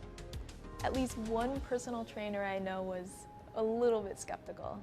Yeah, I've been watching these new technologies come to the market for almost as long as I've been a personal trainer. They're just tricks and tropes. They're not much different than the Bowflex machines or, to be honest, the original Jane Fonda workout video. But some of these gadgets that are just coming to the market do so much more than what they used to do, just tracking your activities. Out of all of them, this chest strap was my favorite. It comes with a robot coach that points to the future, one where you might not need a human trainer at all. And it works like this. You wear the chest strap so that it can read your heart rate, and that connects to Move's free app that talks to you. Welcome to Move Heart Rate Hit Outdoor Running. Let's get moving and warm up in Zone 2. Move's computerized coach tells you what to do at that exact moment, whether you're running outside or you're doing body weight exercises indoors.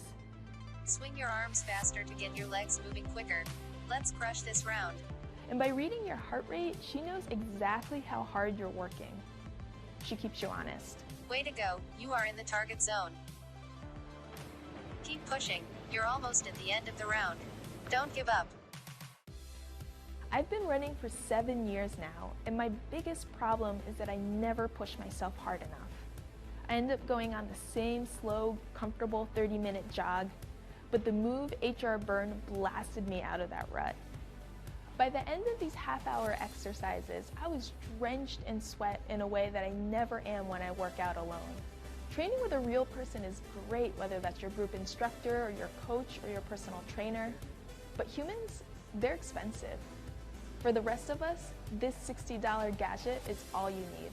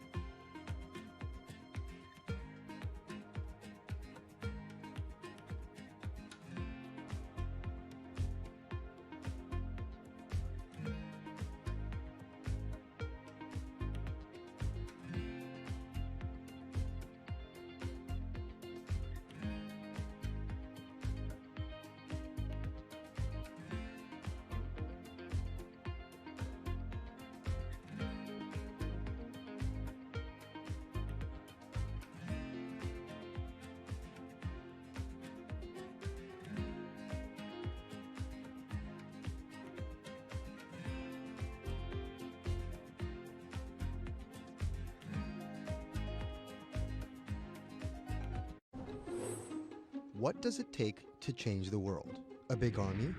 A cure to a pandemic? A revolution? All of these take either a lot of people, thousands of hours, or massive amounts of space. But for Julian Assange, all he needs is one room, an internet connection, and the world will listen. Assange is located here, and more specifically, right here. And from that location, he's posted government secrets, classified documents, and leaked emails from some of the world's most powerful people. And in doing so, has been labeled a hero, a villain, a nihilist, and everything in between. This is how an Australian programmer sequestered in the Ecuadorian embassy in London became one of the most influential and notorious people in the world. Born in 1971 in Townsville, Australia, Assange has always been on the move. Living in over 30 homes by the time he was in his mid-teens, Assange, along with his mother and half-brother, finally settled down in Melbourne. His introduction to hacking started at 16 when he was given a Commodore 64, which he attached to a modem. He attended the University of Melbourne, where he studied programming, physics, and mathematics. He never graduated, but that doesn't mean he didn't get an education. By 1991, Assange hacked into the Pentagon, U.S. Navy, and other branches of the U.S. government. In 1996, he was caught by the Australian Federal Police and charged with over 30 counts of hacking and computer-related crimes. He didn't get any jail time, but he was fined $2,100. I think the first taste of what would come later was the hacking that he did as a young programmer, and that really sort of foreshadowed a healthy skepticism of the use and abuse of technology by governments. That's Vernon Silver. I'm a reporter for Bloomberg's investigations team. Assange's youth as a hacker laid the foundation for him to start WikiLeaks in 2006. But what is WikiLeaks? It's a website that posts unfiltered, usually classified documents. What separates it from every other media outlet is that they have no editorial hierarchy. With a publication like the New York Times, information comes in, they take that information, package it, then disseminate it for the public to see. WikiLeaks, however, cuts out the middleman. WikiLeaks gathers information, most of it given to them anonymously. So what they're doing is really very simple. They get the information in one end from who gives it to them and out the other with sometimes minimal interference. Julian Assange is the leader of that, the mastermind, the creator, and really, because he thinks of it as a journalistic enterprise, the editor-in-chief. But every story starts with a source, and Assange has some unconventional sources. Julian Assange does not hack as far as we know. He is the recipient of people who are either insiders who give him secret documents or hacked emails from a foreign power. That's Eli Lake. I am a columnist for Bloomberg. And there was no source bigger for Assange than Chelsea Manning. He used to be known as U.S. soldier Bradley Manning. In 2010, Manning provided Assange and WikiLeaks with hundreds of thousands of leaked government documents. WikiLeaks quietly began releasing the documents in February of 2010, then made big headlines in April by posting what is now known as the collateral murder video. Come on, fire! It was a vivid, graphic video. It changed the debate on the Iraq War, and importantly, it put WikiLeaks on the map when they put it online, and they couldn't be ignored at that point. And those leaks were just the beginning. They went on to post more than 90,000 leaked documents known as the Afghan war logs, 390,000 documents known as the Iraq war logs, and 250,000 private messages between diplomats called cables in what is now known as Cablegate. These leaks were met with very real ethical questions. The problem with publishing those cables was that a number of confidential sources for U.S. diplomats who faced real danger when their names were exposed. Then Secretary of State Hillary Clinton drove the point home that every country, including the United States, must be able to have candid conversations about the people and nations with whom they deal. Shortly after Cablegate, the Swedish government issued an arrest warrant for Assange on allegations of rape and molestation. He claimed the allegations were fabricated to get him extradited to the United States, a claim the U.S. government denied. Either way, Assange's next move was to seek refuge in the Ecuadorian embassy, which really was the beginning of the new chapter in his life and what we're dealing with now, which is him being stuck in London. What was supposed to be an office in an embassy is now Assange's self-imposed prison to this very day. But that doesn't mean he's slowed down.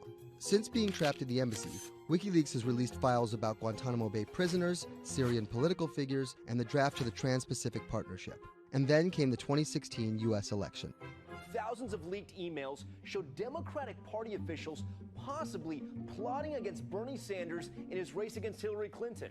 Over the course of 68 days, WikiLeaks released 20,000 confidential Democratic National Committee emails. In terms of the presidential race, if you look right here, when Assange released the first batch of emails, Trump actually takes his first lead against Clinton. I think we've had enough of the Clintons, in all fairness. Don't you think? Once WikiLeaks started exposing secrets of the Democratic Party, Julian Assange became a hero to many on the right. Public opinion kind of flip-flopped. WikiLeaks! From the emails, we now know Hillary Clinton's campaign manager makes risotto, and also how the DNC squashed Bernie Sanders' campaign. One thing we don't know is who gave Assange the stolen emails in the first place. Many leading Democrats say they suspect it was the Russians. They released an analysis from a private cybersecurity firm that had said it was the Russians. But Assange claims our source is not the Russian government and it is not a state party. So this is where we stand today. The public still doesn't know who provided the emails to WikiLeaks. Meanwhile, Assange is still running WikiLeaks and still releasing documents. In March 2017, he started publishing documents from the CIA's Center for Cyber Intelligence called Vault 7. The CIA, the agency charged with finding and keeping our top secrets, can't keep its own secrets. As long as Assange has a connection to the world, no government secret will be too far from exposure. Julian Assange is still in the embassy. Maybe he'll leave, maybe he won't. Kind of regardless, his work has been done. He's changed the way people think about their governments, about their own secrets, about their own hackability, and really the world has changed because of him.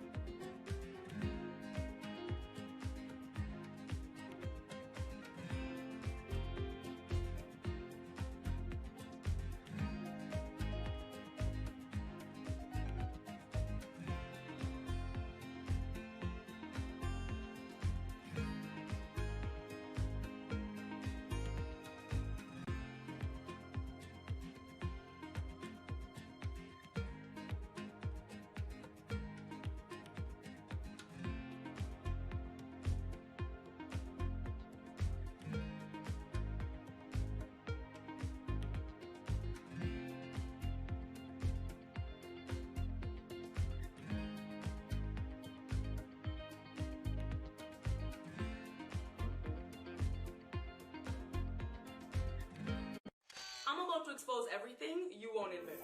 And action! This entire video is based on a true story. When I do like motivational speeches or even tell myself like, love yourself and you should love yourself. This is Lily Singh, but to fans all over the world, she's the YouTube star Superwoman. What if everyone is a girl, superwoman? I know we can change the world for the better, one positive day at a time. My parents now know what I do. They didn't know what I did for a long time in the beginning of my career. I was just making videos in my room. They had no idea. Mom, Dad, have you seen my keys? I can't find them anywhere. Because you're always on phone. Until someone called them, like a family member from another part of Canada was like, Canada, is your daughter making videos? And the mom was like, I don't know, Lily, are you making videos?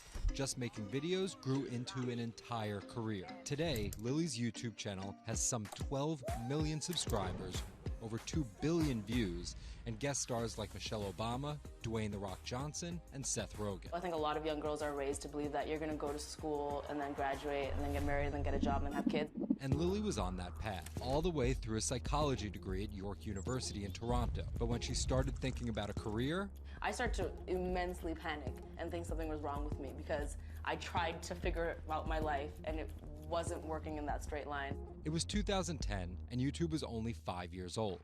I thought nothing of YouTube. I was probably the last person in my circle of friends to discover YouTube.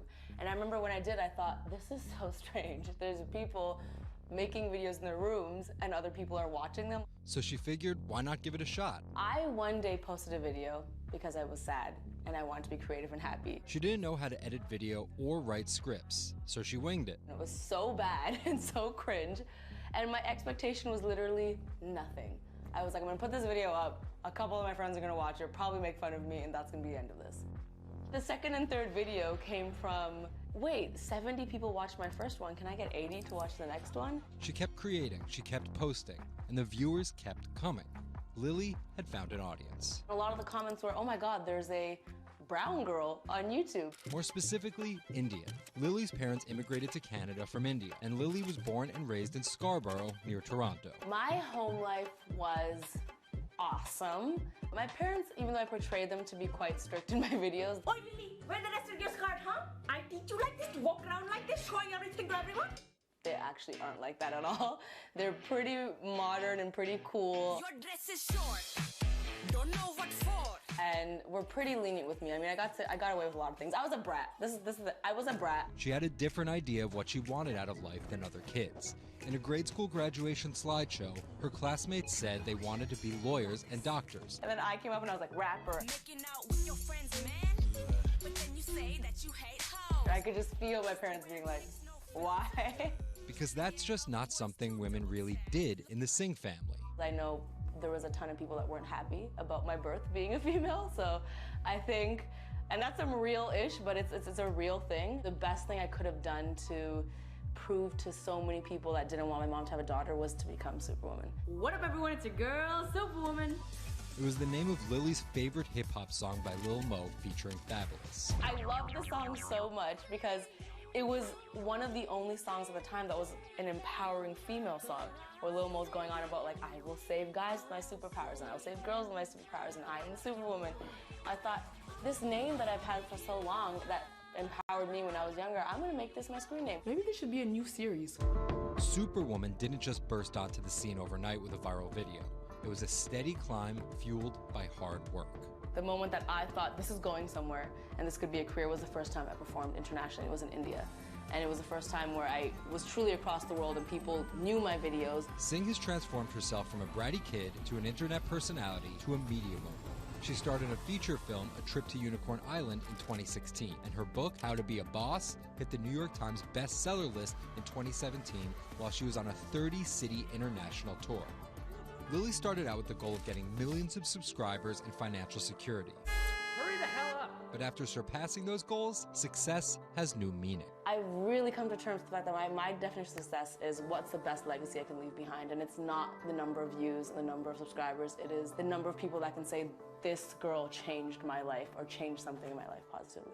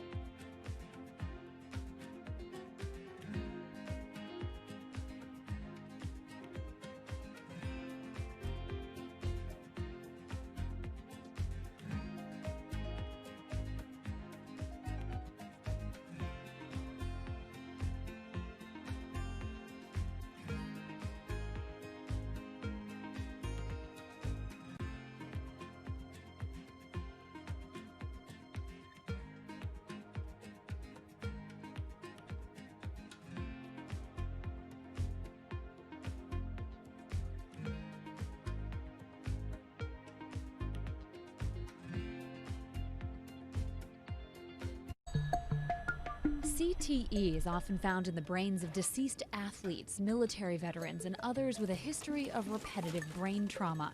Hundreds have donated their brains to the VA Boston University Concussion Legacy Foundation Brain Bank. This is a former NFL player who died in his early 70s, and this is a veteran who also died in his early 70s. Dr. Ann McKee dissects these brains. The hippocampus and the mammillary bodies are very important for memory. I can see that they're slightly affected. McKee recently dissected the brain of former New England Patriots player Aaron Hernandez, who was convicted of murder and later committed suicide. You'll see right away that the brain is showing signs of shrinkage. You can see the crevices in the brain that you can't see in the normal. McKee says Hernandez's severe case of CTE impacted his decision-making, depression, and ability to control rage and aggression. Right now, she thinks we're underestimating how many people have CTE. We were able to distinguish between CTE and controls and CTE and Alzheimer's disease.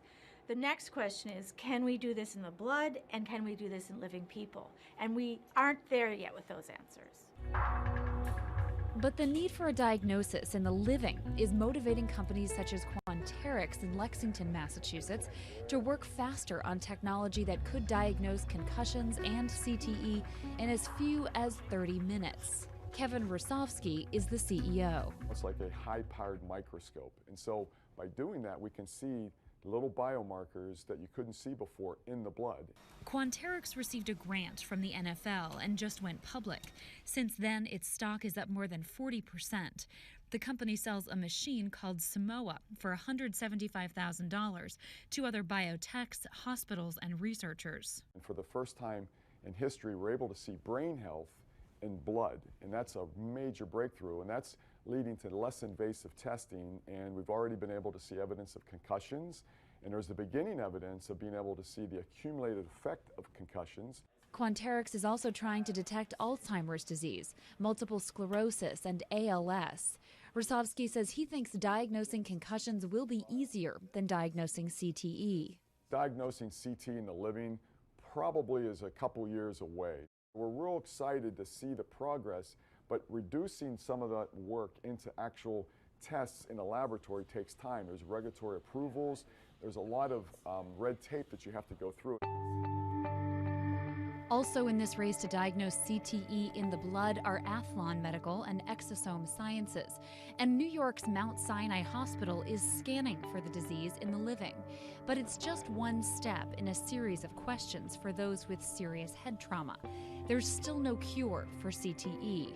Even if we had a great idea for a treatment, there's no way to test whether it's effective or not. So that's the enormous advance that we'll get if we can develop a biomarker for this disease. In Boston, Ann Mostu, Bloomberg News.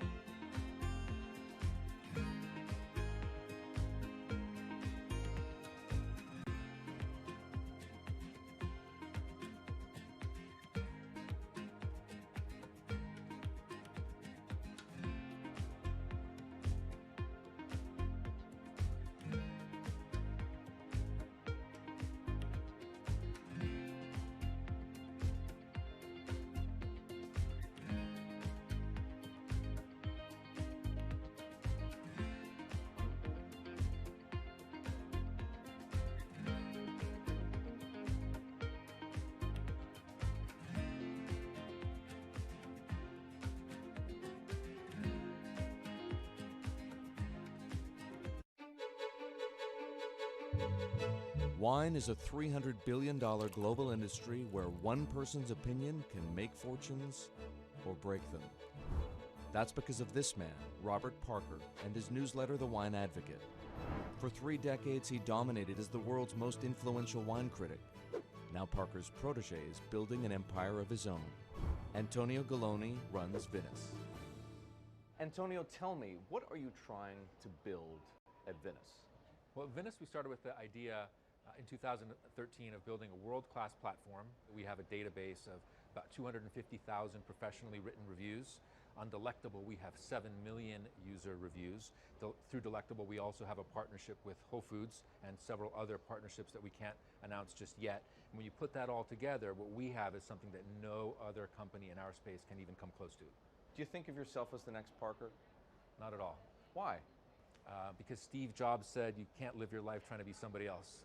So he's one of my biggest influences, and I've never wanted to be a replica of somebody else because a replica is never as good as the original.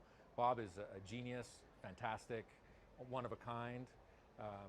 We're going to be something completely different, and I have no desire to be some version of somebody else. Different in what way? Every decision that I've made at this company is completely anathemic to what Bob did with his company. I want our writers to be partners. All of my senior people are locked into the company. They all have equity or they have a path to equity based on business results. That's something that we never had at Parker. Our benefits are world-class, and everything that we've done at Venice is completely different from that model. When Steve Tanzer, who is the most experienced active wine critic in America, wants to work with us, that says something. When Alessandro Masnaghetti, who's the best cartographer of of vineyards, wants to work with us, that says something.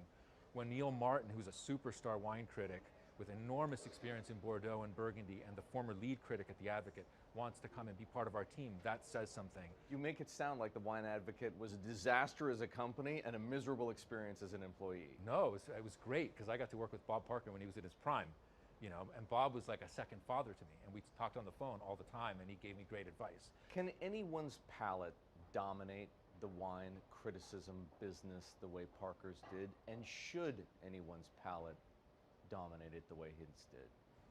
I just think the world is very different today.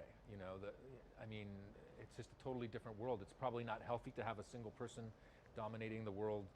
It's not even wine criticism, it's the wine industry. Yeah, that's probably not the healthiest thing in the world.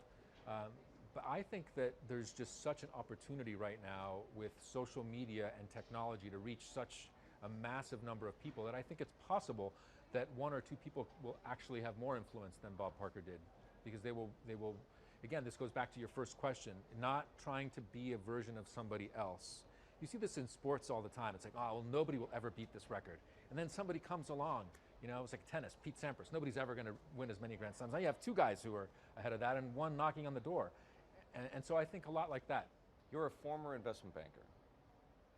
How does that inform and influence what you're doing and what you've done? My generation has had to deal with a lot more challenges. That's why I think we're actually much better poised for the future.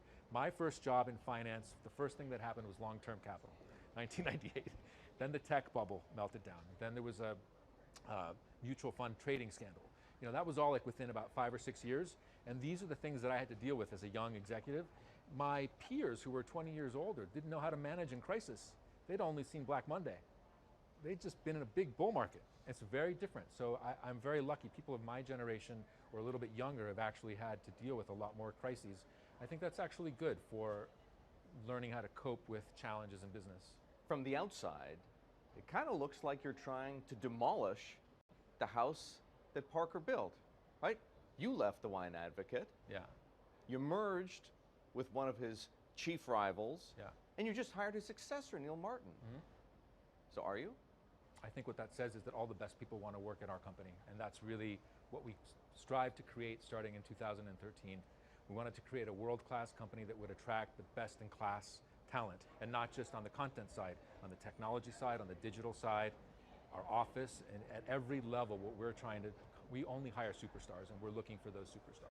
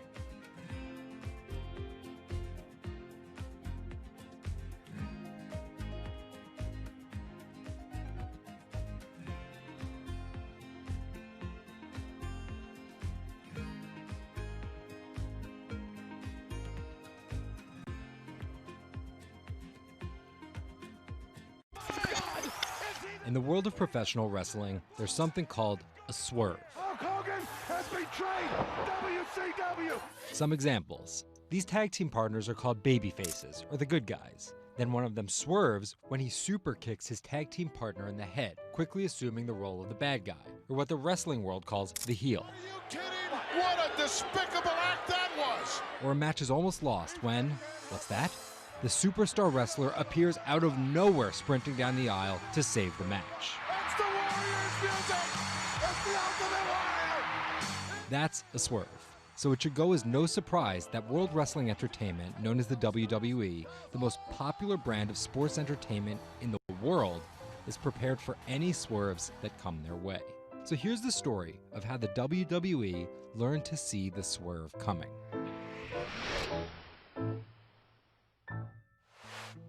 So I spoke to Bloomberg reporters Felix Gillette. I'm a writer for Bloomberg News for the global business team. And Kim Basine. And I'm the U.S. luxury reporter at Bloomberg. To find out exactly how the WWE is positioning itself for an all-out global invasion, which starts with a massive change to their lucrative pay-per-view model. WWE basically pioneered the pay-per-view model on cable. I remember as a kid, when the pay-per-view events came up, all of our friends would scramble around and try and get one of the parents to pay for it. But in 2014, they took a huge risk. They saw a little bit sooner than some of the other entertainment brands that where this whole thing was moving was away from cable and satellite television and towards on-demand streaming video apps. They made this risky decision, in essence cannibalizing that pay-per-view model, which they had essentially built. And after some early turbulence, it's working. Roughly 1.5 million people are paying $9.99 a month for the WWE app, making it the 5th most popular streaming OTT service. This adapt-or-die approach is in the WWE's DNA. Over the past 30 years, the company always seems to think 2 steps ahead.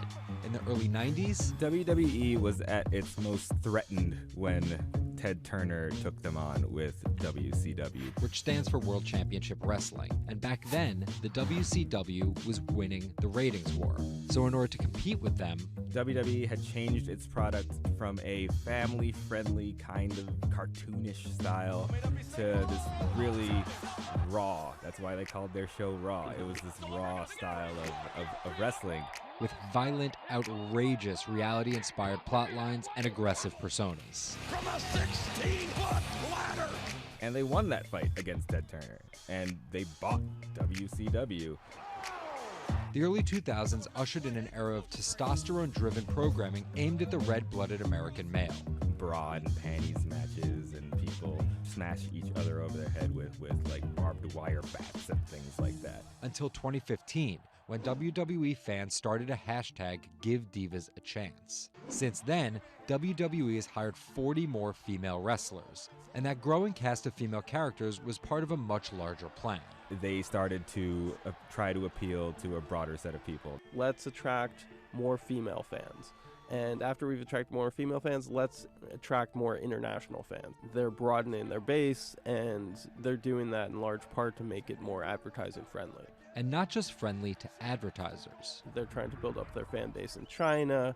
They're trying to build up their fan base in Europe. They, already have a pretty good fan base in India. India is a place where they already have an established wrestling culture. Because of the gigantic Indian wrestler, the Great Khali. But there's still a lot of work to do. While the WWE set a revenue record in 2017, only 30% of it is coming from an overseas audience. And there's one person whose responsibility is to grow that number. The buck eventually stops at Vince McMahon, no matter what's happening within WWE. Yeah, he's a very controlling guy, and it's a very, very, very tightly scripted company. And that goes all the way down the board to big stars' entrance music. And their outfits and things like that. So with a CEO like McMahon always planning 2 moves ahead and an aggressive push into multiple international markets, a big issue is money. It's hard to do all those things simultaneously without committing a huge amount of capital to it. And that's where the WWE becomes an attractive company for buyers. Potentially, one thing that could happen with WWE is they could benefit by being acquired by a bigger technology or telecom company, an Amazon or Facebook or a 21st Century Fox. So with a market cap of $2.8 billion, the advantage of owning 100% of their own content, and a rapid consolidation spreading throughout the entertainment industry, it looks like the WWE is well positioned even if there are swerves ahead.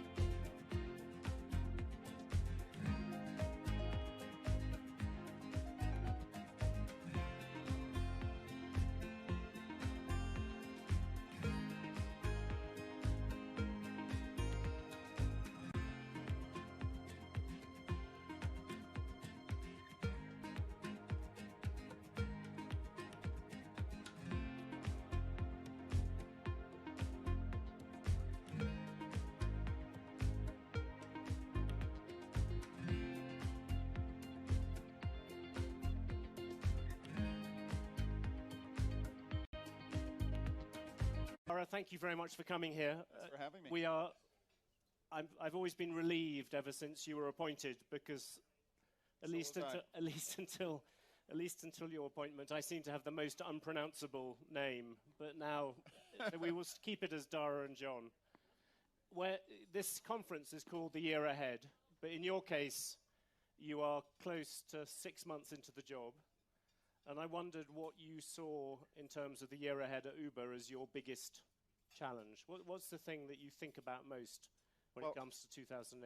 We definitely have our share of challenges at Uber. And for me, where I want to get Uber to the year ahead is a year of normalcy. 2017 was, I think, will go down as one of the most difficult years for any company out there. And I have to give credit to the Uber team and the employees there. It is a group of true believers who believe in our mission, who believe in mobility as a service being available to consumers everywhere at a reasonable cost. And what my job in 2018 is to get rid of the distractions and get the company back to business, get the company back to normalcy. There's a lot that we've done in the past 6 months as far as bringing in new investors, driving a new culture and norms where doing the right thing, period, comes first, bringing in a new management team, et cetera. There's a lot that we've gotten done, but This is a company that knows how to execute. This is a service. Mobility as a service is something that's universal, that's needed in the world, and I just want to get back to doing business. It's quite interesting. You said true believers. Yep. Normally, true believers are the last possible people where you're able to change a culture. Can you explain a bit about that? Well, I think that they understand that mobility as a service, bringing the cost of transportation down, making transportation services available to anyone and everyone on a local basis, and partnering with cities to be a solution to traffic, to pollution, etc.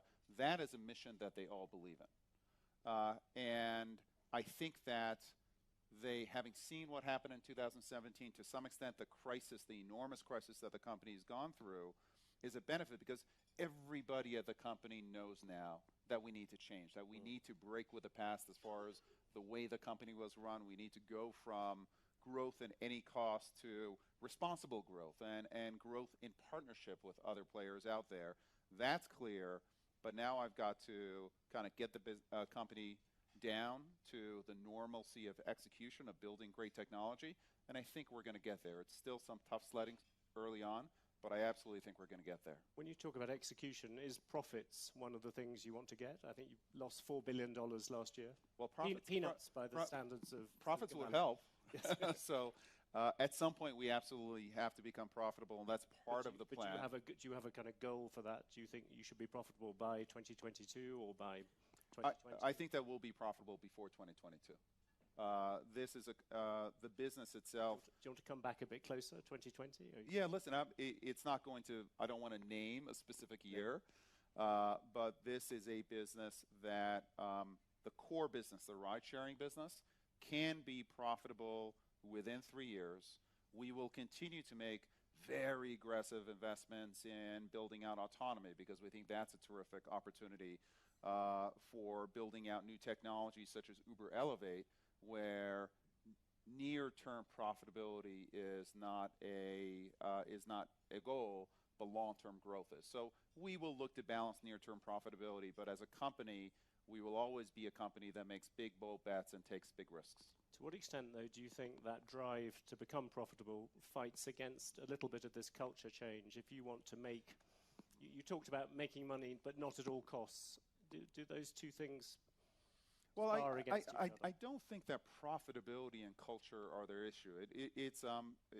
The company in the past was willing to make trade-offs as it related to how it did business, and I think was guilty of hubris, was guilty of thinking that they knew better than others, and I think that what we know now clearly is that breakneck growth can hide cultural issues, that there are no excuses for not doing the right thing, and that you do have to make trade-offs. And as a management team, we're specifically talking about those trade-offs that you have to make.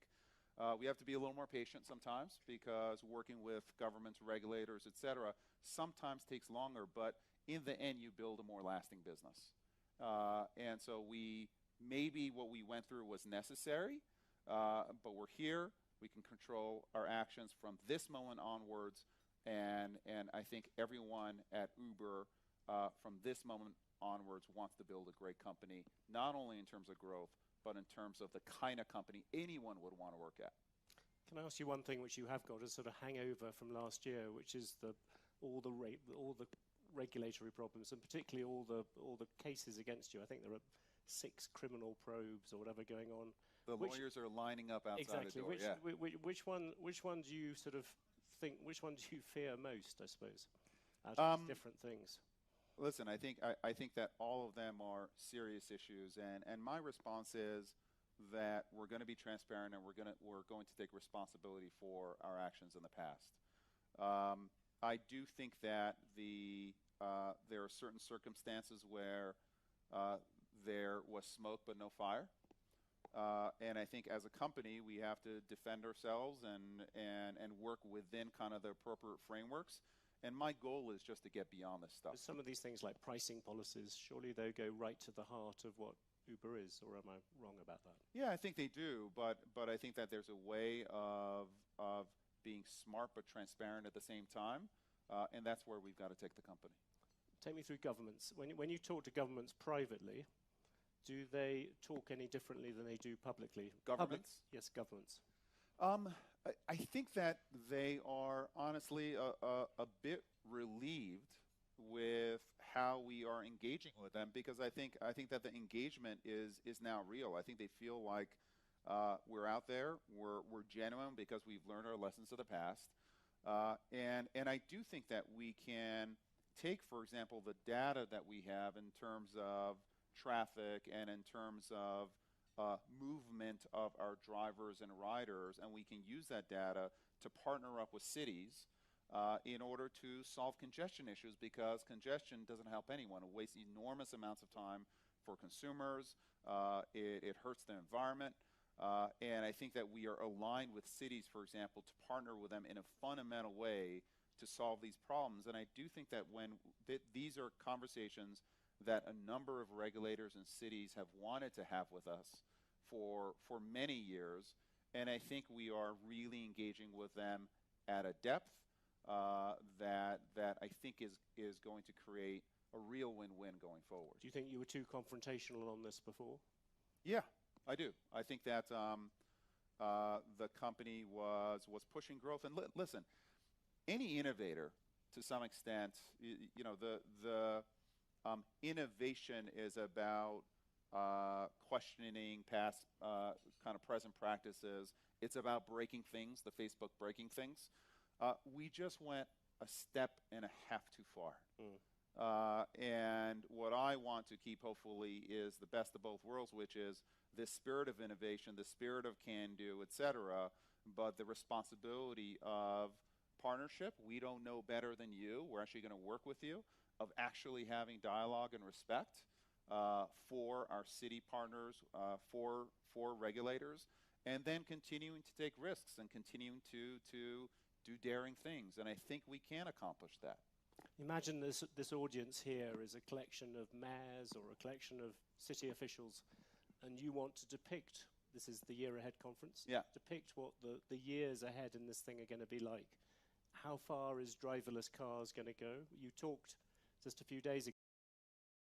Can you just give a description of what you think transport is going to look like? Well, I think that we think there are three keys to transport and where the industry is going: autonomous, electric, and shared.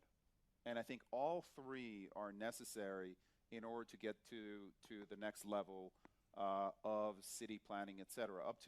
There are many cities where up to a fifth of the space taken in these cities is taken by parking and storing these cars. And so I do think that you need autonomous, you need electric, and you need shared. And I do think it's going to take some time. True autonomy for every single use case is some ways away.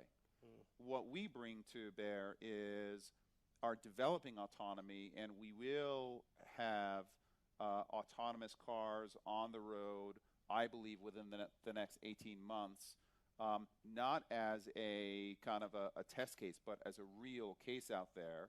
And over a period of time, we're going to bring autonomous transportation and feather it in with the non-autonomous transportation with drivers. What does feathering in mean? Feathering in mean to means a layman like feathering me?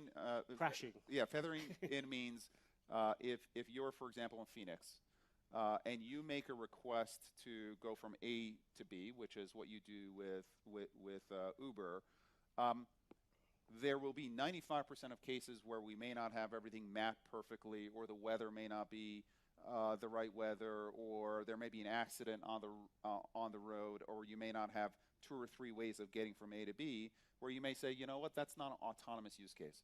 We're going to send a driver to pick that person up. For 5% of cases, everything is going to fall into place. And we will send an autonomous car. The user will be able to pick, do you want, there's an autonomous car, yes or no? And we'll be able to service that A for B. That 5% is going to go to 10 and 15 and 20 as our computers and our algorithms learn more and more about what it takes to drive in a city in a real life situation. And every minute of every day, that driver, that computer is going to get better and know Phoenix better and better and better. And in 5 years, we'll have the perfect driver in Phoenix. We will have to retrain that driver in every single city. We're going to have to build out 3D maps of these cities. And it will take time, but over a period of time, you essentially have a driver who becomes the perfect driver. It'll take 10 to 15 years, but that's the feathering in that I'm talking about. And will a child born today, will they ever need to learn how to drive? A child born today? No, I don't think so. So within sort of 20 years from now, we will... I don't think so. Listen, I hear some groans. And also, listen, I heard a couple of groans. 1.3 million people die from car crashes every year. 1.3 million people die from car crashes every year. That doesn't count an estimated 20 to 50 million people that are injured. Okay, this is actually a public safety issue. If you look at cars, 96% of cars, 96% of time, cars are sitting there not being used. It is a huge amount of pollution that's caused by these cars being in the road, and a huge amount of wasted time. So the safety is there. Electrification is absolutely key, and sharing these platforms is going to allow us to be much safer and also put our assets where they add value. But it's quite interesting because when you first came in, I remember you sounding somewhat more skeptical about self-driving cars. You've been converted. Is that a? The choir has spoken, and I'm listening. It's pretty exciting technology out there. But again, it will be a hybrid technology for some period of time. What about flying cars? That came as a slight surprise. Yes, that's a great project that we're working on. It's called Uber Elevate. And it is actually about battery technology. It would have helped a lot of people here. I know. I wish that I was available. We'll launch it here if we can. But battery technology is allowing us to have multiple rotors on planes, or helicopters, if you want to call them that. These rotors that are much smaller will be much quieter than helicopters are. Much quieter, much safer. If you add sharing into the equation, you can actually get the economics of going from A to B.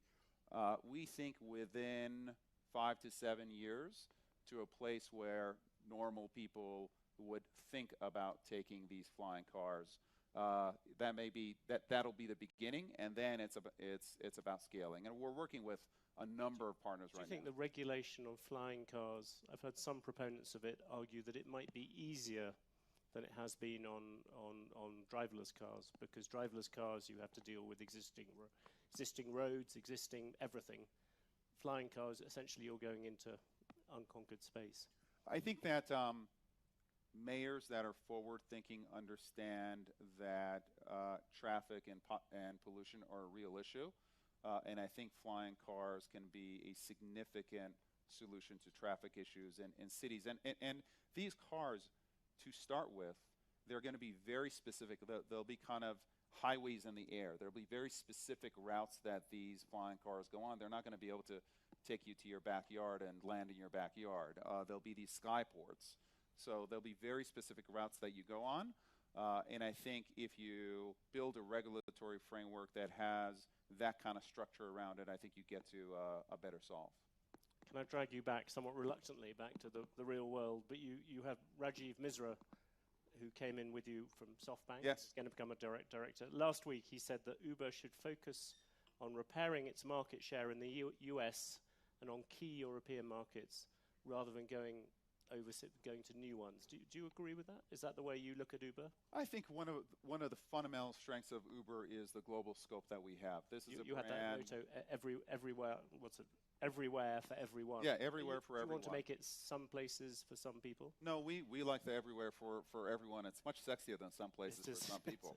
That's telling me. Just not interesting. I do think seriously, though, the global scope that our company brings is important. Our being able to build technology that we can amortize essentially everywhere in the world is hard, but it is part of the fundamental value that we introduce. So I would look at Uber very much as a global brand That said, we're going to look at all opportunities, but at this point, we are leaning forward. In 2018, for us, is going to be very much a lean forward year for the company. But without, I'm not trying to create new boardroom tension at Uber, but that would appear that SoftBank is keener on a more limited idea, whilst you're keener on everywhere for everyone. Well, listen, SoftBank is a very important shareholder. They're our largest shareholder, and many of our shareholders have opinions over what's the right thing to do. Ultimately, the governance of the company is going to be at the board, and we'll have those discussions at the board, and we'll set our long-term strategy and then execute on it. One of the things which Uber played, perhaps not very fortunately, a role in was the whole sexual harassment questions and everything to do with that. I suppose one very obvious question, do you think that you have solved that part of the culture? But secondly, do you think that is this time this is a real revolution and it's going to stick? I think that what was happening at Uber was serious, and I think that while what Uber went through was difficult, I think the Susan Fowler blog was probably one of the best things that happened for Uber, and it certainly started a movement that's an incredibly important movement at the company. I'd be reticent to say that it's solved. Yeah. But it's not an endemic issue within the culture of the company, and I think the company has learned, and I think the company took very harsh and appropriate steps to make sure that that kind of behavior is absolutely clear, that that kind of behavior is not accepted in any way, shape, or form of the company, regardless of where you are, regardless of if you're a great performer or not. So I think we're at the right place for Uber as a company, but I think in general, we're not where we need to be in terms of women in senior positions, making sure that we're welcoming of women in technology, and we help women really build their careers within our company. There's a great kind of bottoms-up energy there, but we're not where we need to be, and we have a lot of work ahead of us. On the issue of, you talked about the top performers, is that looking back, and also I suppose looking forward for many of the people in this room, because there are a lot of people's businesses which have been affected by this. If you had to give lessons to other people who are now looking at this issue, perhaps more seriously than they have done before, is the really bad issue, and I suppose I'm thinking in some ways about the media industry in this, is that giving top performers more room for maneuver or whatever than people, or more discretion than people thought? Is that top performers need to be treated the same as everybody else? I think they absolutely need to be held accountable. One of the really valuable lessons that I got early in my life was actually through Jack Welch, and he said, you know, it's very tempting to allow top performers to misbehave in any way, but for me, he was talking about being aligned with the CEO. Sometimes you allow top performers, the tendency is, well, let them get away with some kind of behavior that is not the right behavior because they're so good. And what Jack told me very early on is that it's the top performers who are problematic culturally that are the most dangerous because they have followership within the company, because people look up to them. So he's like the dumb person who is bad culturally. He's not the problem because everyone says, well, that's a dumb person, so who cares? It's the smart person who has followership. So it is incredibly important for the top performers to actually be held to account more radically than anyone else, because they're the ones who have followership at the company and they have to set the example. So for me personally, that has absolutely guided how I've managed. Expedia was a company that had, you know, excellent cultural values. And one of the first things we did at Uber was to go out and reset our cultural values, and we call them norms, because to me, it's not just these values that you put on the wall and kind of people stare at and you know, it's all nice. It's about behavior. And we set out to change behavior at Uber, and I think that the company was thirsting for it, and we are starting on a path, and I believe it's going to be a positive path. An inevitable question, I hope you won't regard it as a cheap shot, but you talked about smart people who have followers throughout a company. I mean, Travis would seem to be the epitome of that sort of figure. Is that, do you think of him as being in that category of people that Jack Welch was talking about? I think, listen, Travis was the CEO of the company, and he had incredible followership. And and he was held to account, right? I mean, he's no longer the CEO of the company, and he's a board member. He's a big investor, and so he's absolutely going to play a part on the board. But we've also been very clear as a company that we do have to make a break with the past, with how we behaved as a company, and to some extent with the new CEO being a very different kind of a CEO. So in the end, you have to be held accountable, and I think that Travis was held accountable, and at this point, he's a board member and a constructive one at that. If you look around the world now, where do you see the next competitors to Uber? You've obviously got Lyft breathing down your neck. Yes. Where else do they come from? Well, I think that as you move into a world of autonomy, the position of the car manufacturers, the position of, for example, Google, who's developing Waymo and Waymo autonomous technology, you're going to get a lot of players interested in this space. And a lot of people think about Uber and ride sharing as a significant enterprise, and it is. But the fact is that we account for less than 1% of miles driven on the road now. When autonomy comes in, that number over the next 10 years is going to be closer, I believe, to 15 to 20%. So because we're not yet a true alternative to car ownership, and I believe that as you bring autonomous and you bring the price of mobility down and make it available to everybody, everywhere, then we become a real alternative to car ownership, and that really opens up the market for us, but it also opens us up to many more competitors. And is Google at the forefront of those competitors at the moment? Google is one of many. I think that they've developed very strong autonomous technology, but what we think, which is exceptional, is having autonomous technology and the network under one roof, which allows us to use autonomous in a very practical way, nearer than you think.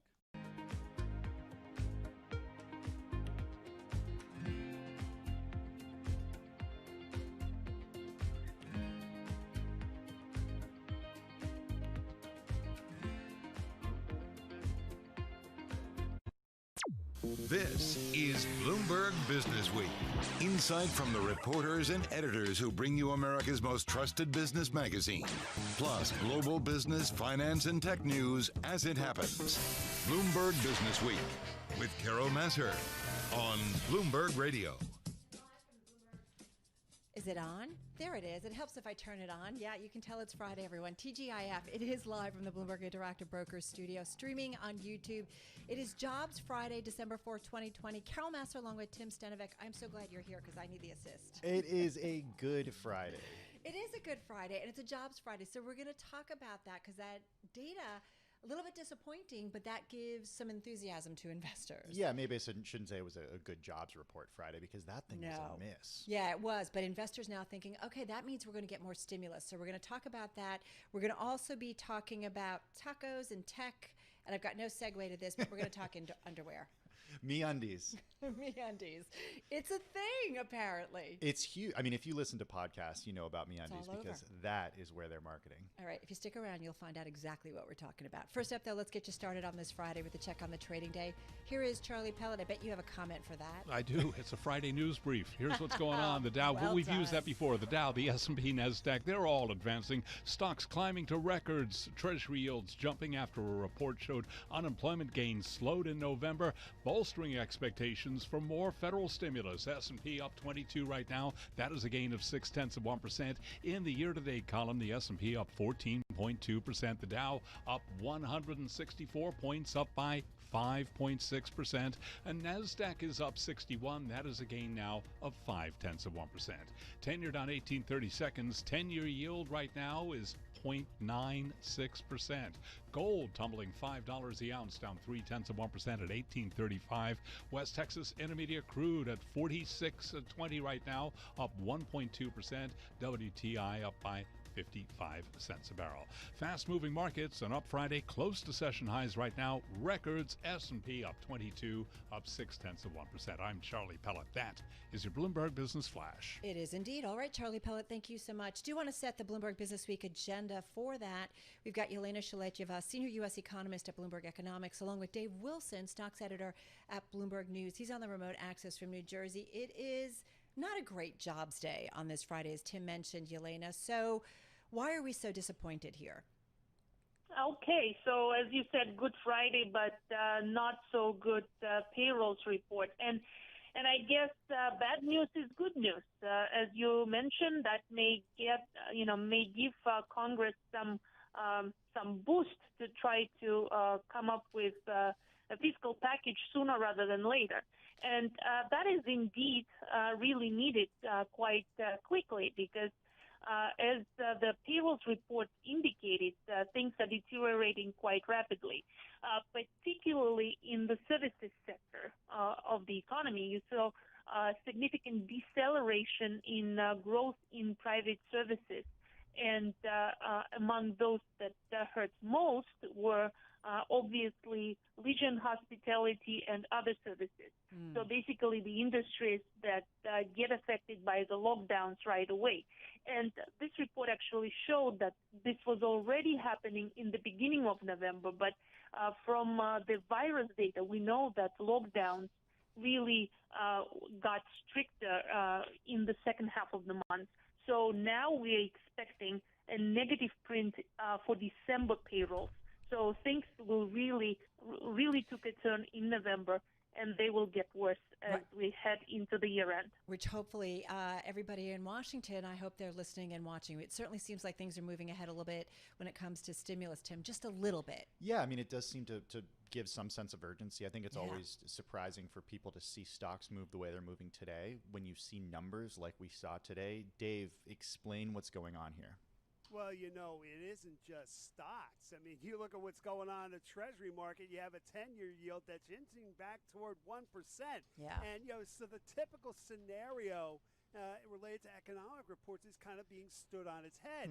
Yeah, you think bad news on the economy is good news for bonds, right? Because it means, things are going to slow down, interest rates are going to stay down. But now you've got this extra element of the stimulus package working, and perhaps people having a bit more incentive to get something done. So, instead you've got bonds down, stocks up, and when you look at the 11 main industry groups in the S&P 500, it's those value-oriented areas of the market, relatively slow growth, that are leading the way. Big gain for energy shares. I mean, their index is up almost 5%, and they're sort of leading the charge. Then you have raw material producers, industrial companies, financial companies, all the kinds of stocks we've been talking about lately, and not for a whole lot of time before then, because there's been a real shift. I'm so glad you mentioned what's going on in the bond market, because I did think that we'd see bonds move up. Yelena, come in on this and what you're seeing when it comes to the Treasury trade. So I think what we will really see going forward is that the Fed will not let bond yields to go higher that much. If things really deteriorate, they will just introduce more stimulus. They will increase the size of QE. And it really seems like the possibility of this just increased because what is happening in the real economy. Today's payrolls report really is a disappointing sign that, growth will slow down into the year end and definitely into the first quarter of next year. We may see negative growth at that point. So things will really get worse before they get better, and the markets will obviously react to that. The $908 billion economic relief proposal, it sounds like a lot of money, but if you look at it in the context of what Democrats wanted, it is a far cry from what the Democrats wanted. I wonder, Yelena, if this is going to actually prompt Republicans to make more concessions and give some sort of higher relief bill, maybe if not before the end of the year, when Biden does become president in January. Look, I still remain skeptical on the probability of a comprehensive fiscal package here. So this year, the sides are still or in far general? apart. Just in general, this still, the chances increased. Yes, I agree with that, but the parties are still far apart on the ultimate, package. And to me, it sounds like the size may not be adequate and really not cover the areas where we need help most.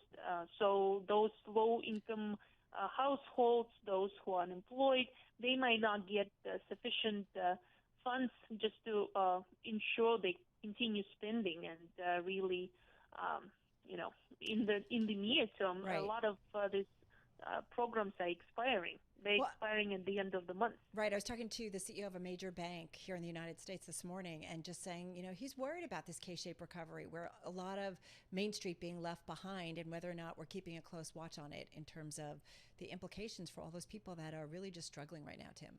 Yeah, I mean, we saw it this morning with the jobs numbers. I mean, the headline unemployment figure in terms of percentage of Americans who are unemployed remain the same. But we also saw that black unemployment is at 10.3% still, which is just a staggering figure. Right. And it does still, right? Still, yeah. and it sort of takes it takes the idea of this V-shaped recovery. I mean, I think we've pretty much kissed that goodbye at this point, at least when it comes to the labor market. Say what you want about the financial markets and the V-shaped recovery, of course, which that's there, right. But this is looking like a Nike swoosh, as Jason Kelly said on Twitter. I bet he did. Yelena Shaletyeva, senior U.S. economist at Bloomberg Economics. Thank you so much. Dave Wilson, stocks editor at Bloomberg News. He's going to be along a little bit later on. We've got some amazing stuff coming up. We're going to talk about the virus. We're going to talk about the jobs market. We've got the president of Manpower to talk a little bit more about the labor market. We've got the co-founder and CEO of Slack. This is a big show, Carol. Yeah. Stuart Butterfield is Yeah. joining you today. It's going to be a fantastic interview. I'm going to be listening to it on my way home. Okay, taking notes, right? Yeah, exactly. I'm going to quiz you on Monday. Cover story, the Bloomberg 50. We'll talk a little bit more about that. An with, incredible Jill list Weber. of people. Yeah, really cool. So everybody should check that out. One of our most read, Citigroup CEO Michael Corbett sitting down with our own David Rubenstein. He's got some really strong thoughts about working from home. Guess what? Guess what? It's not going to be very productive if we keep doing it. Yeah, I got to tell you, I'm talking to a lot of CEOs. You like working from home. I like some of it, and I do think there's parts of you that can be more productive versus working in the office. It doesn't work in my life. It doesn't work in your life at all. Maybe that's because you get a little one. That's exactly why. We have a 2-year-old, so not going to happen. All right, we're going to talk about a lot of stuff over the next few hours. First up, though, let's get a check on your world and national news. For that, let's turn things over to Nancy Lyons. She's in D.C. Hey, Nance. Hey, Carol. The nation's top infectious disease expert, Dr. Anthony Fauci, says he did not hesitate when President-elect Joe Biden asked him to serve as chief medical officer and coronavirus advisor. He spoke this morning on NBC's Today Show. Absolutely. I said yes right on the spot. He says he supports Biden's plan to ask Americans to commit to 100 days of wearing face masks when he takes office. I discussed that with him, and I told him I thought that was a good idea. President Trump has often dismissed the threat of the coronavirus and was frustrated by Fauci's endorsements of masks. Well, today the CDC came out with a new recommendation for people to always use masks indoors when not at home. Well, we're learning more about a PAC designed to help President Trump, and Bloomberg's Amy Morris reports we're also learning who is pouring money into it. The president has raised nearly $500 million since mid-October. The Washington Post reports most of that is for the president's Save America Political Action Committee and his legal fund. This as Blackstone Group co-founder Stephen Schwartzman and Citadel co-founder Ken Griffin led donors into the Senate Leadership Fund Super PAC, raising $104 million, mostly for 2 runoff elections in Georgia, where Republicans are worried the president's allegations of voter fraud could backfire. In Washington, I'm Amy Morris, Bloomberg Radio. The Democratic-controlled House has approved a bill to decriminalize and tax marijuana at the federal level, reversing what supporters called a failed policy of criminalization of pot use. Opponents, mostly Republicans, called the bill a hollow political gesture and mocked Democrats for bringing it up at a time when thousands of Americans are dying from the pandemic. Global news 24 hours a day on air and on Bloomberg Quick Take, powered by more than 2,700 journalists and analysts in more than 120 countries. I'm Nancy Lyons. This is Bloomberg. Thinking that you guys threw my mic out and I wasn't ready. Thank you so much, Nancy Lyons. Carol Masser along with Tim Stanovic of Bloomberg Quick Take. And we've got a story. I mean, there's so many stories when it comes to the virus, right? And there's one here about BioNTech saying it's on track to produce 50 million doses of COVID-19 vaccine. They're doing that with Pfizer this year. So I think there's some concerns. I think easing the concerns that Pfizer came out and said they're not going to meet their production targets. And I think everybody got freaked out. They did. And I think that was so fascinating for a couple of reasons. And one is really illustrated. We're going to be talking about this all day today, but Bloomberg has a new tracking the coronavirus vaccines that will end the pandemic piece. It just published this morning. And it's this vaccine tracker that gives a visual representation of how many vaccines these countries have ordered. And the Pfizer and BioNTech vaccines are way down the list there, and Moderna vaccine way down the list. It's AstraZeneca that is up there. It's Novavax that's up there. It's Sanofi and GlaxoSmithKline. It's Gamaleya. And these are names that we're not talking about because the technology with AstraZeneca, Drew Armstrong on our healthcare team talked about it on Quick Take today. The technology with the AstraZeneca vaccine isn't new technology, but when it's with the Pfizer and Moderna vaccine, it's brand new technology. It's difficult to do that. So what does he say then in terms of the rollout? So does that mean other parts of the world versus the U.S. will be in an advantage? Yeah, I mean, it's basically a story of the haves and have-nots when it comes to this, like sort of everything. But the else. U.S. is going to be a have-not? No, the U.S. will have some, but not enough until. I mean, did you see the New York Times sort of like, where are you in line for the coronavirus vaccine? I mean, I'm at 270 million. Which I think makes sense because was it based on age, or based was it on age and underlying health conditions, and this is going to take months for them to roll out, and I don't know which one we'll get. Well, this is going to be fun to kind of dig into with Dr. Ian Lusbader over at NYU Langone, because you and I were both like in a wait what moment earlier this week when we heard Dr. Gua. Right, exactly, who said she's a doctor, she's affiliated with hospitals, and doesn't expect to get anything by the end of the year. Which is shocking. Which is shocking. All right, so we got lots to get into. You're listening to Bloomberg Business Week. Carol Massar along with Tim Stenovic, and this is Bloomberg Radio.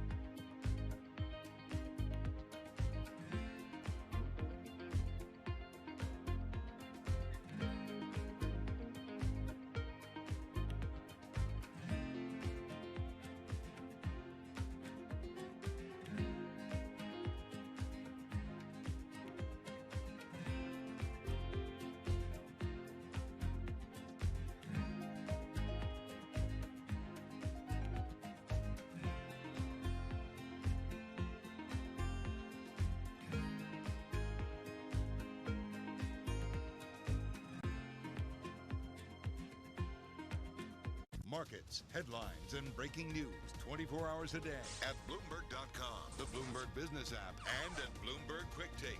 This is a Bloomberg Business Flash. From Bloomberg World Headquarters, I'm Charlie Pellet. Treasury yields jump. We've got stocks trading at a record after this morning's jobs report showing gains slowed in November.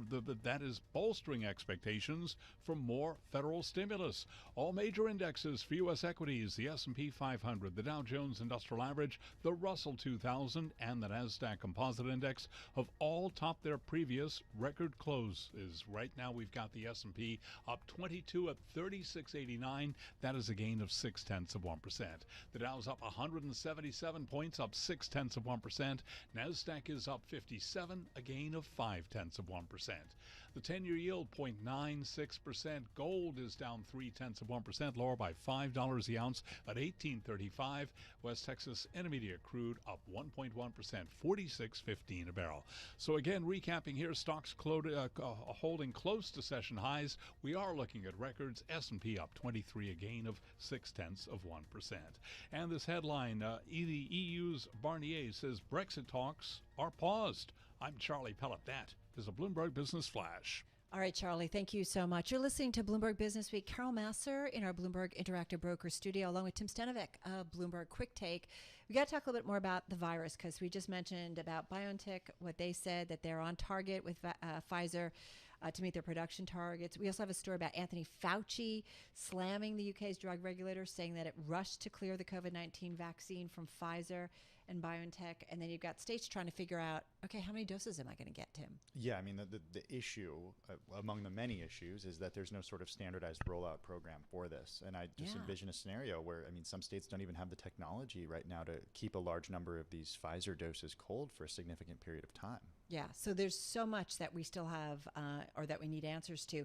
Let's get into all of this with Dr. Ian Lustbader, back with us as he is on every Friday, Clinical Associate Professor of Medicine at NYU Langone Medical Center, with us on the phone in New York City. Hey, Ian, nice to have you here with Tim and myself.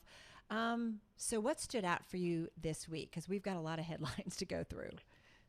For sure. Happy Friday, Carol and Tim. Hope you guys are staying safe and doing well. Thank you. Yeah, definitely some challenges. You know, we're seeing more cases locally, you know, here in the tri-state area. Certainly nothing comparing to the Midwest and out west, where you know, they're recording a large number of hospitalizations and deaths and taking, you know, certainly more extreme measures of shutdown.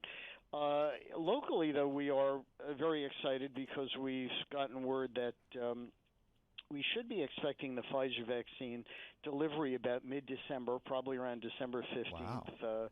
Wow. You specifically and at NYU Langone? NYU Langone is expecting. We got a call from, you know, one of our senior administrators, and you know, they're sort of working out exactly how that's going to be, you know, distributed. My sense is these come in, you know, large boxes and dry ice and have to be kept, you know, frozen. So around the country and certainly here, distribution will be an issue. But each box has approximately 5,000, a little under 5,000 doses.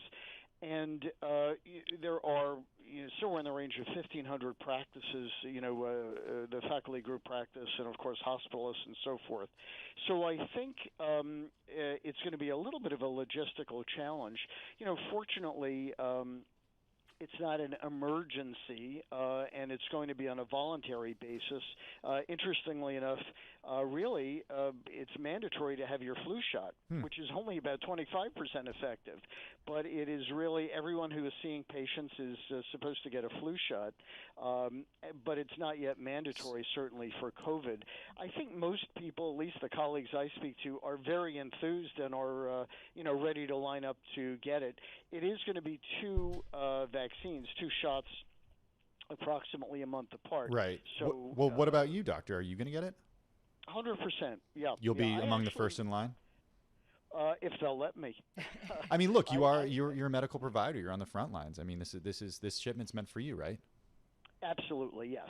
And that's the understanding. I actually thought the very first people who would get it would be the in-hospital physicians, the hospitalists and critical care specialists, because they are literally bathing in COVID, you know, and the patients that are in the hospital in isolation rooms and so forth, many of those patients are very sick and need, very close care, the intensive care nurses and so forth. But my understanding is it's really going to be apparently available to all of the, frontline health professionals, which is great. So if before the end of December or early January, if most of us can get it, again, it's 2 doses. So a month later, you'd get the second dose. I think people are very enthused about it. Yeah, it sounds that way. All right, I've got to ask you a question. It keeps kind of coming up at home. Why do they need to be kept so cold? In this, for preservation, this particular formulation is, minus 73, centigrade. Extreme. And that makes it very difficult. Shipped on dry ice. The Moderna vaccine, not that we're playing, favorites here, doesn't need to be kept quite as cold. That's not going to be probably approved or distributed until later. Both very effective, both very similar technology, this messenger RNA technology, which is new. And I think people have some concerns, but really all of the data we've seen seems to be very encouraging. No vaccine is 100% safe. There are, and certainly with the flu shot, we do see Guillain-Barré syndrome and this transverse myelitis. There are side effects. So, but we're really not seeing that much from this particular class of vaccine. So let's say you do get approved in the UK. Let's say you do get this vaccine and you get it close to mid-December, you get it in another month for your second dose. How do you anticipate that your behavior is going to change in the spring and in the late winter? That's a great question. Certainly, I think, for me, when I see patients, I put on an N95 mask, goggles. When we do procedures like colonoscopy, we're gowned up and gloved. And so it is stressful and uncomfortable walking around all day with a mask and goggles. And so I think certainly I would think about switching to a surgical mask, which fits a lot looser. You don't feel quite as restricted. And I think as more people get vaccinated, the level of tension will go down. There is a little bit of anxiety when you're seeing patients and you realize this person could hurt me. I'm here to help them, but they could potentially hurt me. That takes a toll when you've been doing that month after month. Yeah, no doubt about it. Incredibly stressful. Hey, sit tight, Ian. We'll come back in just a moment with Dr. Ian Lustbader, Clinical Associate Professor of Medicine at NYU Langone Medical Center, on the phone from New York City. I think that's a whole other layer, Tim, just the stress about keeping yourself safe but other people safe. It's tough. These doctors and nurses and healthcare professionals, amazing. Yeah, they are. No doubt about it. All right, we're going to come back with him in just a moment. You are listening to Bloomberg Business Week, and this is Bloomberg Radio.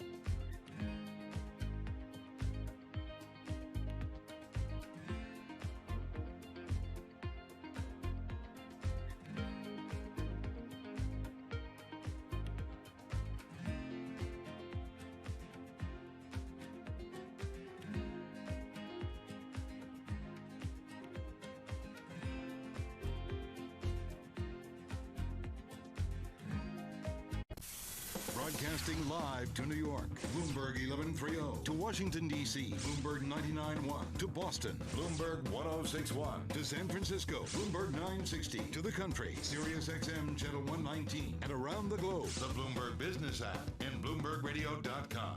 This is Bloomberg Business Week. You are listening to Bloomberg Business Week. I'm Carol Massler with Tim Stanovic of Bloomberg Quick Take. You just sent me a story about New York, how it's avoided a repeat of April in terms of virus cases and hospitalizations, but it also says COVID is closing in. We've got to get a better feel of that. Yeah, the gist is basically that it's surrounded by states that are worse off, so it could only be a matter of time. Yeah, exactly, right? Borders kind of don't necessarily stop COVID. No. All right, we'll get to that, and we'll get back to Dr. Ian Lustbader in just a moment.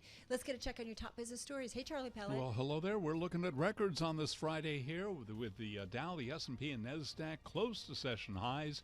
Treasury yields jumping after this morning's report showed U.S. unemployment gains slowed in November.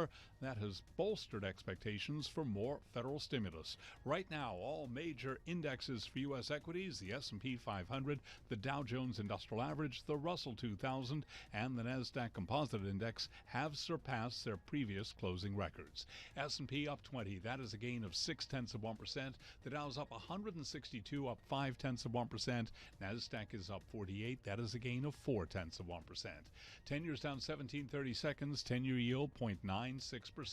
Gold is down 0.2%, 18.36 the ounce, and West Texas Intermediate crude up 1.1%, $46.15 a barrel right now on WTI. BioNTech says it is on track to produce 50 million doses of COVID-19 vaccine with partner Pfizer this year, easing concerns that they might miss production targets. The companies say they have made the majority of the promised supply for the year. Pfizer shares are up just about 0.1%. BioNTech higher now by 1%. Checking one of the other major names in this group, Moderna, it is up now by 2.7%. States across the country are drawing up distribution plans for COVID vaccines once the FDA gives its authorization. Dr. Andrew Pekosh is a professor of molecular microbiology and immunology at the Johns Hopkins Bloomberg School of Public Health. You imagine here in the U.S. that there will be immediately shipments of vaccine to centralized areas that are going to begin their vaccination programs in those high priority groups. Those groups have already been prepared for this. Most of them are medical centers who are used to vaccinating their workers. So plans have all been put in place. Priority groups have been put in place for the logistics of rolling out who gets the vaccine and when.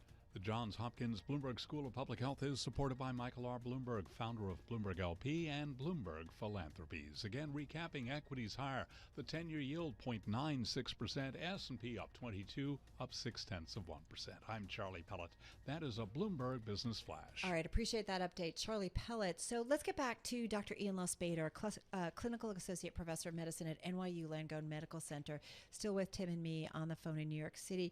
So, Dr. Lustbader, Tim just shared with me a story, and we were just talking about it a little bit, how New York has one of America's lowest per capita rates of COVID-19 hospitalizations, but it's surrounded by states that are far worse, and that's pretty much a dangerous sign and perhaps a sign of what's to come. What are you seeing, and what are your expectations? So that's really a similar question that I and my colleagues have raised.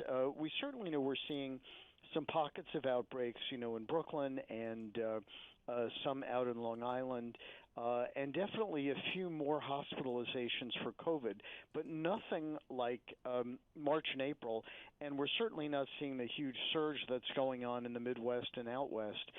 And we ask, why is this not happening? And I think I'm guessing, but I think there are a few possibilities. One is I think New Yorkers have been very meticulous in wearing masks outside of a few areas. Mm-hmm.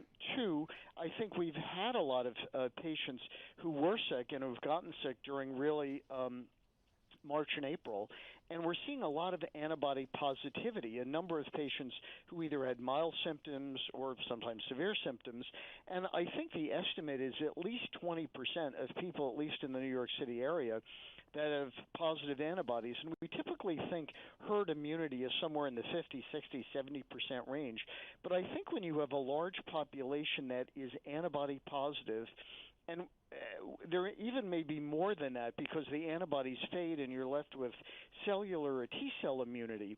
So I think there are a number of people who've actually had this, And that's why I think we're not seeing it spread quite like wildfire as we're seeing out west and in the Midwest. But fortunately, we are seeing a slight increase, but not a huge increase in the number of hospitalizations.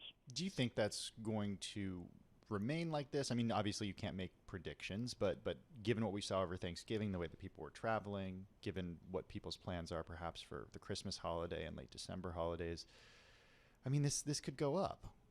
Yeah, Tim, that's an excellent point. And we do expect, with sort of less social distancing over Thanksgiving and the December holidays, that we will see a bump, certainly in positive cases, usually 2-3 weeks after that time. So there's definitely going to be a bump in the number of cases. Will there be a bump in the number of hospitalizations? Probably somewhat. You know, again, we do have to remember the vast majority of people who get this, certainly young people or people below 70, you know, may get sick, but they do fairly well. They don't all get hospitalized. Now, if older people or people with lung disease, hypertension, obesity, etc., diabetes, if they've been exposed, and they really shouldn't be exposed because they should know really to isolate and not socialize, but if they've been exposed, we do expect certainly a bump in cases. But I think New York has been, so far, this area at least, relatively spared because a lot of people have already had it. But according to the COVID tracking project, single-day case records were set yesterday in Vermont, Rhode Island, New Jersey, Massachusetts, Pennsylvania. I'm just thinking, I feel like, as Tim said earlier, like everything around New York, Dr. Lustbader, just seems to be increasing. Absolutely, and those areas, you know, Vermont, Maine, Upper New England, was really spared during the March and April time period. So I think we're seeing, and this is what happened in 1918, you know, there were areas of the country, as it went around the country in these different waves, that thought, oh gosh, we're going to escape it, and of course they didn't escape it because this is what happens in pandemics. But my sense is we are not going to have anywhere near that same lethality as the Spanish flu in 1918. You know, we have vaccines that are going to be administered within the next few weeks. Right.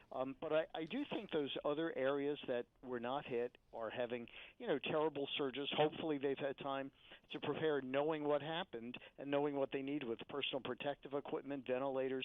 Hopefully they're prepared for that, and hopefully their population knew, you know, not to push the envelope. If you're at risk, don't socialize. Don't go out. I've got patients who literally have been in homes in Massachusetts for, you know, 8 months now, only going out, you know, for shopping because they're afraid of exposure. Obviously, not everyone can do that, but yeah. sensible people in those areas hopefully have been isolating. Yeah, exactly.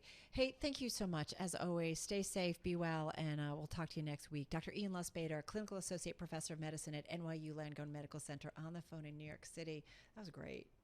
Yeah, he was great. I mean, and Always I wonder, too, just about the way that people are avoiding colonoscopies, right? Right. Well, everything routine. I mean, this is something we've talked about him, and that's going to be certainly probably an issue over the next couple of months. All right, let's get back to world and national news. Over to Nancy Lyons in D.C. Hey, Nance. Hey, Carol. There is still hope another round of stimulus could pass before Congress leaves for the holidays. Chair of the National Economic Council, Larry Kudlow, tells Bloomberg both sides are back to negotiating. Senator McConnell's talking to House Speaker Pelosi. Our team is, of course, in touch, particularly with Senator McConnell and Republican House Leader Kevin McCarthy. People are glad to see that the other team has come down in its numbers. On the other hand, there are still policy differences that remain. Speaker Pelosi says she and Senate Republican leader Mitch McConnell hope to combine a coronavirus relief measure with an omnibus spending package. Pelosi is backing the $908 billion bipartisan proposal as a framework for stimulus talks, a level that's about half of her previous demand. Well, Congress is poised to pass a defense spending bill, but a controversial amendment could sink the entire package. A commission to rename military bases that honor Confederate leaders is being pushed by Democrats like Texas Congressman Henry Cuellar. Give the defense officials 1 year to look at it, have a commission to review the scope of the names issues, whether it's a base building, a street, or other things. President Trump is threatening to veto the National Defense Authorization Act if the renaming provision is in there. Well, the president plans to be in Georgia tomorrow to try and drum up support and turnout for Republican Senators Kelly Loeffler and David Perdue. Global news, 24 hours a day on air and on Bloomberg Quick Take, powered by more than 2,700 journalists and analysts in more than 120 countries. I'm Nancy Lyons. This is Bloomberg. All right, Nance, thank you so much. You're listening to Bloomberg Business Week. Carol Massar along with Tim Stanovic of Bloomberg Quick Take. And like it's not been a crazy enough year, we've got a nor'easter coming. We've got a nor'easter coming. It might already be here. I guess so. Like that's what people were saying. It's kind of gray out right now, and I think what we're expecting here in the New York metro is a lot of rain, a lot of cold, a lot of wind. Go up into New England, there might be a bunch of snow. Okay, so this is I mean, look, I don't want to make this story about me, Carol, but this is particularly bad news for our weekend plans, which during the pandemic really just involve going to a playground and maybe being socially distant from friends at the playground for a couple hours in the morning. Which means you can't do this with your little one. Which means you're stuck inside. Stuck inside, climbing on couches.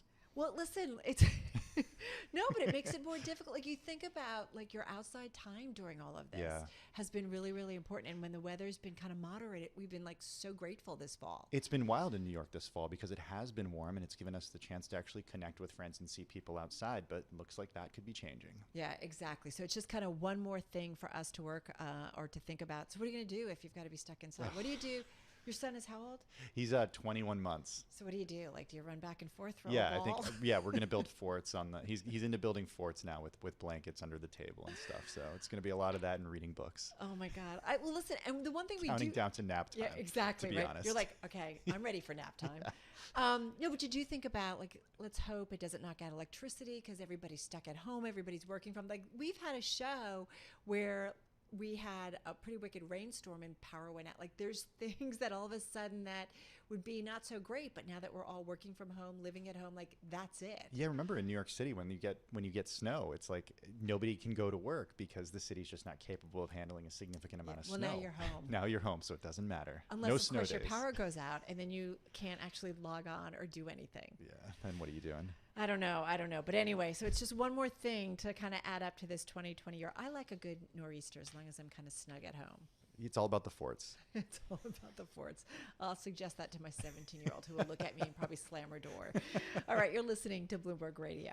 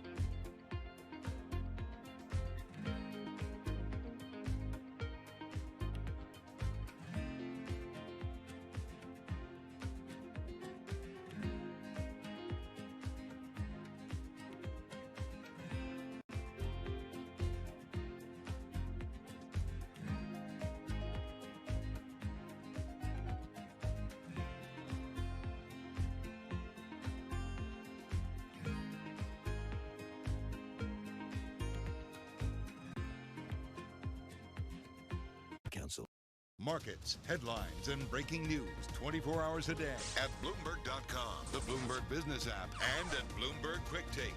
This is a Bloomberg Business Flash. Bloomberg World Headquarters, I'm Charlie Pellet. The stock rally reaching new highs on optimism about stimulus. S&P up 25, a gain of 0.7%. We are at session highs right now. The Dow's up 200 points, up 0.7%. Nasdaq up 66, up by 0.5%. The Dow, the S&P, and Nasdaq all at records right now. Nasdaq extending its year-to-date gain now to 38.7%. To put that in perspective, the S&P is up this year by 14.3%. 10-year down 20, 30 seconds, 10-year yield 0.97%.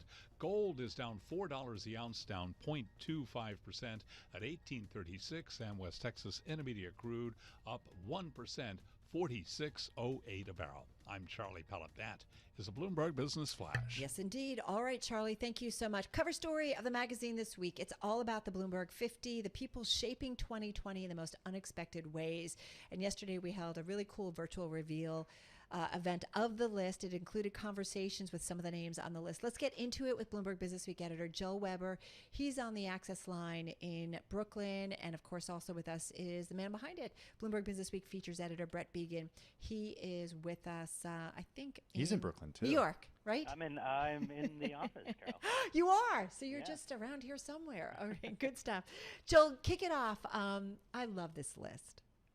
Yeah, so, it's one of our favorite things we do every year.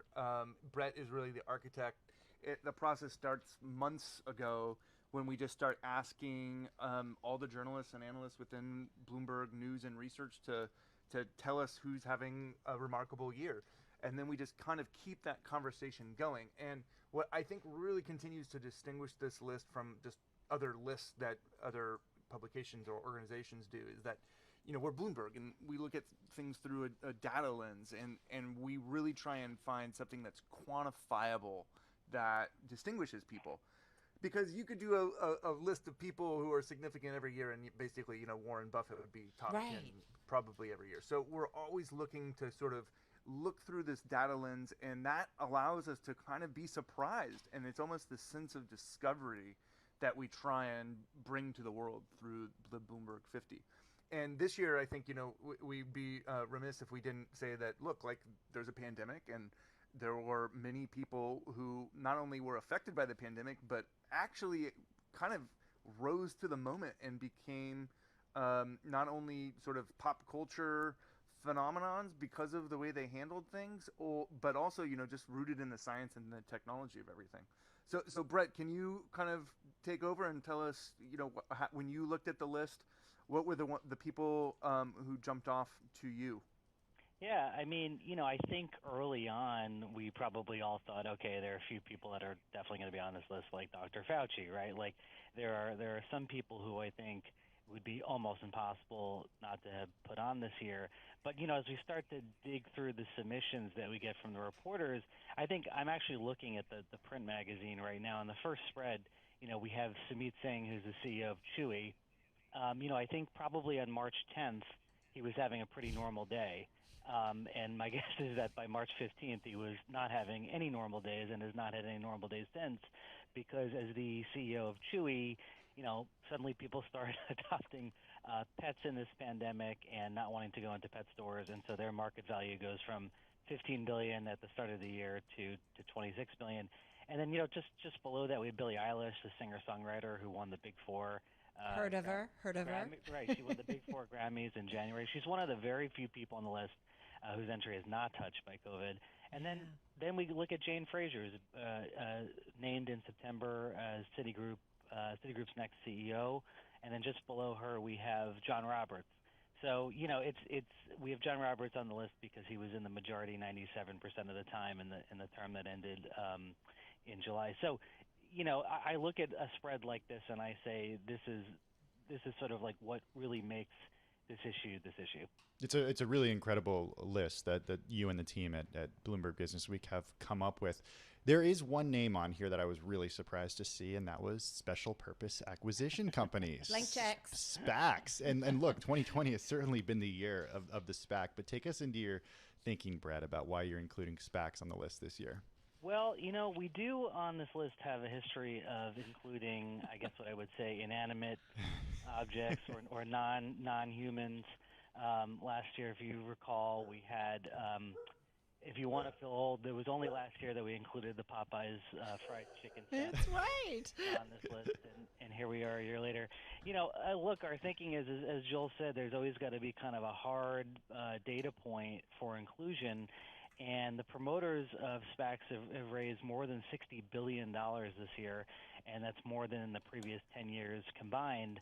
And so it's hard to ignore, as a financial vehicle. So it seemed basically like we're always looking for that one non-human, and this seemed like the most likely one to put on this year. And it's a thing when there's an NI SPAC function on the Bloomberg. It's a thing, right, Joel? And you got to keep in mind that the Supreme Court ruled that corporations were people, so we have a little bit more ability to be liberal in our selections. Yes. That's a good defense, Joel. That's a good defense. Yeah, totally. The legal defense. So Brett, the other thing is that we keep an eye on gender when we put this together, and also sort of the international component. Can you talk about there's always people domestically that people are familiar with. What were some of the international entries that you were impressed with? Yeah, I'll just take as an example Via. She's a live streamer in China, and this is not a form of shopping that is really caught on in the West in the same way that it has there, but it's a $60 billion industry in China alone, and she is one of the most popular sort of media personalities, and she has people, like 20 million people watching some of her broadcasts, which 20 million is, it's a lot. Well, it's just like now. That's how many people. I'm just going to say. Can you imagine a better business model for a pandemic than, being the host of a shopping network? Yeah. Right, and so you've now got companies such as like Procter & Gamble and Tesla, and they're like, hey, do you want to sell our products because of the number of eyeballs she's attracting? So that's one that, I think if you're coming to this issue cold, you might be shocked to learn how gigantic that business is. Another one that I just am really proud of is our photo team did an amazing job photographing the frontline workers of Papa Giovanni Hospital in Bergamo, Italy. We asked Vernon Silver in Rome to find us, a hospital that was really on the front lines of the pandemic. And, if we think back to March, it was really Italy when this thing made landfall in the West. And so we looked for a hospital, and we went out and we interviewed a lot of the frontline workers about their experiences and have some really beautiful portraiture online and in the magazine of these frontline workers. So that would be another international one that I'm really proud of. My favorite international one, and I'll let you talk about it though, Belarus. Yeah, you're going to make me pronounce this name. Which yes, I was. That's exactly right. Just tripped me up for 6 months. Svetlana Tsikhanskaya, and if I've gotten that wrong, I apologize. It just rolls off your tongue. You're so good at that. I apologize to anyone out there. But yeah, she's amazing. She's basically been in exile since she started, an incredibly unlikely campaign that has turned into the biggest challenge ever to the dictator Alexander Lukashenko in Belarus. And Tony Halpin was able to actually get an interview with her. She was, basically her husband had decided to run against Lukashenko, and then next thing you know, she's taking over for him. It's unbelievable. A great list, a great read. Check it all out. We highlight it in our weekend show. It's also online on newsstands, and of course, always on the Bloomberg. Joel, thank you so much, editor of Bloomberg Business Week, along with Brett Began, features editor at Business Week. For those of you listening in New York, D.C., and San Francisco, watching on YouTube, Bloomberg Business Week, we're going to continue. If you're listening in Bloomberg 106.1 in Boston, Bay State Business is coming up next.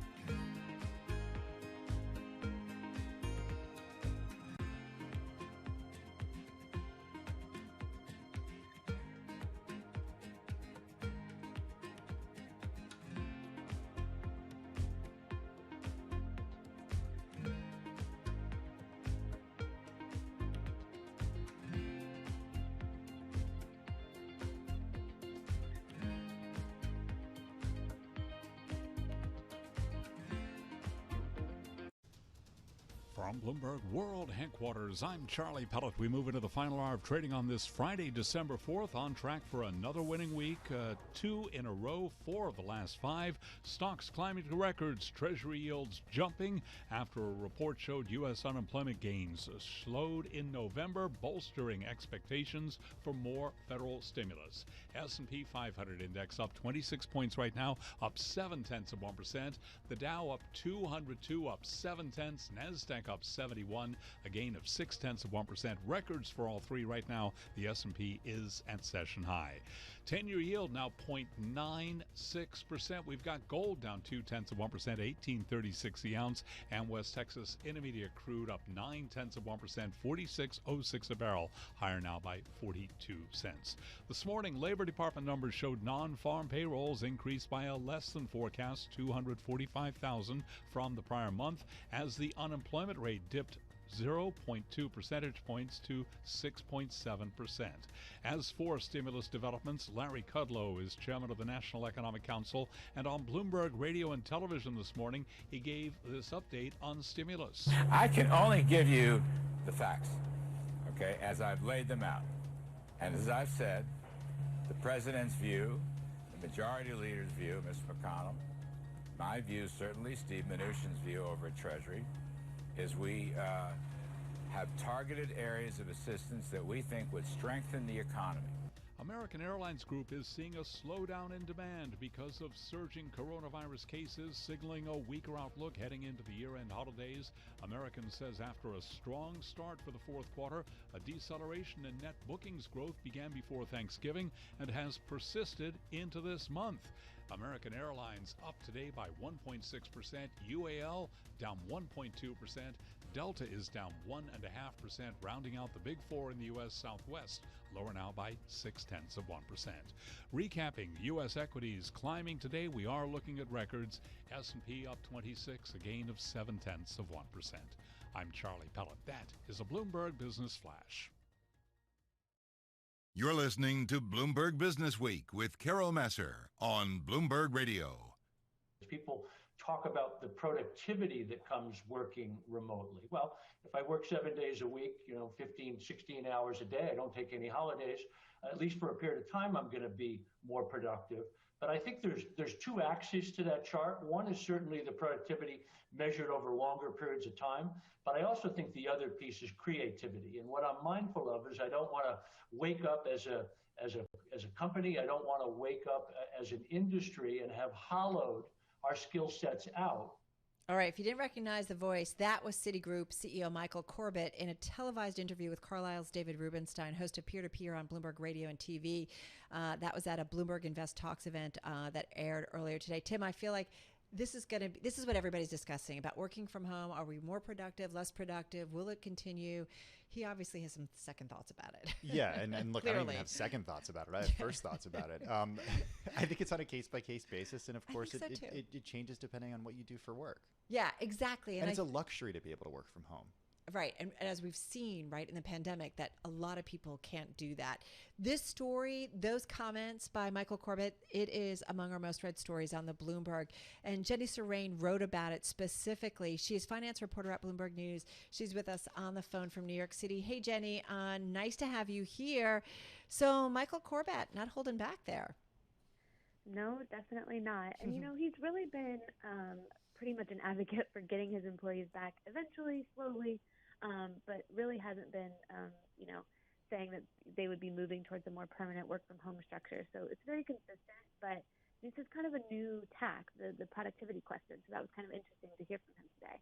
I think there will be this balance, though, between what it does to productivity and also what it does for when it comes to the real estate footprint of these companies, because they can save so much money, especially if these companies do what Silicon Valley companies are doing, which is pay people less if they leave Silicon Valley, for example. Yeah, Michael, that's a good point. Jenny, did Corbett say, yeah, we're ready to, have they made any changes in terms of real estate needs, or it sounds like not, because he expects everybody or wants everybody to come back? Yeah, so they had actually been in the process of kind of shrinking their New York footprint already. And so I think they had already been on that plan. And so this coming definitely accelerated that and kind of helped them maybe consolidate a little bit more. But he did say, probably not everyone will have to be back in the office full time. It probably will allow us to shrink our real estate footprint in some way, but really held back from saying that there was going to be some more permanent, widespread shift to remote work at Citigroup. Yeah, I feel like I'm hearing from more people, especially in the financial community, that their expectations are it's going to be, Tim, very, very different, that they won't need as much real estate, that they do anticipate that workers, now we're 9 months in, habits are hard to change, and people like the flexibility of being able to work at home. I wonder what the implications are of this, though. Does it mean different things for team development and the way that people work with teams? Does it mean different things for the way that mentors work with mentees and are able to actually nurture talent development at organizations?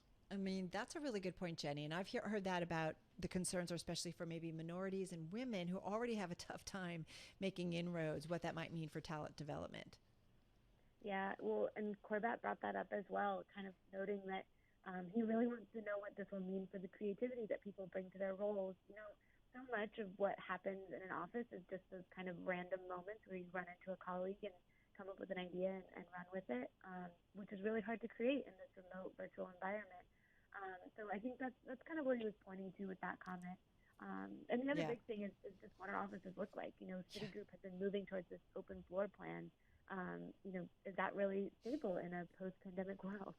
I know. As we look at our open environment, listen, that's been the rage, right? And all of a sudden, everybody's like, "Oh, yeah, maybe we need some barriers here." I wonder, though, how Corbett's position perhaps differs from those of his peer banks and those from his colleagues. What have you found in your reporting, Jenny?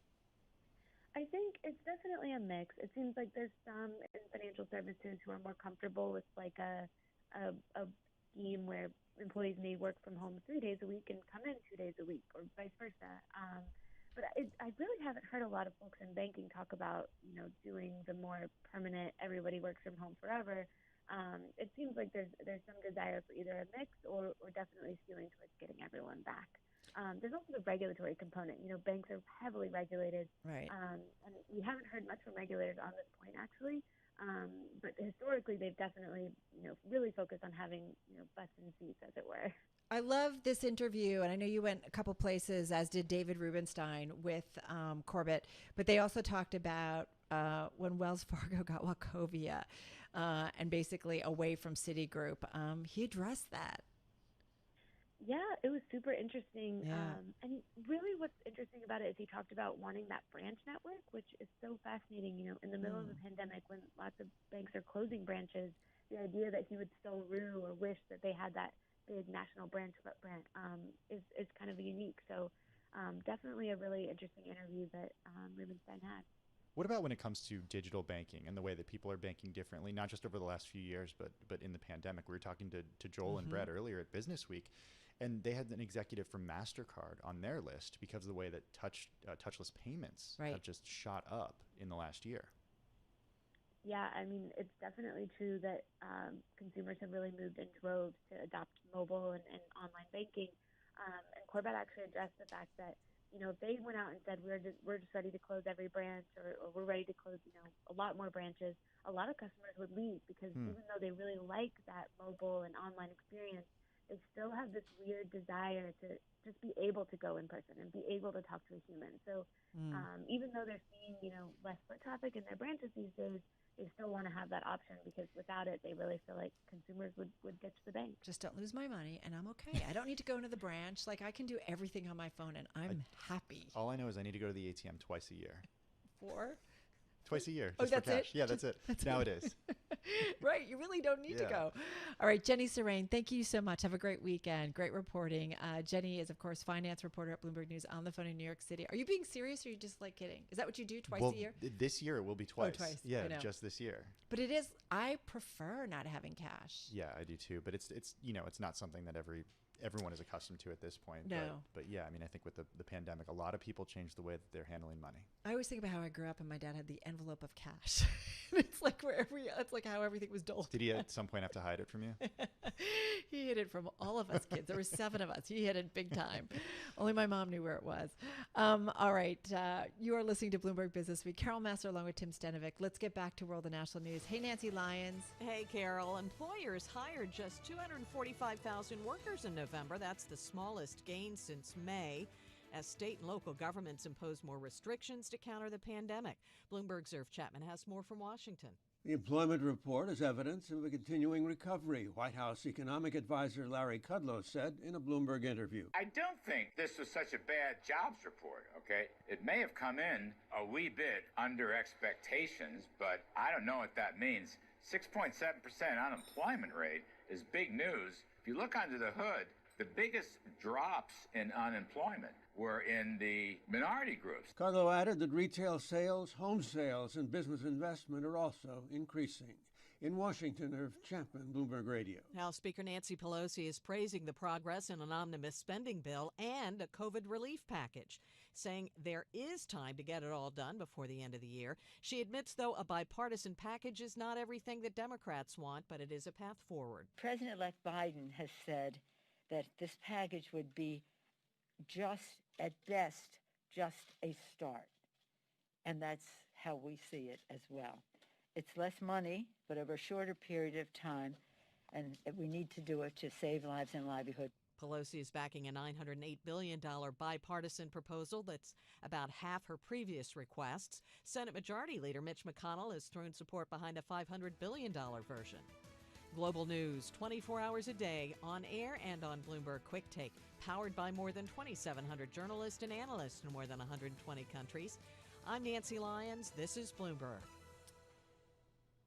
All right, Nance, thank you very much. Carol Massar, along with Tim Stenovic of Bloomberg Quick Take, here in our Bloomberg Interactive Broker Studio. This is the disconnect between our world. You and I talked about Main Street versus Wall Street.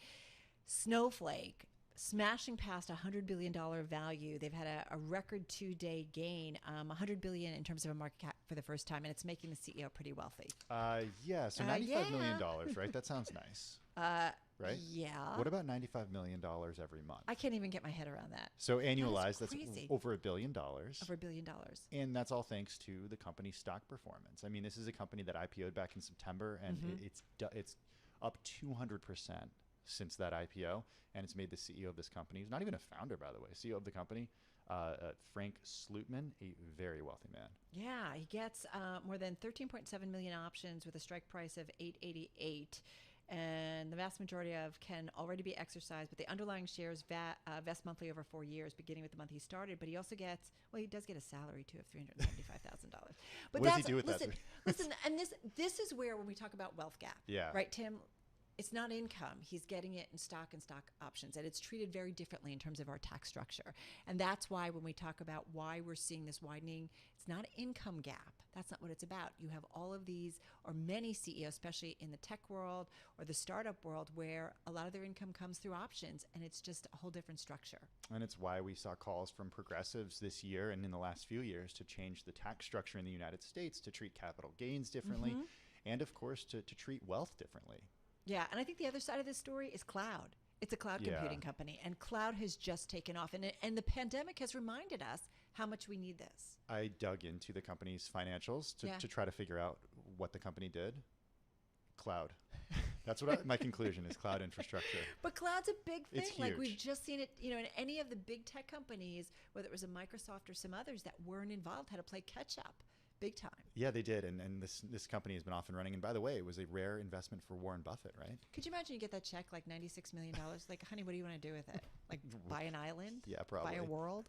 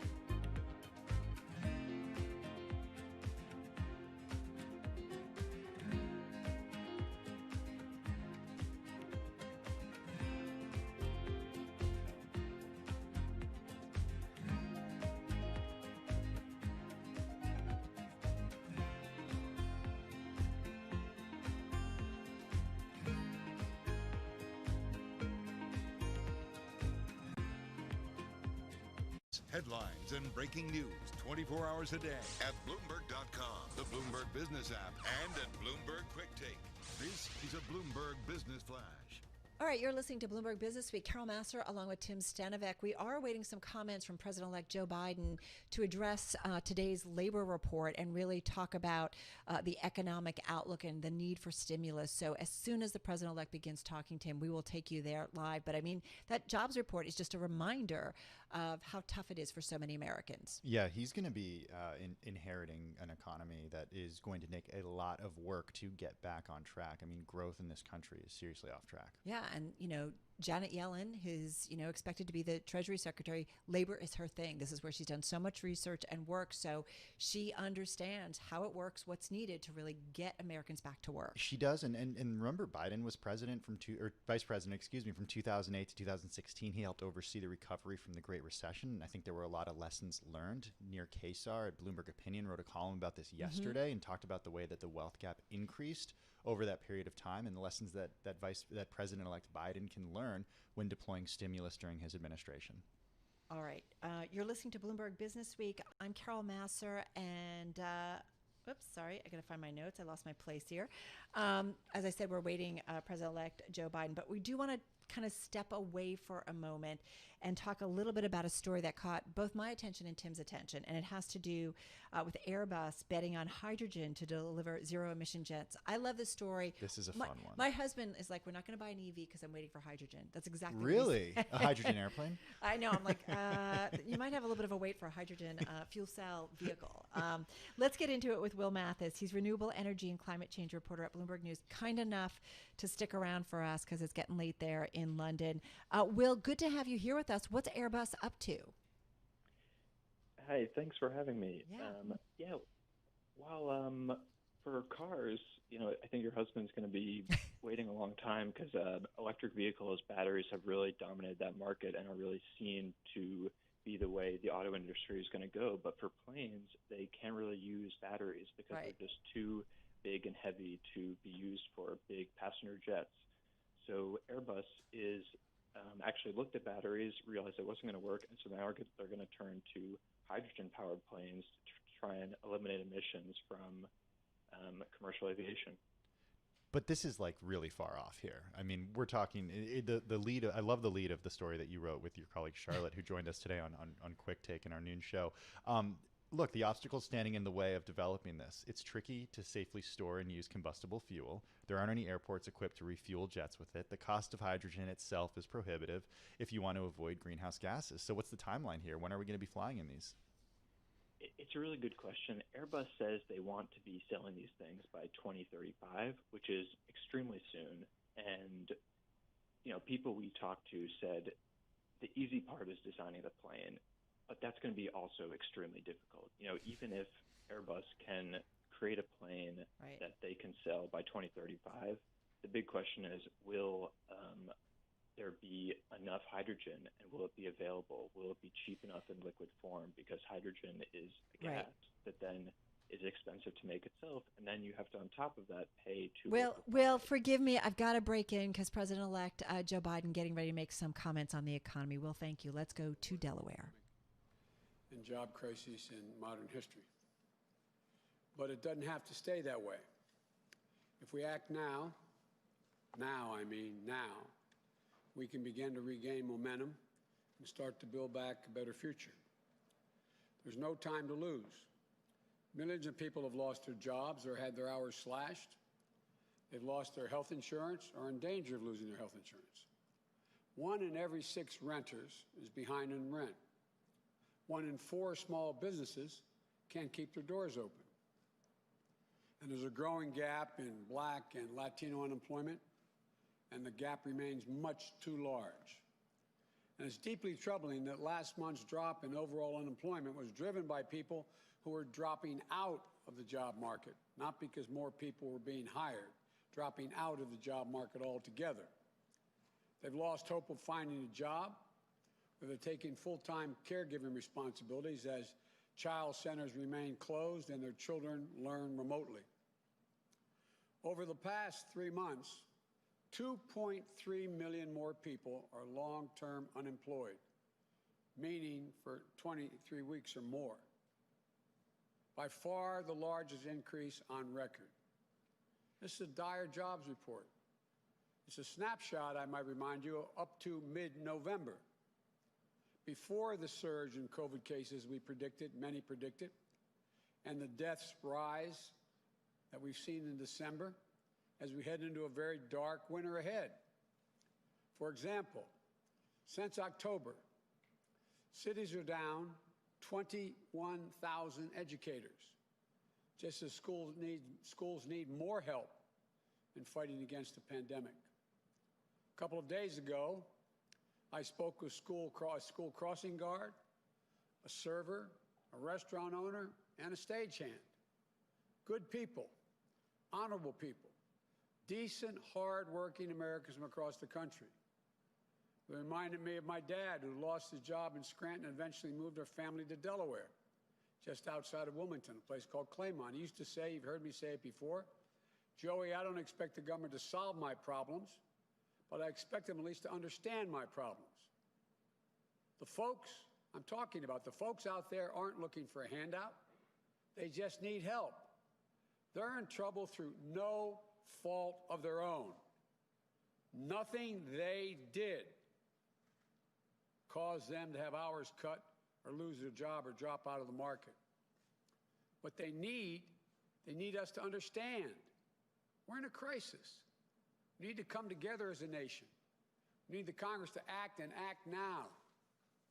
If Congress and President Trump fail to act by the end of December, 12 million Americans will lose their unemployment benefits they rely on.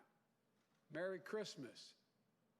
The unemployment benefits allowing them to keep food on the table, to keep the lights on and the heat on, pay their bills. Emergency paid leave will end. The moratorium on evictions will expire. States will lose the vital tools they need to pay for COVID testing and public health. Put yourselves in that position, anybody listening. Laying awake at night wondering what's going to happen tomorrow. It's going to be harder for states to keep children and educators safe in schools, to try to provide assistance to keep small businesses alive. States and cities are already facing large budget shortfalls this year, again through no fault of their own. They've already laid off more than 1 million workers. Even more teachers, firefighters, cops will lose their jobs unless federal government steps up now. And all of this weakens our ability to control the virus if we don't step up now.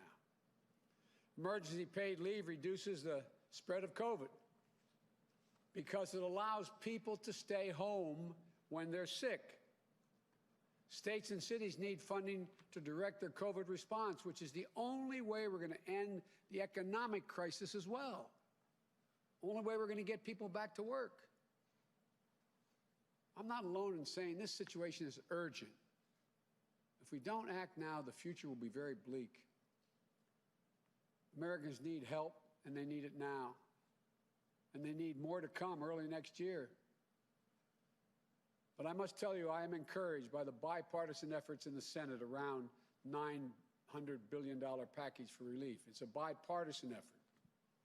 Congress, as they work out the details of this relief package, they're going to have to focus on resources for direct public health responses to COVID-19. We need meaningful funding for vaccines now, so don't lose time and leave people waiting for additional months. We need serious funding for testing now. We need to ramp up testing, allow our schools and business to operate safely. The sooner we pass the funding, the sooner we can turn the corner on COVID-19. You know, in the week since this election ended, there were questions about whether Democrats and Republicans could work together. I know many of you are skeptical about my view that they will and can. Right now, they're showing they can. Congress and President Trump have to get this deal done for the American people. But any package passed in the lame duck session is not going to be enough overall. It's critical, but it's just a start. Congress are going to need to act again in January. Earlier today, I consulted with a number of my economic team, most of which have been announced by now. And Vice President Harris and I announced that team last week. As we inherit the public health and economic crisis, we're working on a plan that we'll put forward for the next Congress to move fast to control the pandemic, to revive the economy, and to build back better than before. We hope to see the same kind of spirit of bipartisan cooperation as we're seeing today. Our plan is based on the input from a broad range of people the Vice President-elect and I have been meeting with since winning this election last month. Labor leaders, the leading CEOs in the country, mayors and governors of both parties, parents, educators, workers, small business owners. There's a consensus that as we battle COVID-19, we have to make sure that businesses and workers have the tools, the resources, and the guidance and the health and safety standards to keep businesses and schools open safely. It can be done. Because here's the deal. The fight against COVID won't be won by January alone. To truly end this crisis, Congress is going to need to fund more testing, as well as a more equitable and free distribution of the vaccine. We're going to need more economic relief to bridge through 2021 until this pandemic and economic crisis are over. And then we need to build back better. I've said it before, an independent analysis by Moody's, a well-respected Wall Street firm, projects that my Build Back Better plan would create 18.6 million good-paying jobs. It's based on a simple premise. Reward work in America, not wealth. We're going to invest in infrastructure, clean energy, and manufacturing, and so much more. We'll create millions of good-paying American jobs and get the job market back on the path to full employment. This will raise incomes, reduce drug prices, advance racial equity across the economy, and restore the backbone of this country, the middle class. Look, the bottom line, it's essential we provide immediate relief for working families and businesses now. Not just help them get on the other side of this painful crisis, but to avoid a much broader economic cost due to long-term unemployment and businesses failing. By acting now, even with deficit financing, we can add to growth in the near future. In fact, economic research shows that with conditions like the crisis today, especially with such low interest rates, not taking action, the action I'm proposing, will hurt the economy, scar the workforce, reduce growth, and add to the national debt. Look, I know times are tough, and the challenges are daunting, but I know we can do this. We can create an economic recovery for all, for everybody. We can move from crisis to recovery and to resurgence. For Lord's sake, this is the United States of America. We've done it before, and we'll do it again. We will, I promise you. So I thank the bipartisan group that's trying to put something together right now. We're going to need more bipartisanship as we move on. God bless you guys and women are doing this. God bless our country, and may God protect our troops. I'll stop there, and I'll be happy to take some questions.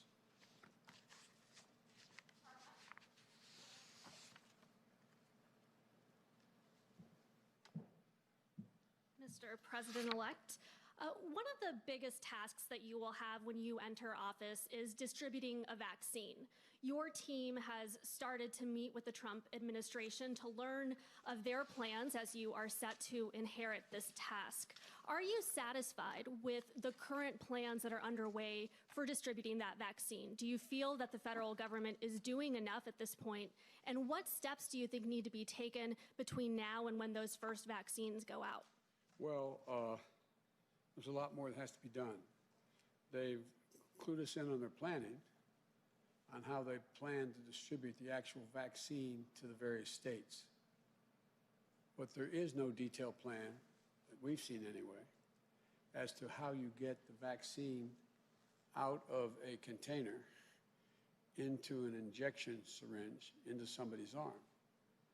And it's going to be very difficult for that to be done in this very expensive proposition. For example, you know, we agree with their priorities that they've laid out so far. I do, at least. My team is looking at it, of dealing with first responders and those in nursing homes and in home care, the first people on the list. But we also have to realize that we're in a situation where there has to be some equity in the way this is distributed.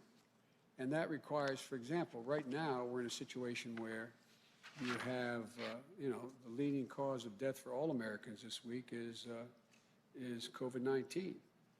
But blacks and Latinos are 3 times as likely to die if they get COVID-19. And so the communities of color, it's a mass casualty event. And so we got to figure out how we make sure we get the vaccine to those communities. Delivering the large amounts of the vaccine to the Walmarts and and other major drug chains does not get you into a lot of these neighborhoods, and it doesn't guarantee that it gets around. So we got a lot of work to do, and there has to be the equity side of this has to be an important part of distribution. In addition to that, the cost of actually getting the serum into a injection into a needle into somebody's arm costs a lot of money. It takes a lot of people. It takes a lot of folks to be able to get that done. And we have to have a much better way than we've seen thus far as to how it's distributed. In some states, like the governor of Utah say, just deliver to the Capitol, I can take care of it in our conversation. Well, that could be true. But in large states like California, Texas, Illinois, Florida, et cetera, it's not that easy. There has to be an overall plan. That's what we're working on right now. And that's why I asked Dr. Fauci to stay on and to be my chief advisor on this issue, but also to be part of the COVID team. And on your cabinet, you are facing a lot of pressure to add more diversity to your administration. You have civil rights groups and lawmakers pushing you to do this, to make sure that you make good on your promise. And you look at your cabinet announcement so far, and they have included some diverse figures, but I specifically want to hone in on those big 4. And so far, when it comes to Secretary of State and Treasury, you have nominated a white man and a white woman. So looking at Attorney General and the Department of Defense, would you commit to nominating a person of color for those positions? Look, it's each one of these groups' jobs to push their leaders to make sure there's greater diversity. What I can promise you is when this is all said and done, you see everyone that I've announced and who's going to be in the next several weeks, we'll have it all out there. You're going to see significant diversity. I'm not going to tell you now exactly what I'm going to do in any department, but I promise you, it'll be the single most diverse cabinet based on race, color, based on gender that's ever existed in the United States of America. So no commitment on those spots? A commitment of what I just said will be the most diverse cabinet and the main spots in both White House as well as the cabinet positions. Thank you. Thank you, Mr. President-elect. You just said a couple of minutes ago that there's no time to waste when it comes to economic stimulus, but Democrats and Republicans have been in a stalemate for several months as they have been negotiating and trying to talk about what kind of stimulus to put together. You were elected by more than 80 million people to try to break that logjam. Can you talk about specifically what you have done over these past several weeks to actually work with Democrats and Republicans, speaking to congressional leaders to get them to agree on a stimulus package? And what do you say to people like Senator Sanders on the left flank of your party who have come out against this stimulus program already? They have said that this $900 billion deal is not good enough. Well, it would be kind of stupid for me to tell you what I did, wouldn't it? Because it'd be kind of hard to do it again. I told you all that I was confident we'd get a bipartisan agreement on this stuff. And I think we will, not just on this package, but I think beyond. And the last thing I'm going to do is tell you strategically how I go about this. I remember I used to get asked the same thing when I was putting together significant deals between Democrats and Republicans when I was a senator and vice president. It's just not a very smart thing for It's like me asking you, tell me how you get your sources and how'd you get those sources you got in order to get that story. It would be ridiculous for you to tell me or your colleagues how you did it. All I can say is I'm confident there are a sufficient number of Democrats and Republicans in the United States Senate, along with significant votes coming out of the House of Representatives, to put together a serious package that will keep us from going off the edge here, provide the kind of resources that are needed immediately. It's not going to satisfy everybody, but the option is, if you insist on everything, we're likely to get nothing on both sides. And so I think they're on their way to being able to come up with a package that meets the basic immediate needs that we have. But I've made it real clear, it's just a down payment. This is not the end of the deal. So I've been relatively good at negotiating over my career because I never, number one, reveal something somebody doesn't want me to in the deal, and number two, because I always keep my word. There are a number of progressives, including Senator Sanders, who have criticized this deal in part because it does not include the $1,200 checks that were in the last deal. What do you say about that? They say that the American people who are hurting, maybe not the small businesses, but just the everyday families, they don't have anything in this deal. They're not getting any of the stimulus that's in this $900 billion package. That's not what I understand, but I think it would be better if they had the $1,200. I understand that may be still in play. But I'm not going to comment on the specific details. The whole purpose of this is we've got to make sure people aren't thrown out of their apartments, lose their homes, are able to have unemployment insurance they can continue to feed their families on as we grow back the economy, be in a position where we provide for help to localities so they're not continuing to lay off school teachers and firefighters, et cetera, first responders, and to make sure we're in a position that we're able to generate the kind of growth that is a consequence of this by allowing, it costs a lot of money to keep schools and businesses open on the COVID side of the equation. They're all pieces should be in it. There's much more. If I were writing it, I think the proposal that, quite frankly, the HEROES Act that the House passed, that's what I would support. But, this is a democracy, and there are, you've got to find a sweet spot where you have enough people willing to move in a direction that gets us a long way down the road, but isn't the whole answer. Thank you. Thank you.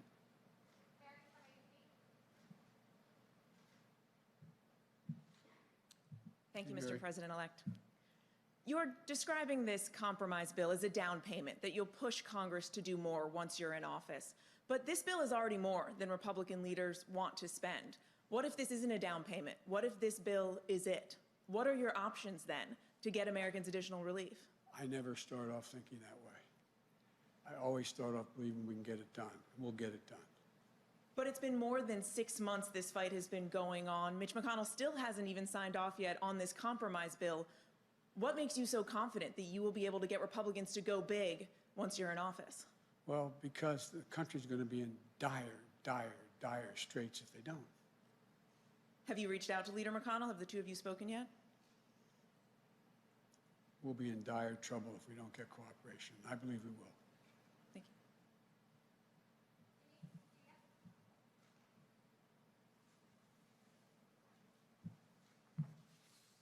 you. Thank you, Mr. President-elect. You noted today that 1 in 6 renters are behind in their rent. Millions of Americans remain unemployed. You say the situation is urgent. When you come into office, do you expect to pass executive orders dealing with those specific issues? And also, do you at all plan to pass trillions of dollars of aid? Is that what you have in mind when you say we need to go big? Or are we looking at billions of dollars? We're looking at hundreds of billions of dollars. Look, again, I've learned after hanging around in this business for a while, the last thing you do before you begin a negotiation is lay down a drop-dead marker. And if it's not this, I'm not going to talk to you. I think there's a lot we can get done. And I think people are going to see the overwhelming necessity. What's going to start to happen is a lot of folks who represent Republican districts are going to find their Republican neighbors are in real trouble as things get worse. They're going to find that there's an overwhelming need as these these numbers skyrocket. You remember my saying that I believe the experts we'd had at least another 250 dead before the end of the year. And they went, oh, no, all right. Guess what? Look what's happening. It's going to get much worse. It's going to get much worse. And so I believe that there are enough Republicans who will join enough Democrats in the United States Senate to get a majority, along with the House to get it done. But we'll see. We'll see. This is a step at a time. And on executive orders? Well, I'd issue executive orders that are totally within the purview of an executive. But one of the things I don't like is I don't like people saying that I can, by executive order, do the following things, which there is no basis in the Constitution to suggest it can be done. So there are certain things I can do. I can issue executive orders pulling back some of the executive orders that Trump put forward. But I can't issue an executive order saying we're going to spend X billion dollars on this issue without getting it. Congress appropriates and is responsible for distributing that money. And then quickly on the coronavirus vaccine, you talked about getting it into African American and vulnerable populations. You've said yourself that you're willing to get the vaccine publicly to get people to feel safe. But there are people already telling me, well, President-elect Biden has good health care. If there's some complications, he might have better health care than me, African Americans around the country. What more can you do to convince people that the vaccine is safe for them? And does that mean you'll at all lean on any existing members of the Corona Task Force? I know that you have committed to keeping Dr. Fauci, but is there Dr. Birx? Is there anyone else that you might be leaning on to convince people?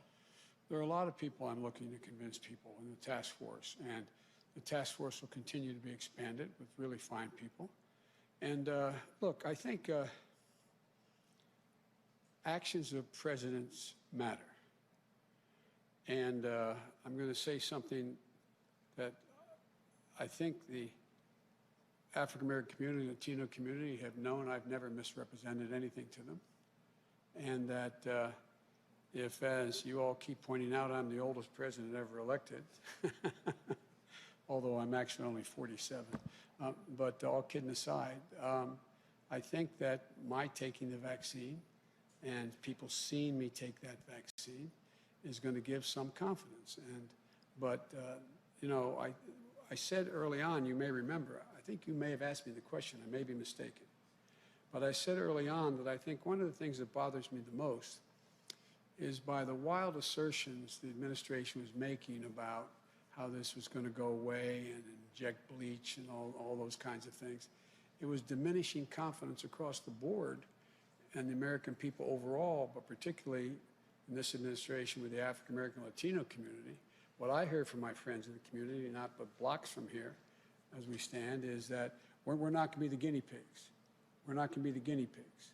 Well, the fact of the matter is that they won't be. You're going to see tens of millions of Americans taking the vaccine, and you're going to see the President of the United States and 3 of the 4 living former presidents doing it publicly as well. It's all about, and look, it's going to take some effort to rebuild confidence in science because it's been so diminished in this administration thus far. So, but I will, and by the way, in the meantime, I got to make sure that the vaccine is both free and available, and that any follow-up on the vaccine is free and available, that relates to any health complications from it. So there's ways we can deal with some of these issues. Biden has good health care, therefore, but I don't have good health care. That's another thing we're working on from day one. I've been working on it at this moment. And so my hope is that we can reinstill some confidence in to be able to believe the President of the United States when he or she speaks. Thank you. Thank you very much.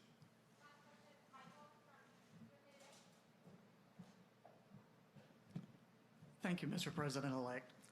A lot of people are wondering what your inauguration is going to look like, considering So am I.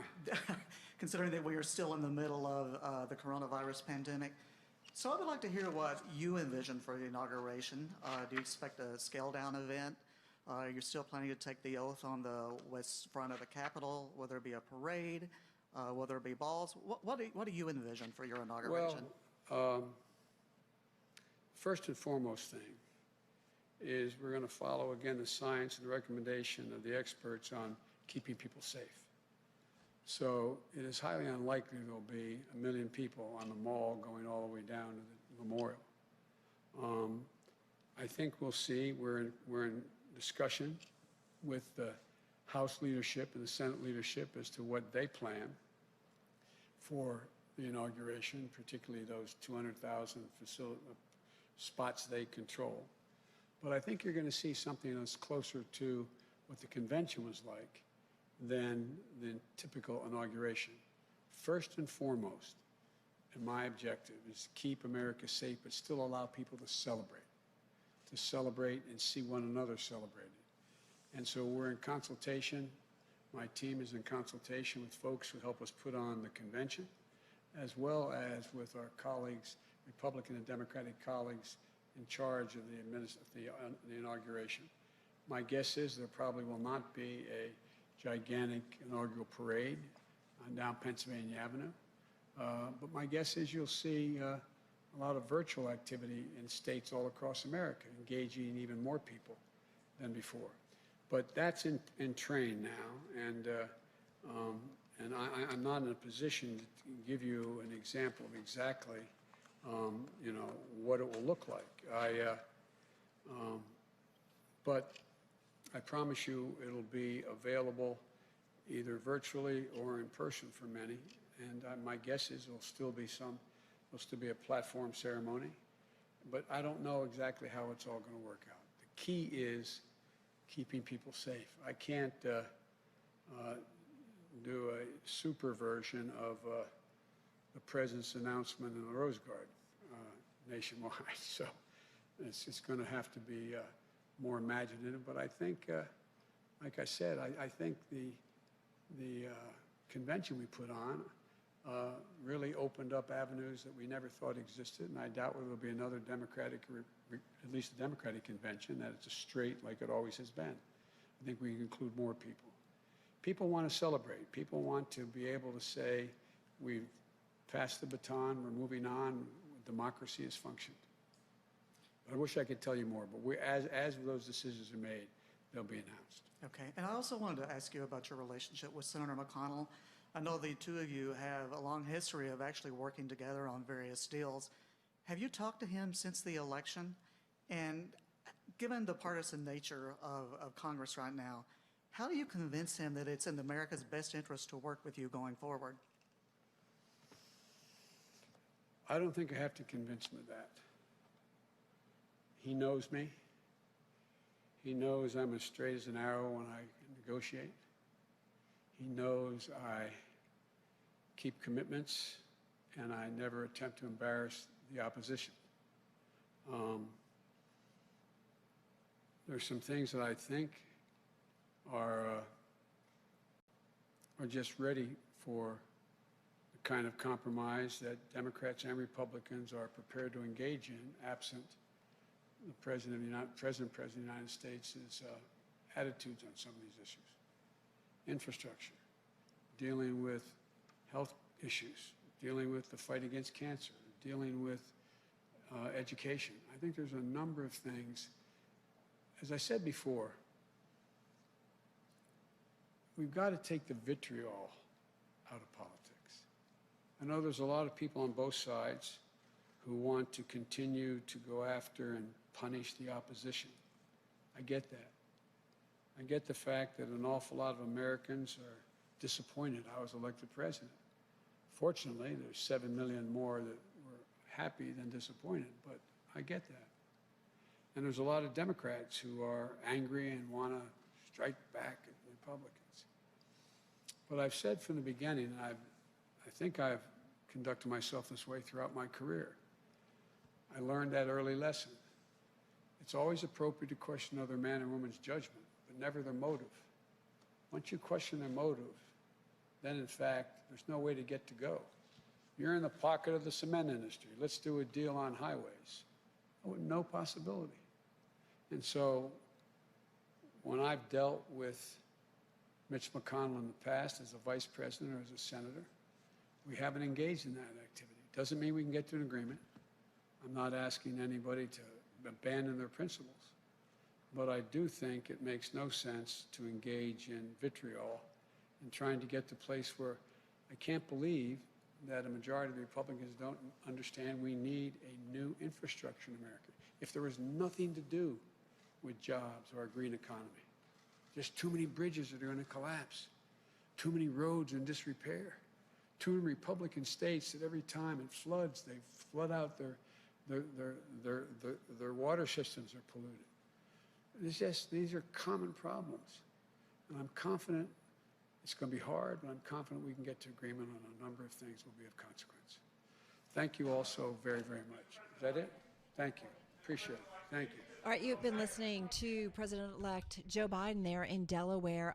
Initially, Tim, of course, addressing the jobs report today, saying it was grim. He's talking about a very dark winter lying ahead, and it's all getting to the point that we need stimulus. The American public needs another round of federal stimulus to help out here.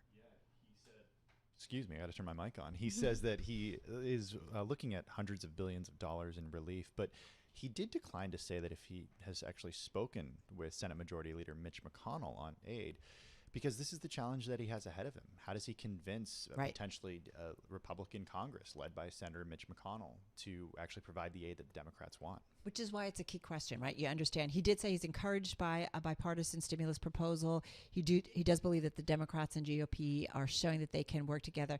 It's interesting, though. He's talking about billions of stimulus, maybe $1,200 individual checks, once again, going out in aid. And I think that's the one thing that people have said, this is what you need to do, is get cash in the hands of Americans, especially if they're being told you got to stay home. What did we learn over the summer? That works. Yeah, exactly.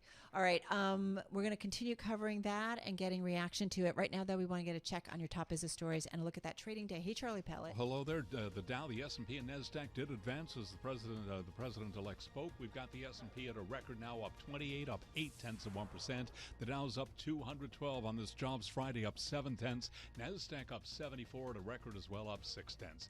10-year yield 0.97%, and gold down 0.3%. That is a Bloomberg Business Flash. All right, Charlie, thank you so much. We just have a few minutes left in today's trading day. Let's get right to our market guest. Time for the drive to the close with David Dietz, President and Chief Investment Strategist at Point View Wealth Management, $7.3 billion in assets under management. David, back with us on the phone from Summit, New Jersey. David, good to have you here. President-elect Joe Biden being, rather... he said the jobs report was grim. I felt like he was grim too, in just understanding the plight of a lot of Americans and the additional stimulus and aid that they need. How do you see it? And if we don't get that aid and the right amount of aid, what will that ultimately mean in terms of our economy and ultimately our financial markets? Well, absolutely. It was appropriate to be grim because, of course, the jobs report for November came in short of expectations. We still have an unemployment rate which is unacceptably high. So, that's the bad news. Of course, juxtaposed against that is some even better news in a way, because we've got terrific announcements from not just one, but 3 vaccine producers giving us vaccines that have a 95% efficiency rate, and some of that's going to be rolled out before the end of the year. So we know what the cause is, we know the problem, but at least we're starting to see a very bright light at the end of the tunnel. Nevertheless, it's not quite clear exactly when the population will be able to get vaccinated. So for those poor people who are out of a job now or whose businesses on Main Street are going south fast, there is certainly a need for aid. I wonder how, though, this aid comes with a divided Congress and what the expectations are from investors right now, especially as we see Vice President Pence right now, doing a rally in Georgia because this balance of the Senate actually hangs in Georgia. Obama's headed there this weekend. President Trump is headed there this weekend. What is the market expecting in terms of that turnout, or not turnout, but the result of the January 5th election? Well, certainly in the last 10 days or so, Wall Street is getting more optimistic that we may see something before the end of the year, may see something in the lame duck session.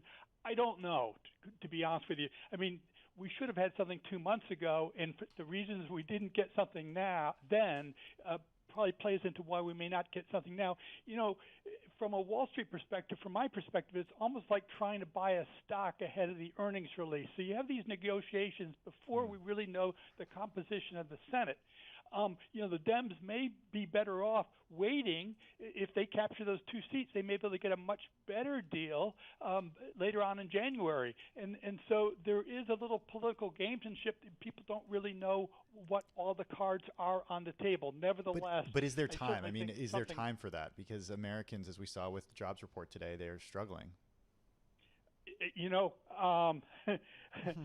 Every week is important, and so many of these benefit programs do end at the end of the year. And so I do think people sincerely want to get something done, and whether people can agree on something that at least helps the American people in terms of the unemployment problem, let's hope.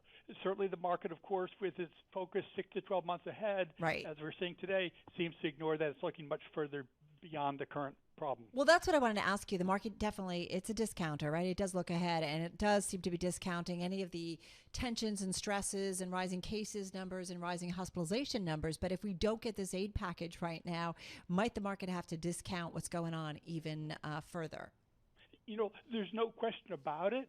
70% of the American economy is based on consumer spending, and as bank accounts dwindle down and the outlook for jobs darkens, that's going to affect spending. But of course, what we saw back in March was never discount what policymakers will do for us. So we have a big meeting from the Federal Reserve next week. What might they do? There's a chance that they say, look, we're going to keep the amount of bond buying going, but we're going to target longer maturities, yield curve control. That could be a shot in the arm further for the market, for the big real estate market, and could be helpful. And of course, if things get really bad, then actually the lawmakers may pass a temporary stimulus bill. Right. Well, we will certainly see what happens. David Dietz, thank you so much. President and Chief Investment Strategist over at Point View Wealth Management, on the phone from Summit, New Jersey. Tongue twisted there, but we know we need to get something done here. Yeah, I think lawmakers know that too. All right. You are listening to Bloomberg Business Week right here on Bloomberg Radio. This is Bloomberg. Sorry.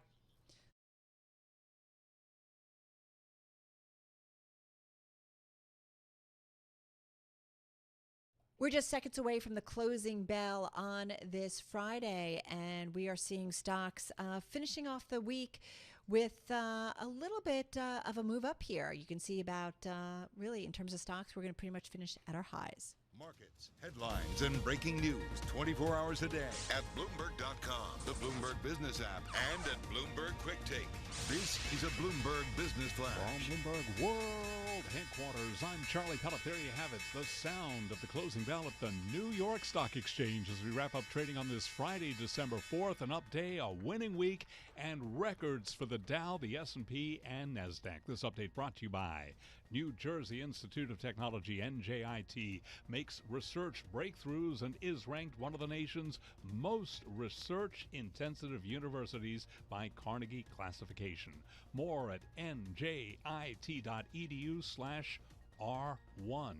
Stocks climbed to records. Treasury yields jumped after a report showing U.S. unemployment gains slowed in November, bolstered expectations for more federal stimulus. All major indexes for U.S. equities, the S&P 500, the Dow Jones Industrial Average, the Russell 2000, and Nasdaq surpassed their previous closing records. Such synchronized highs were last seen in January of 2018.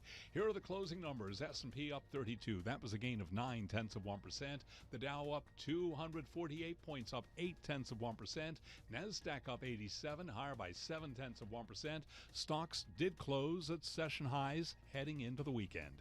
As for the economy, the market, and the size of an aid package, David Dietz is President and Chief Investment Strategist at Point View Wealth Management. He was our guest moments ago right here on Bloomberg Business Week. We know what the cause is. We know the problems, but at least we're starting to see a very bright light at the end of the tunnel. Nevertheless, it's not quite clear exactly when the population will be able to get vaccinated. So for those poor people who are out of a job now or whose businesses on Main Street are going south fast, there is certainly a need for aid. Cloud computing company Snowflake continued a post-earnings surge that sends its market valuation above $100 billion for the first time. Shares up today by 14.1%. So again, recapping records on Wall Street, session highs for stocks. S&P up 32, a gain of 0.9%. I'm Charlie Pellet. That is a Bloomberg Business Flash. Wild thing, think you move me. I got a few moves I know you'll like. Shaking all over. Bloomberg Business Week. Movers and shakers. Shaking, not stirring. On Bloomberg Radio. It is time to take a look at the market, a little bit of a deeper dive. I'm forgetting to push my button here, too. It is a Friday, everyone. Carol Massar along with Tim Stanovic of our own Bloomberg Quick Take. And also joining us is our own Vince Signorella, who has been talking with traders. He's our Bloomberg News global macro strategist, and he's joining us on the phone from Westchester and I think White Plains specifically. S&P 500. Risk trade on, 412 names in the index, higher today, 92 lower, 1 unchanged. And if I look at the major industry groups, 9 of 11 were up. Energy at the top of the pack, utilities at the bottom of the pack, down about 1%. But this was definitely investors feeling optimistic. Tim. Yeah, it was like you've been talking about all afternoon, or sort of good, bad news is good news type of day, because we got those jobs figures this morning at 8:30, and they were a big miss. Yeah. But investors optimistic that will lead to more stimulus. Well, so Vince, let's talk about that. Let's take you back to this morning. What were people talking about following that jobs report? I mean, exactly what you guys just said, that we're back to where bad news is good news. And, you know, if whatever takes, whatever happens, barring a huge jump in cases, but whatever it takes to get stimulus out of Washington, the markets would see as a positive. There's some late news out, though, that's putting a little cold water on this, and I'm not sure how many people are behind it. But Sanders has come out and said he won't support it because it doesn't include the $1,200 check to individuals, and so have the progressives. Now, I don't know how many of them there are and whether or not they can upend this. Sanders by himself can't because Romney, for instance, as a Republican, would vote for it. So he won't have enough support by himself to move the needle. But it's a wonder how many others might go down the same road. And if they add that check into it, that's probably not going to fly with McConnell, so we'll probably be back to square one, unfortunately. Yeah, I mean, it's really interesting, though, because that news did come out before the market closed, and we didn't see it actually diminish the what investors were doing on Wall Street today. They were still optimistic. So I do wonder to what extent that actually matters in the final vote. Yeah, well, as I said, Sanders by himself is not going to be able to change the dynamic. It depends on how many other people join him looking for that $1,200 check or any other additional stimulus. We don't know what that is yet. And what we also don't know is how far off of the skinny deal that McConnell has always proposed is 500. He's really he's given us no indication he'd come up to 900 so far. So we just don't know. But there's going to be a lot of talk this weekend. And hopefully they'll hammer something out and give these poor people a break going into Christmas.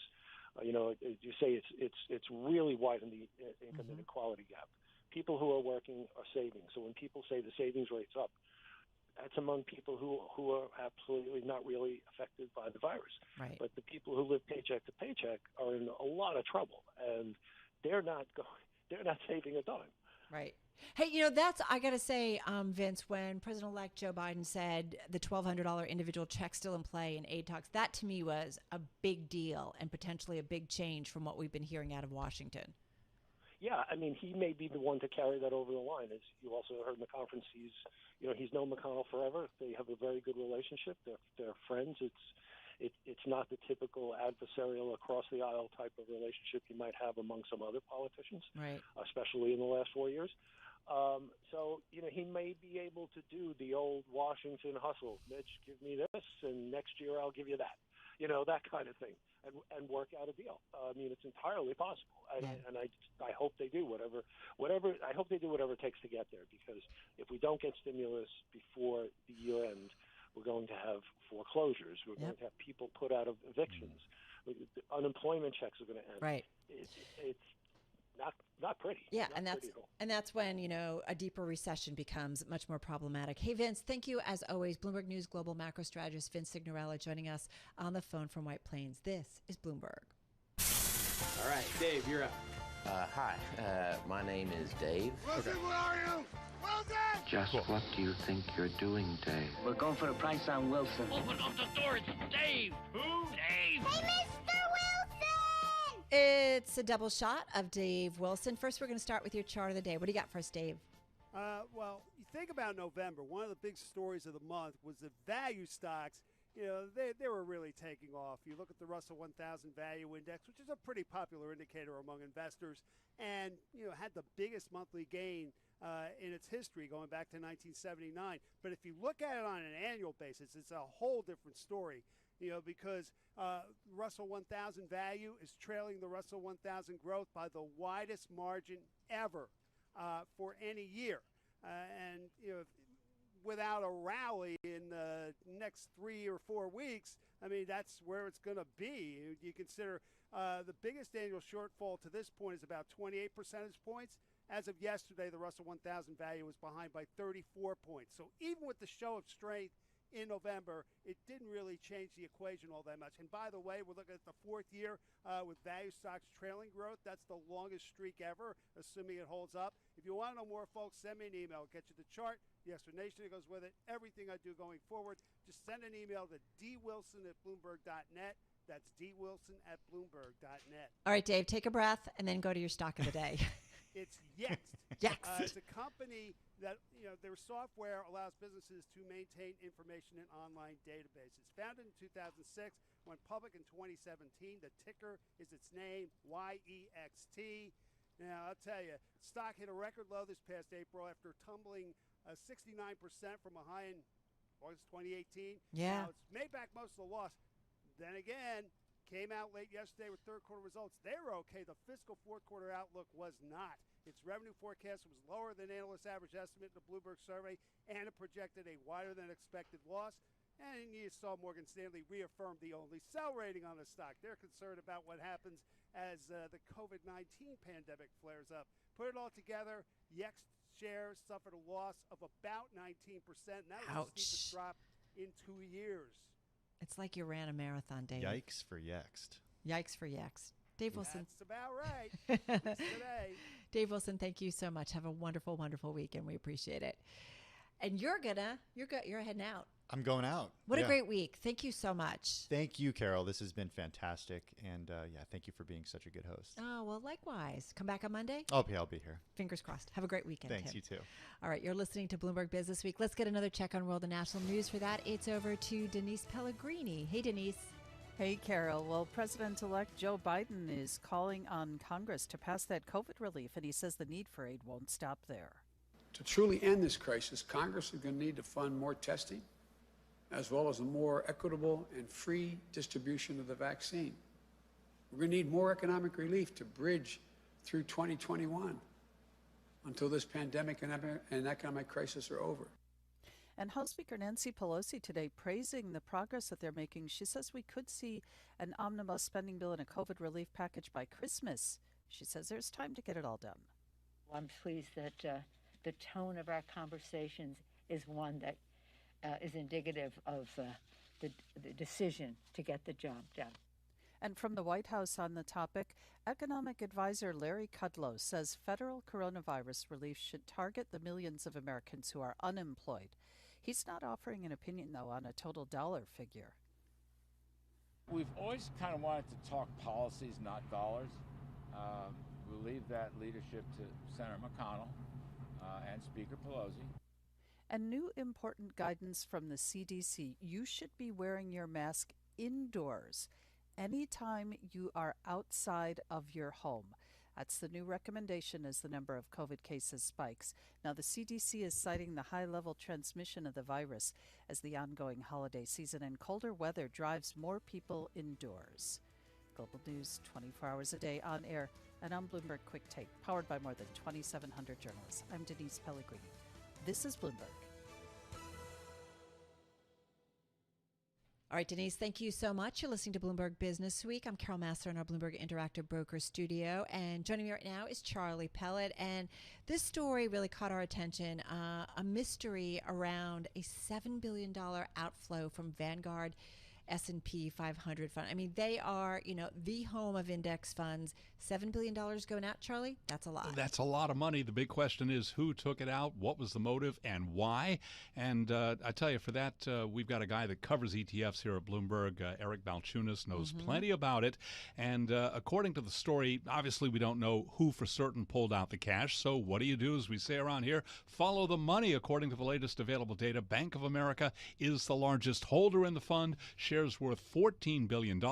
Raymond James Financial next with about $5.2 billion, followed by Parametric Portfolio Associates with $4.9 billion. Spokespeople for Vanguard Parametric declined to comment on the flows. Bank of America, Raymond James didn't immediately respond to requests for comment, but as our Eric Balchunas points out, the scale of the withdrawal indicates that VU, that's the ticker for it, now being used by large institutions in addition to being a favorite with retail investors. That's what's fascinating, right? Like, we went through for how many years, how many decades, active management. It was all about active asset management. And we know certainly in the last 5 years, in the last decade, right? Index and indexing has really taken over. Low cost, and you basically just track the market. And to find, also the big buy-in with the large institutions, Charlie, that is what's kind of an interesting take for here. And to sum it up here, what Balchunas says, quote, VU is now being used by the big boys. And right now, as I check the Bloomberg here, so far this year, in line with the S&P, up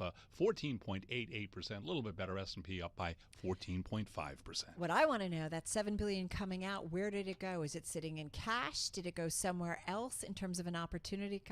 I love watching money flows and investment flows. And Charlie, I just kind of want to know where it went. That's a very good question. Stay tuned because we'll be on it. All right. Charlie Pellet, thank you so much. This is Bloomberg Business Week, and this is Bloomberg.